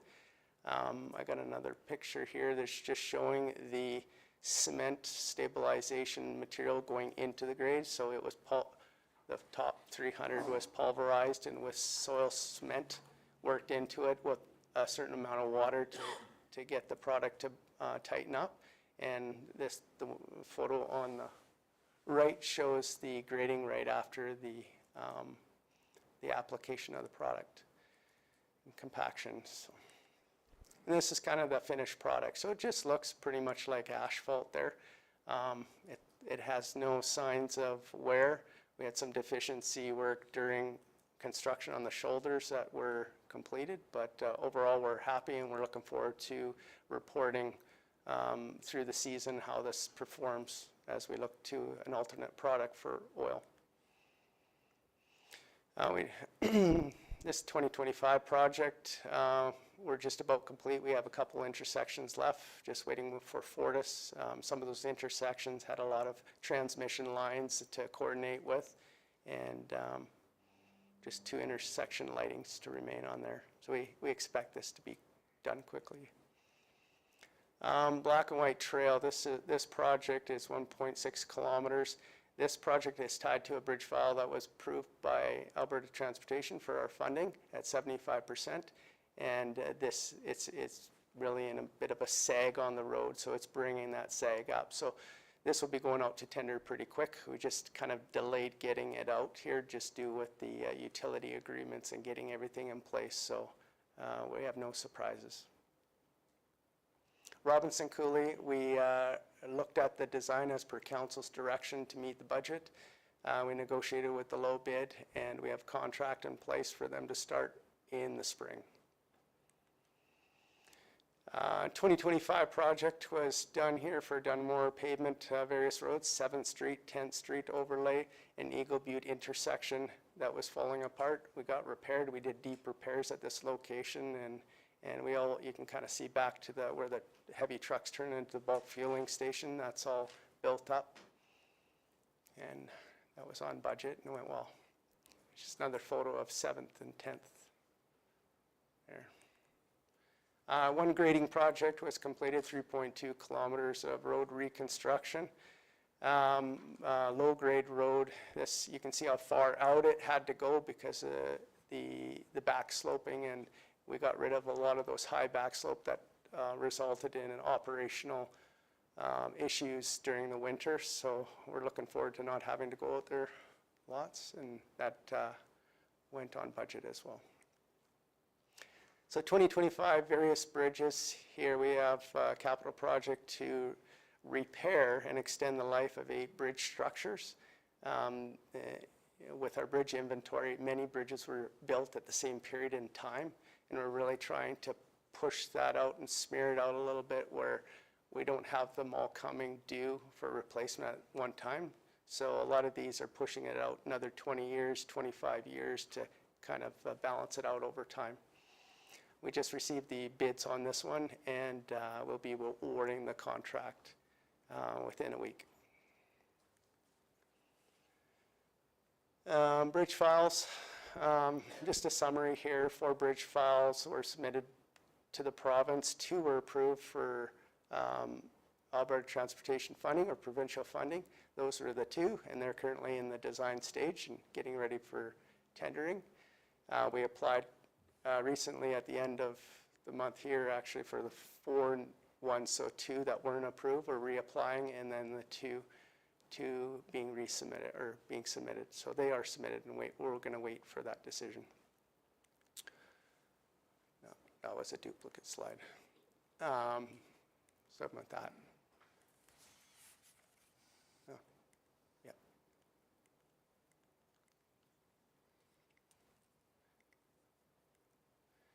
So 7-person sewer force main, this just gives a visual of what went on there. I drew in the alignment of it where it crosses the track. There's a lift station there, and then it goes all the way down by the transfer station.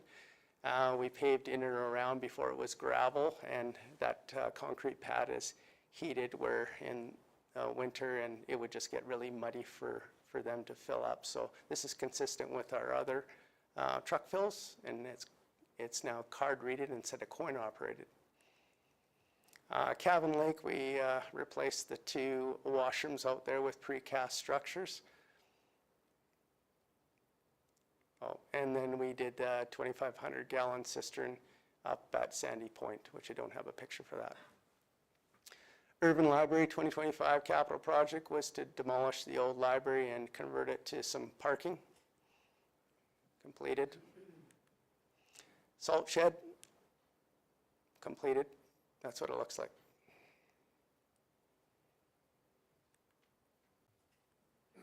Desert Bloom Phase 1 and 4 playground upgrades, that was completed in the third quarter, on schedule, on budget. Just an update on 2026 capital projects.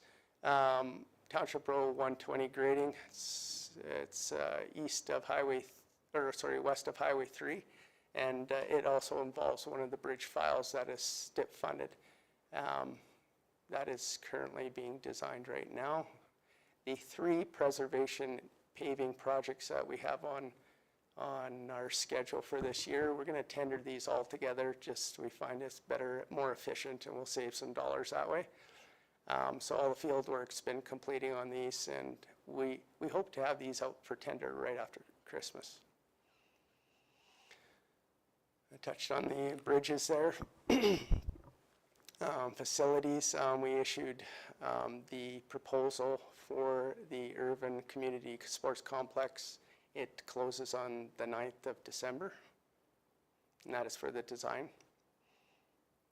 And Schuler Fire Station roof replacement. We just have quotes waiting for next year. That is my report. Any question? Lloyd? It's just one. I got asked the other day about Bull's Head Bridge there, if it was going to get done next year or if it's still going to be a while. Thank you. Through the chair, that's the one close to the Bull's Head Reservoir right there. We're monitoring it right now.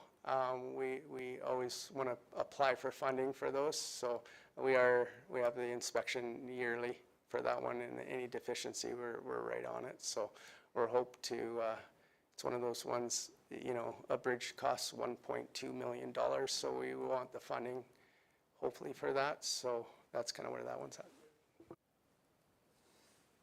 Any other questions? Thank you very much.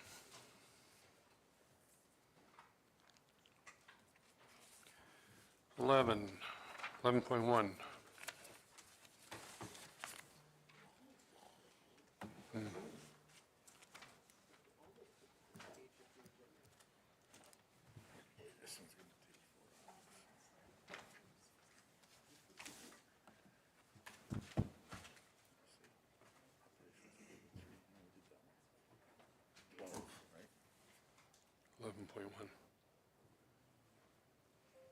Isn't it? Yeah. Oh, sorry. Go ahead.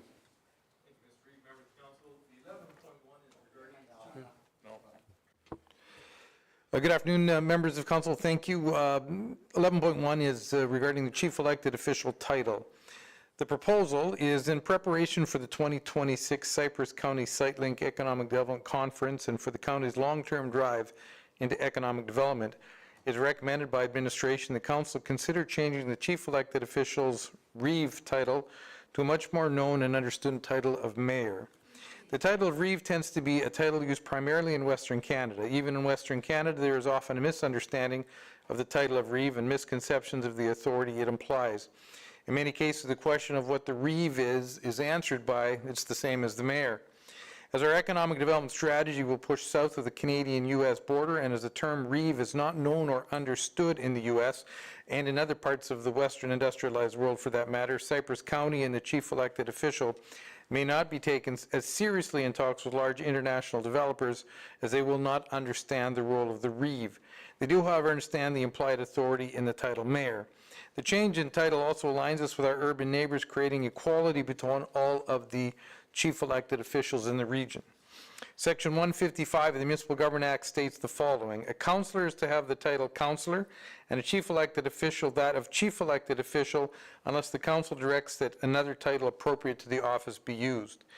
There is no change to the authority or any other function of the chief elected official should the title be changed from Reeve to mayor. There is no change to the council's ability to appoint the position at the annual organizational meeting. This change is merely to title and not to function. The disadvantage to changing would be centered around educating county neighbors and residents as to what the change in title entails. This would likely be a short process and be easily handled by Cypress County Communications. The Municipal Government Act, Chapter M26, RSA 2000, Section 155 gives us the authority to do that. The reference to the strategic plan values be future ready. We continue to review and refine our processes to ensure accessibility, adaptability, and responsiveness, meeting evolving market needs, and positioning Cypress County for long-term success. Priority 4.1, marketing and branding to develop a strong and consistent brand identity. Our recommendation is that administration recommends that revising the title of Reeve to Mayor and that of Deputy Reeve to Deputy Mayor effective immediately, and that administration immediately begin extensive media actions informing the public and our neighbors of the change and would inform other levels of government through formal correspondence. Council's options are A, to accept the recommended action, to B, amend the recommended action, or to C, reject the recommended action. Lloyd? Sorry, Lloyd.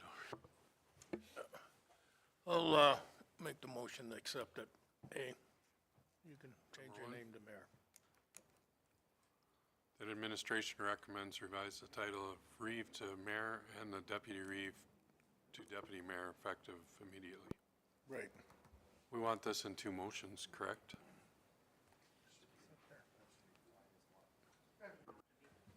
We can do it all in one?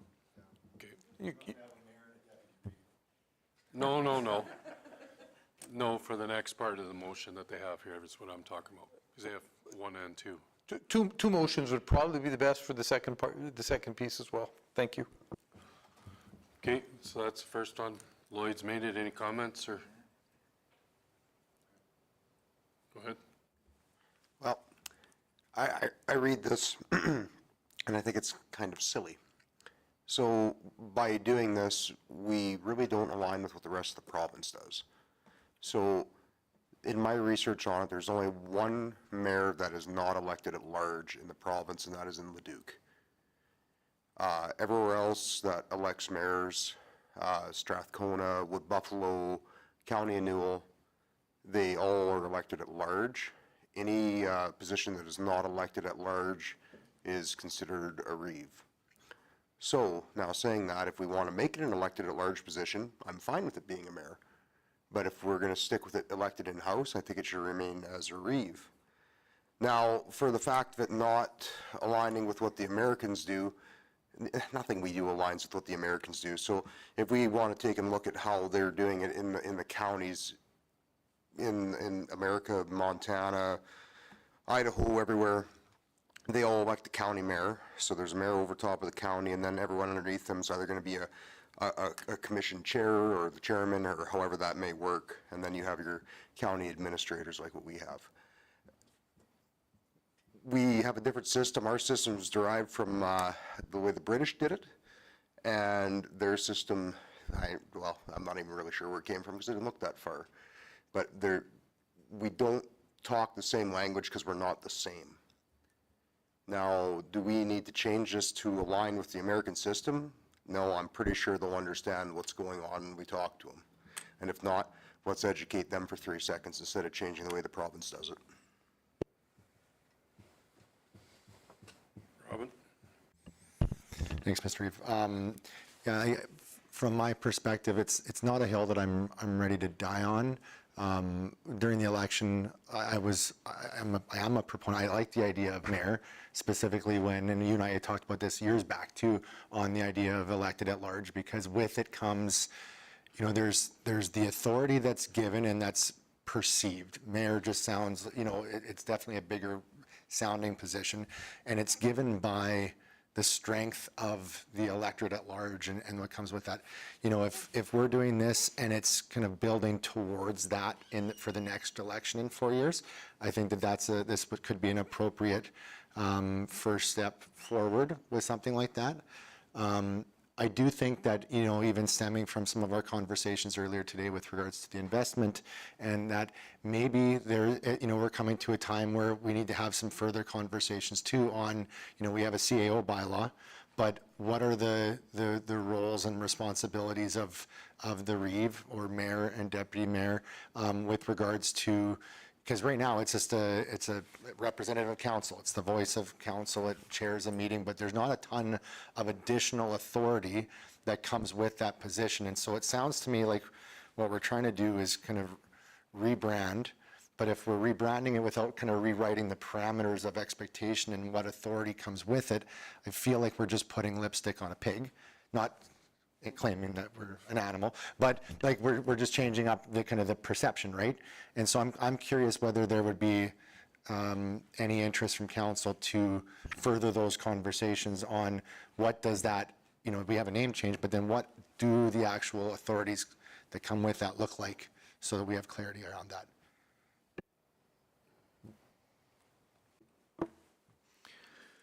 Through the chair, the MJA is very clear on the authorities of the chief elected official, the mayor or the reeve.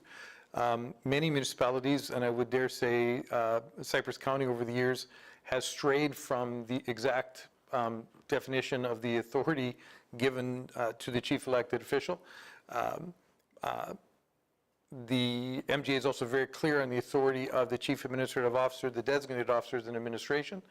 And I think there has been over the years the Olympic rings where we're both operating and with agreement, not in a negative way. But I think the MJA provides very clear direction as to what the chief elected official's role is. And that's I don't have my MJA in front of me, but it's quite clear. I know, having put on a SiteLink conference only a little over a year and a half ago, that the American investors who came up to the municipality I was at that time were unclear who they should talk to, because we had a reeve. Now, we had an elected reeve. It was an elected position, and there's an implication and there's a bias, even regionally, that the two mayors are higher up the food chain, so to speak, than the reeve is. We know that's not true, but perception often becomes reality. It's entirely up to council as to which way you want to go with this. Whether or not this leads to another conversation in terms of what it looks like for October of 2029 is a separate conversation, because that would require ward bylaws, ward bylaw changes, et cetera, et cetera. You won't find the word reeve in the MJA. It's not in there. It's chief elected official. And you won't find the word mayor in the MJA. It's chief elected official. The issue then becomes 155. The MJA does allow council to call that position whatever they would like to call it. And for some reason in Western Canada, Saskatchewan and Alberta particularly, they chose reeve. If you go to the East Coast, it's called the warden. That's it's an interesting terminology. If you go to Nova Scotia, it's the warden. And I would suggest the same thing if I was there, that potentially I'd like to introduce you to the warden. Is probably also not helpful for long-term economic development and upward movement. That's my position. Yeah, I think staff is bringing it forward because of the commitments that we're making on moving forward with the conference this summer and trying to make it so that everybody can be seen, and that's why it's coming forward. As for what you said about moving forward for the next steps, I don't have a problem with looking at that. But which one was first? Gary, go ahead. My only concern is that this doesn't become a stepping stone to a 4-year election for a mayor. We've looked around Alberta over the last 4 years and seen nothing but a mess. And we have a good system here. So if it stays the same, where we, amongst us, vote in the reeve or the mayor is a much more recognized name, no question about it. So as the system stays the same, I'm in support of changing the name. Michelle? Yeah, I'm great with it, actually, because I can't tell you how many times, not so much in Alberta, but when you travel out and about and say something about the reeve, I get, what's a reeve? Nobody knows what it is, and my answer is always, it's the same as a mayor, it's just a different title. So, and according to this section 155, it doesn't say that we have to call it a reeve or a mayor, it's chief elected official, and we can call him whatever we want. So, I'm fine with mayor. I won't go with the rest of that thought. Anybody else? I'll call for the vote.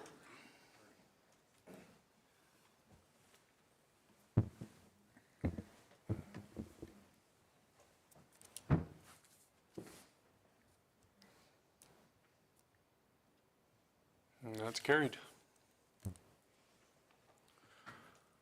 Okay, 12.1.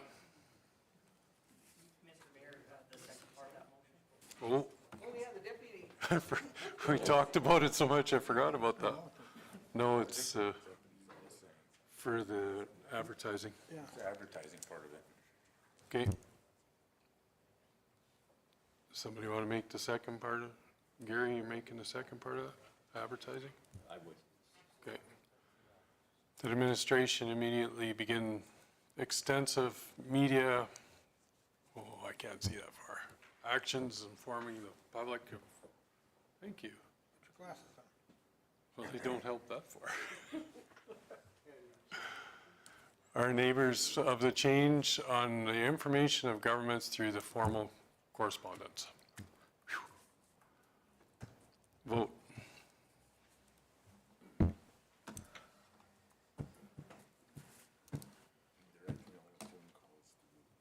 What's that? I don't care.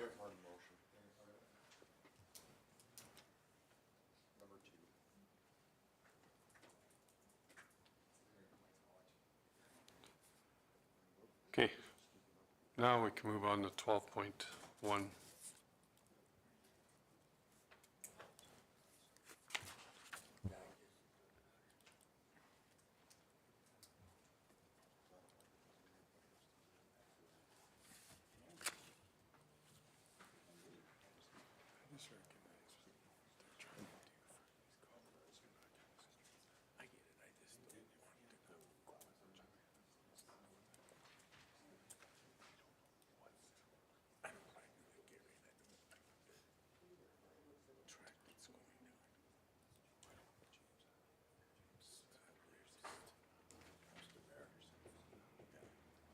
Yeah, he's having a conversation during a meeting.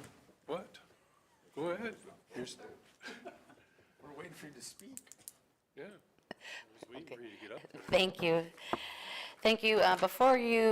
Before you, I have the Legislative Services and Communications Report for the third quarter. With preparing for the election in October, much of our attention shifted to get everything ready for voting day. Because of that focus, fewer policies and bylaw came to council during that time. And then during that time, we were preparing for council orientation, et cetera. During the quarter, we had 4 council meetings, 1 public hearing, 4 delegations presentations, and 3 committee of the whole meetings. 3 bylaws were in draft, 1 pending, and 1 was passed. No new policies were brought forward. None were amended. Other highlights, Trudy N. started as Ledge Services Coordinator, and Allie Campbell, Executive Assistant, started as well. Then we were doing more advertising for public appointments with the upcoming org meeting. We had 2 ATI requests, access to information requests, and those were completed within the legislated timelines. Those requests were more so with environmental, they were doing environmental cleanup on the properties, and they just wanted some history if from our records, so nothing too crazy. Before you, this is the municipal election update. We all know how that turned out. The information's there. Yeah, more will be reported on that for the fourth quarter. Up next is the communications portion.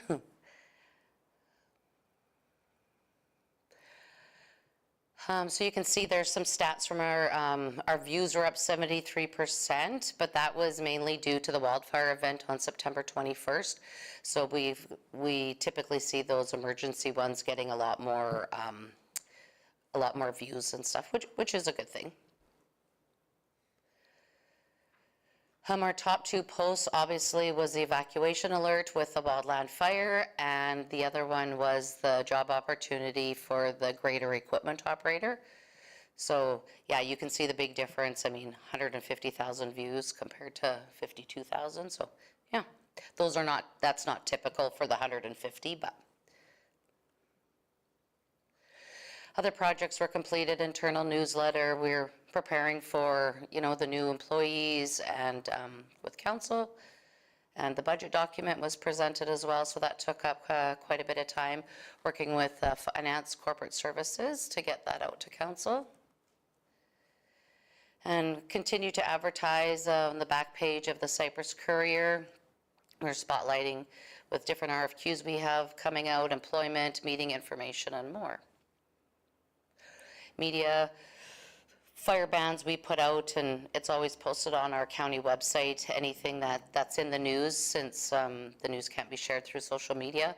We do take and still put some of those articles on our website as well. And that's my report. Is there any questions? Shane? No question? Okay, Thank you. Go fast. Okay.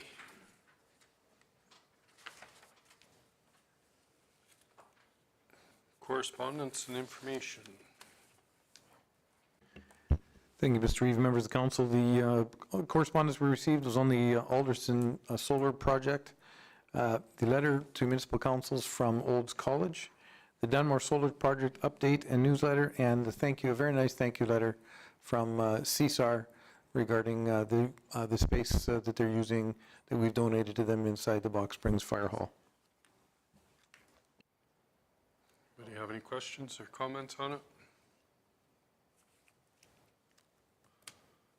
I did run into one of the gentlemen from CSAR at, forget which, is that one of the things we were at? I can't remember which one, and he was very excited about the new spot and wanted to thank all of council for allowing them to be there. They're extremely happy. So let's bring that forward. Okay, not seeing any questions. Reeve and council reports.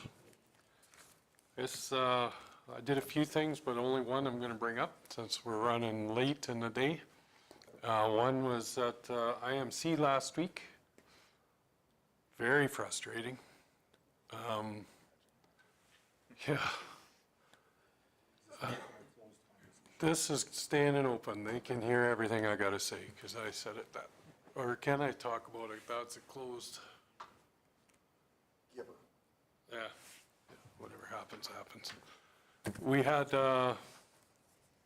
there's some work being done on the north end again for land use bylaw for the city, which is in the IDP. And the city's already going ahead and writing what they want to write about that area and hasn't consulted the Cypress County or the town of Redcliffe on any part of it. I tried to bring it forward to discuss it, and they just kind of shunned us that they're doing their internal stuff first, and then they'll come back to us afterwards and let us put our 2 cents worth in. So we were quite a while on that. I tried to bring it up and get people to bring us to the table right from the beginning, but it didn't seem to. I know the councilors were not very happy about it, and they wanted staff to pay attention and bring it forward, but I don't know where we're going with that. That's all I have for the IMC. So, Robin, you want to start? Yeah, I'd love to. It was a busy month. I'll make it quick because we are long on time already today, but we had our RMA convention. We had FCSS. Following that, I want to give a shout out to Michelle, who got reelected again for the South Chair. Proud to watch her do her thing down there. It's fun to see somebody that is living out their passion and doing good at it. So she was wonderful with that. Attended the EDA event with Dan there prior to RMA as well, which was a dinner up in Edmonton, which is a good networking opportunity to meet a bunch of people. So, busy. That was pretty much that.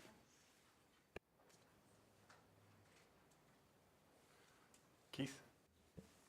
So, Ag Connections Conference, RMA. Really enjoyed RMA. There was some good things good conversations happening. The Ag Service Board on the 25th. And that's about it for today. Short and sweet, attended RMA, and we had an MPC meeting. Yeah, I'm pretty short here too. Attended RMA. Always enjoy the resolutions and ministerial forums that go on there. ASP meeting on the 25th. A few calls about the roads with the snowstorm. Other than that, not much. Mr. Hawk? Yeah, RMA, Regional Landfill Ag Service Board meetings have been pretty busy. Bye. RMA, and I also had a meeting again with the Dunmore Equestrian Center. They are very poorly financed, very, very heavy debt load. So what I suggested, and have taken this suggestion, to go and seek alternative financing. Now, the danger now is the mortgage holder basically holds that property. So what I'm going to suggest is that if they get financing, which they will if we guarantee the loan, that's what I'm going to suggest, is that we guarantee the financing. It will drop their debt load in half, and it'll give us control of the facility in the event that they default.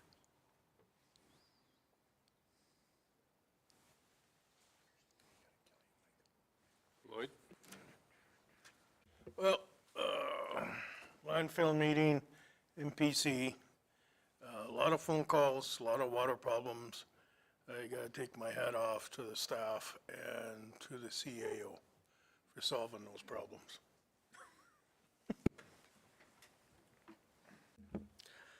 I too had a busy month. We had the pre-Egg Connections reception, then the Egg Conference, lunch with the MLA, RMA, a shortgrass meeting, and FCSS AA conference, and 3 elections in the last 2 weeks, and I won 2 of them. I am still the South Region Chair, and I'm also the new Chair of the Shortgrass. That's it. Thank you, Michelle.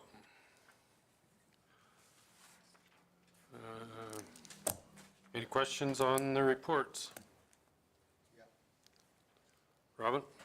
I got one. I suppose I'm looking for a little bit of clarity, and I recognize that we're all, we all go through our times of learning what our roles are and what authority we have. I just want to, I think, raise that before we offer anything to the Dunmore Equestrian Center, that we have a conversation as council, because I don't think that that's a decision of council or a offer of council, and so to offer it would be one that would carry personal liabilities with it if they did something that ended up coming back to bite the municipality. I would agree with that. It's,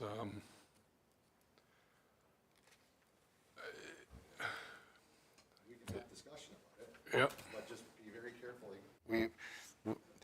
I've had discussions with him too about seeking other financing, but the reality is that if you offer them something that they then go and try to secure, and then it comes back and it doesn't come through, because we would have to all vote on that, we'd be better off to have that discussion prior to something being offered, so that it doesn't end up coming back and making you look bad too. The financing situation's been the same for the last 4 or 5 years, so we've had a lot of conversations with regards to it. The last conversation I had was that they might be able to get some financing with regards to it and stretching it out. That would certainly simplify things. But, you know, I believe like Blaine brought up during the budgeting conversations about that $25,000 a year in order to help cover off some of those unanticipated things.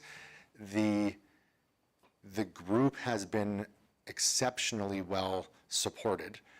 It's just that there's more that wants to be done and everything, but the operations still need to be able to carry and cover themselves. And so I just want to caution on it because it is an area of passion for me as well, and I would hate for something to be misinterpreted and then end up leading to a really complicated situation.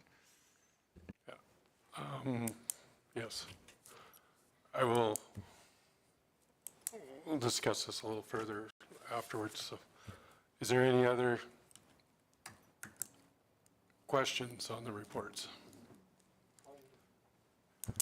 Thank you, Keith. Oh, we don't have to move these anymore, do we? No. Can't unhear. All right, so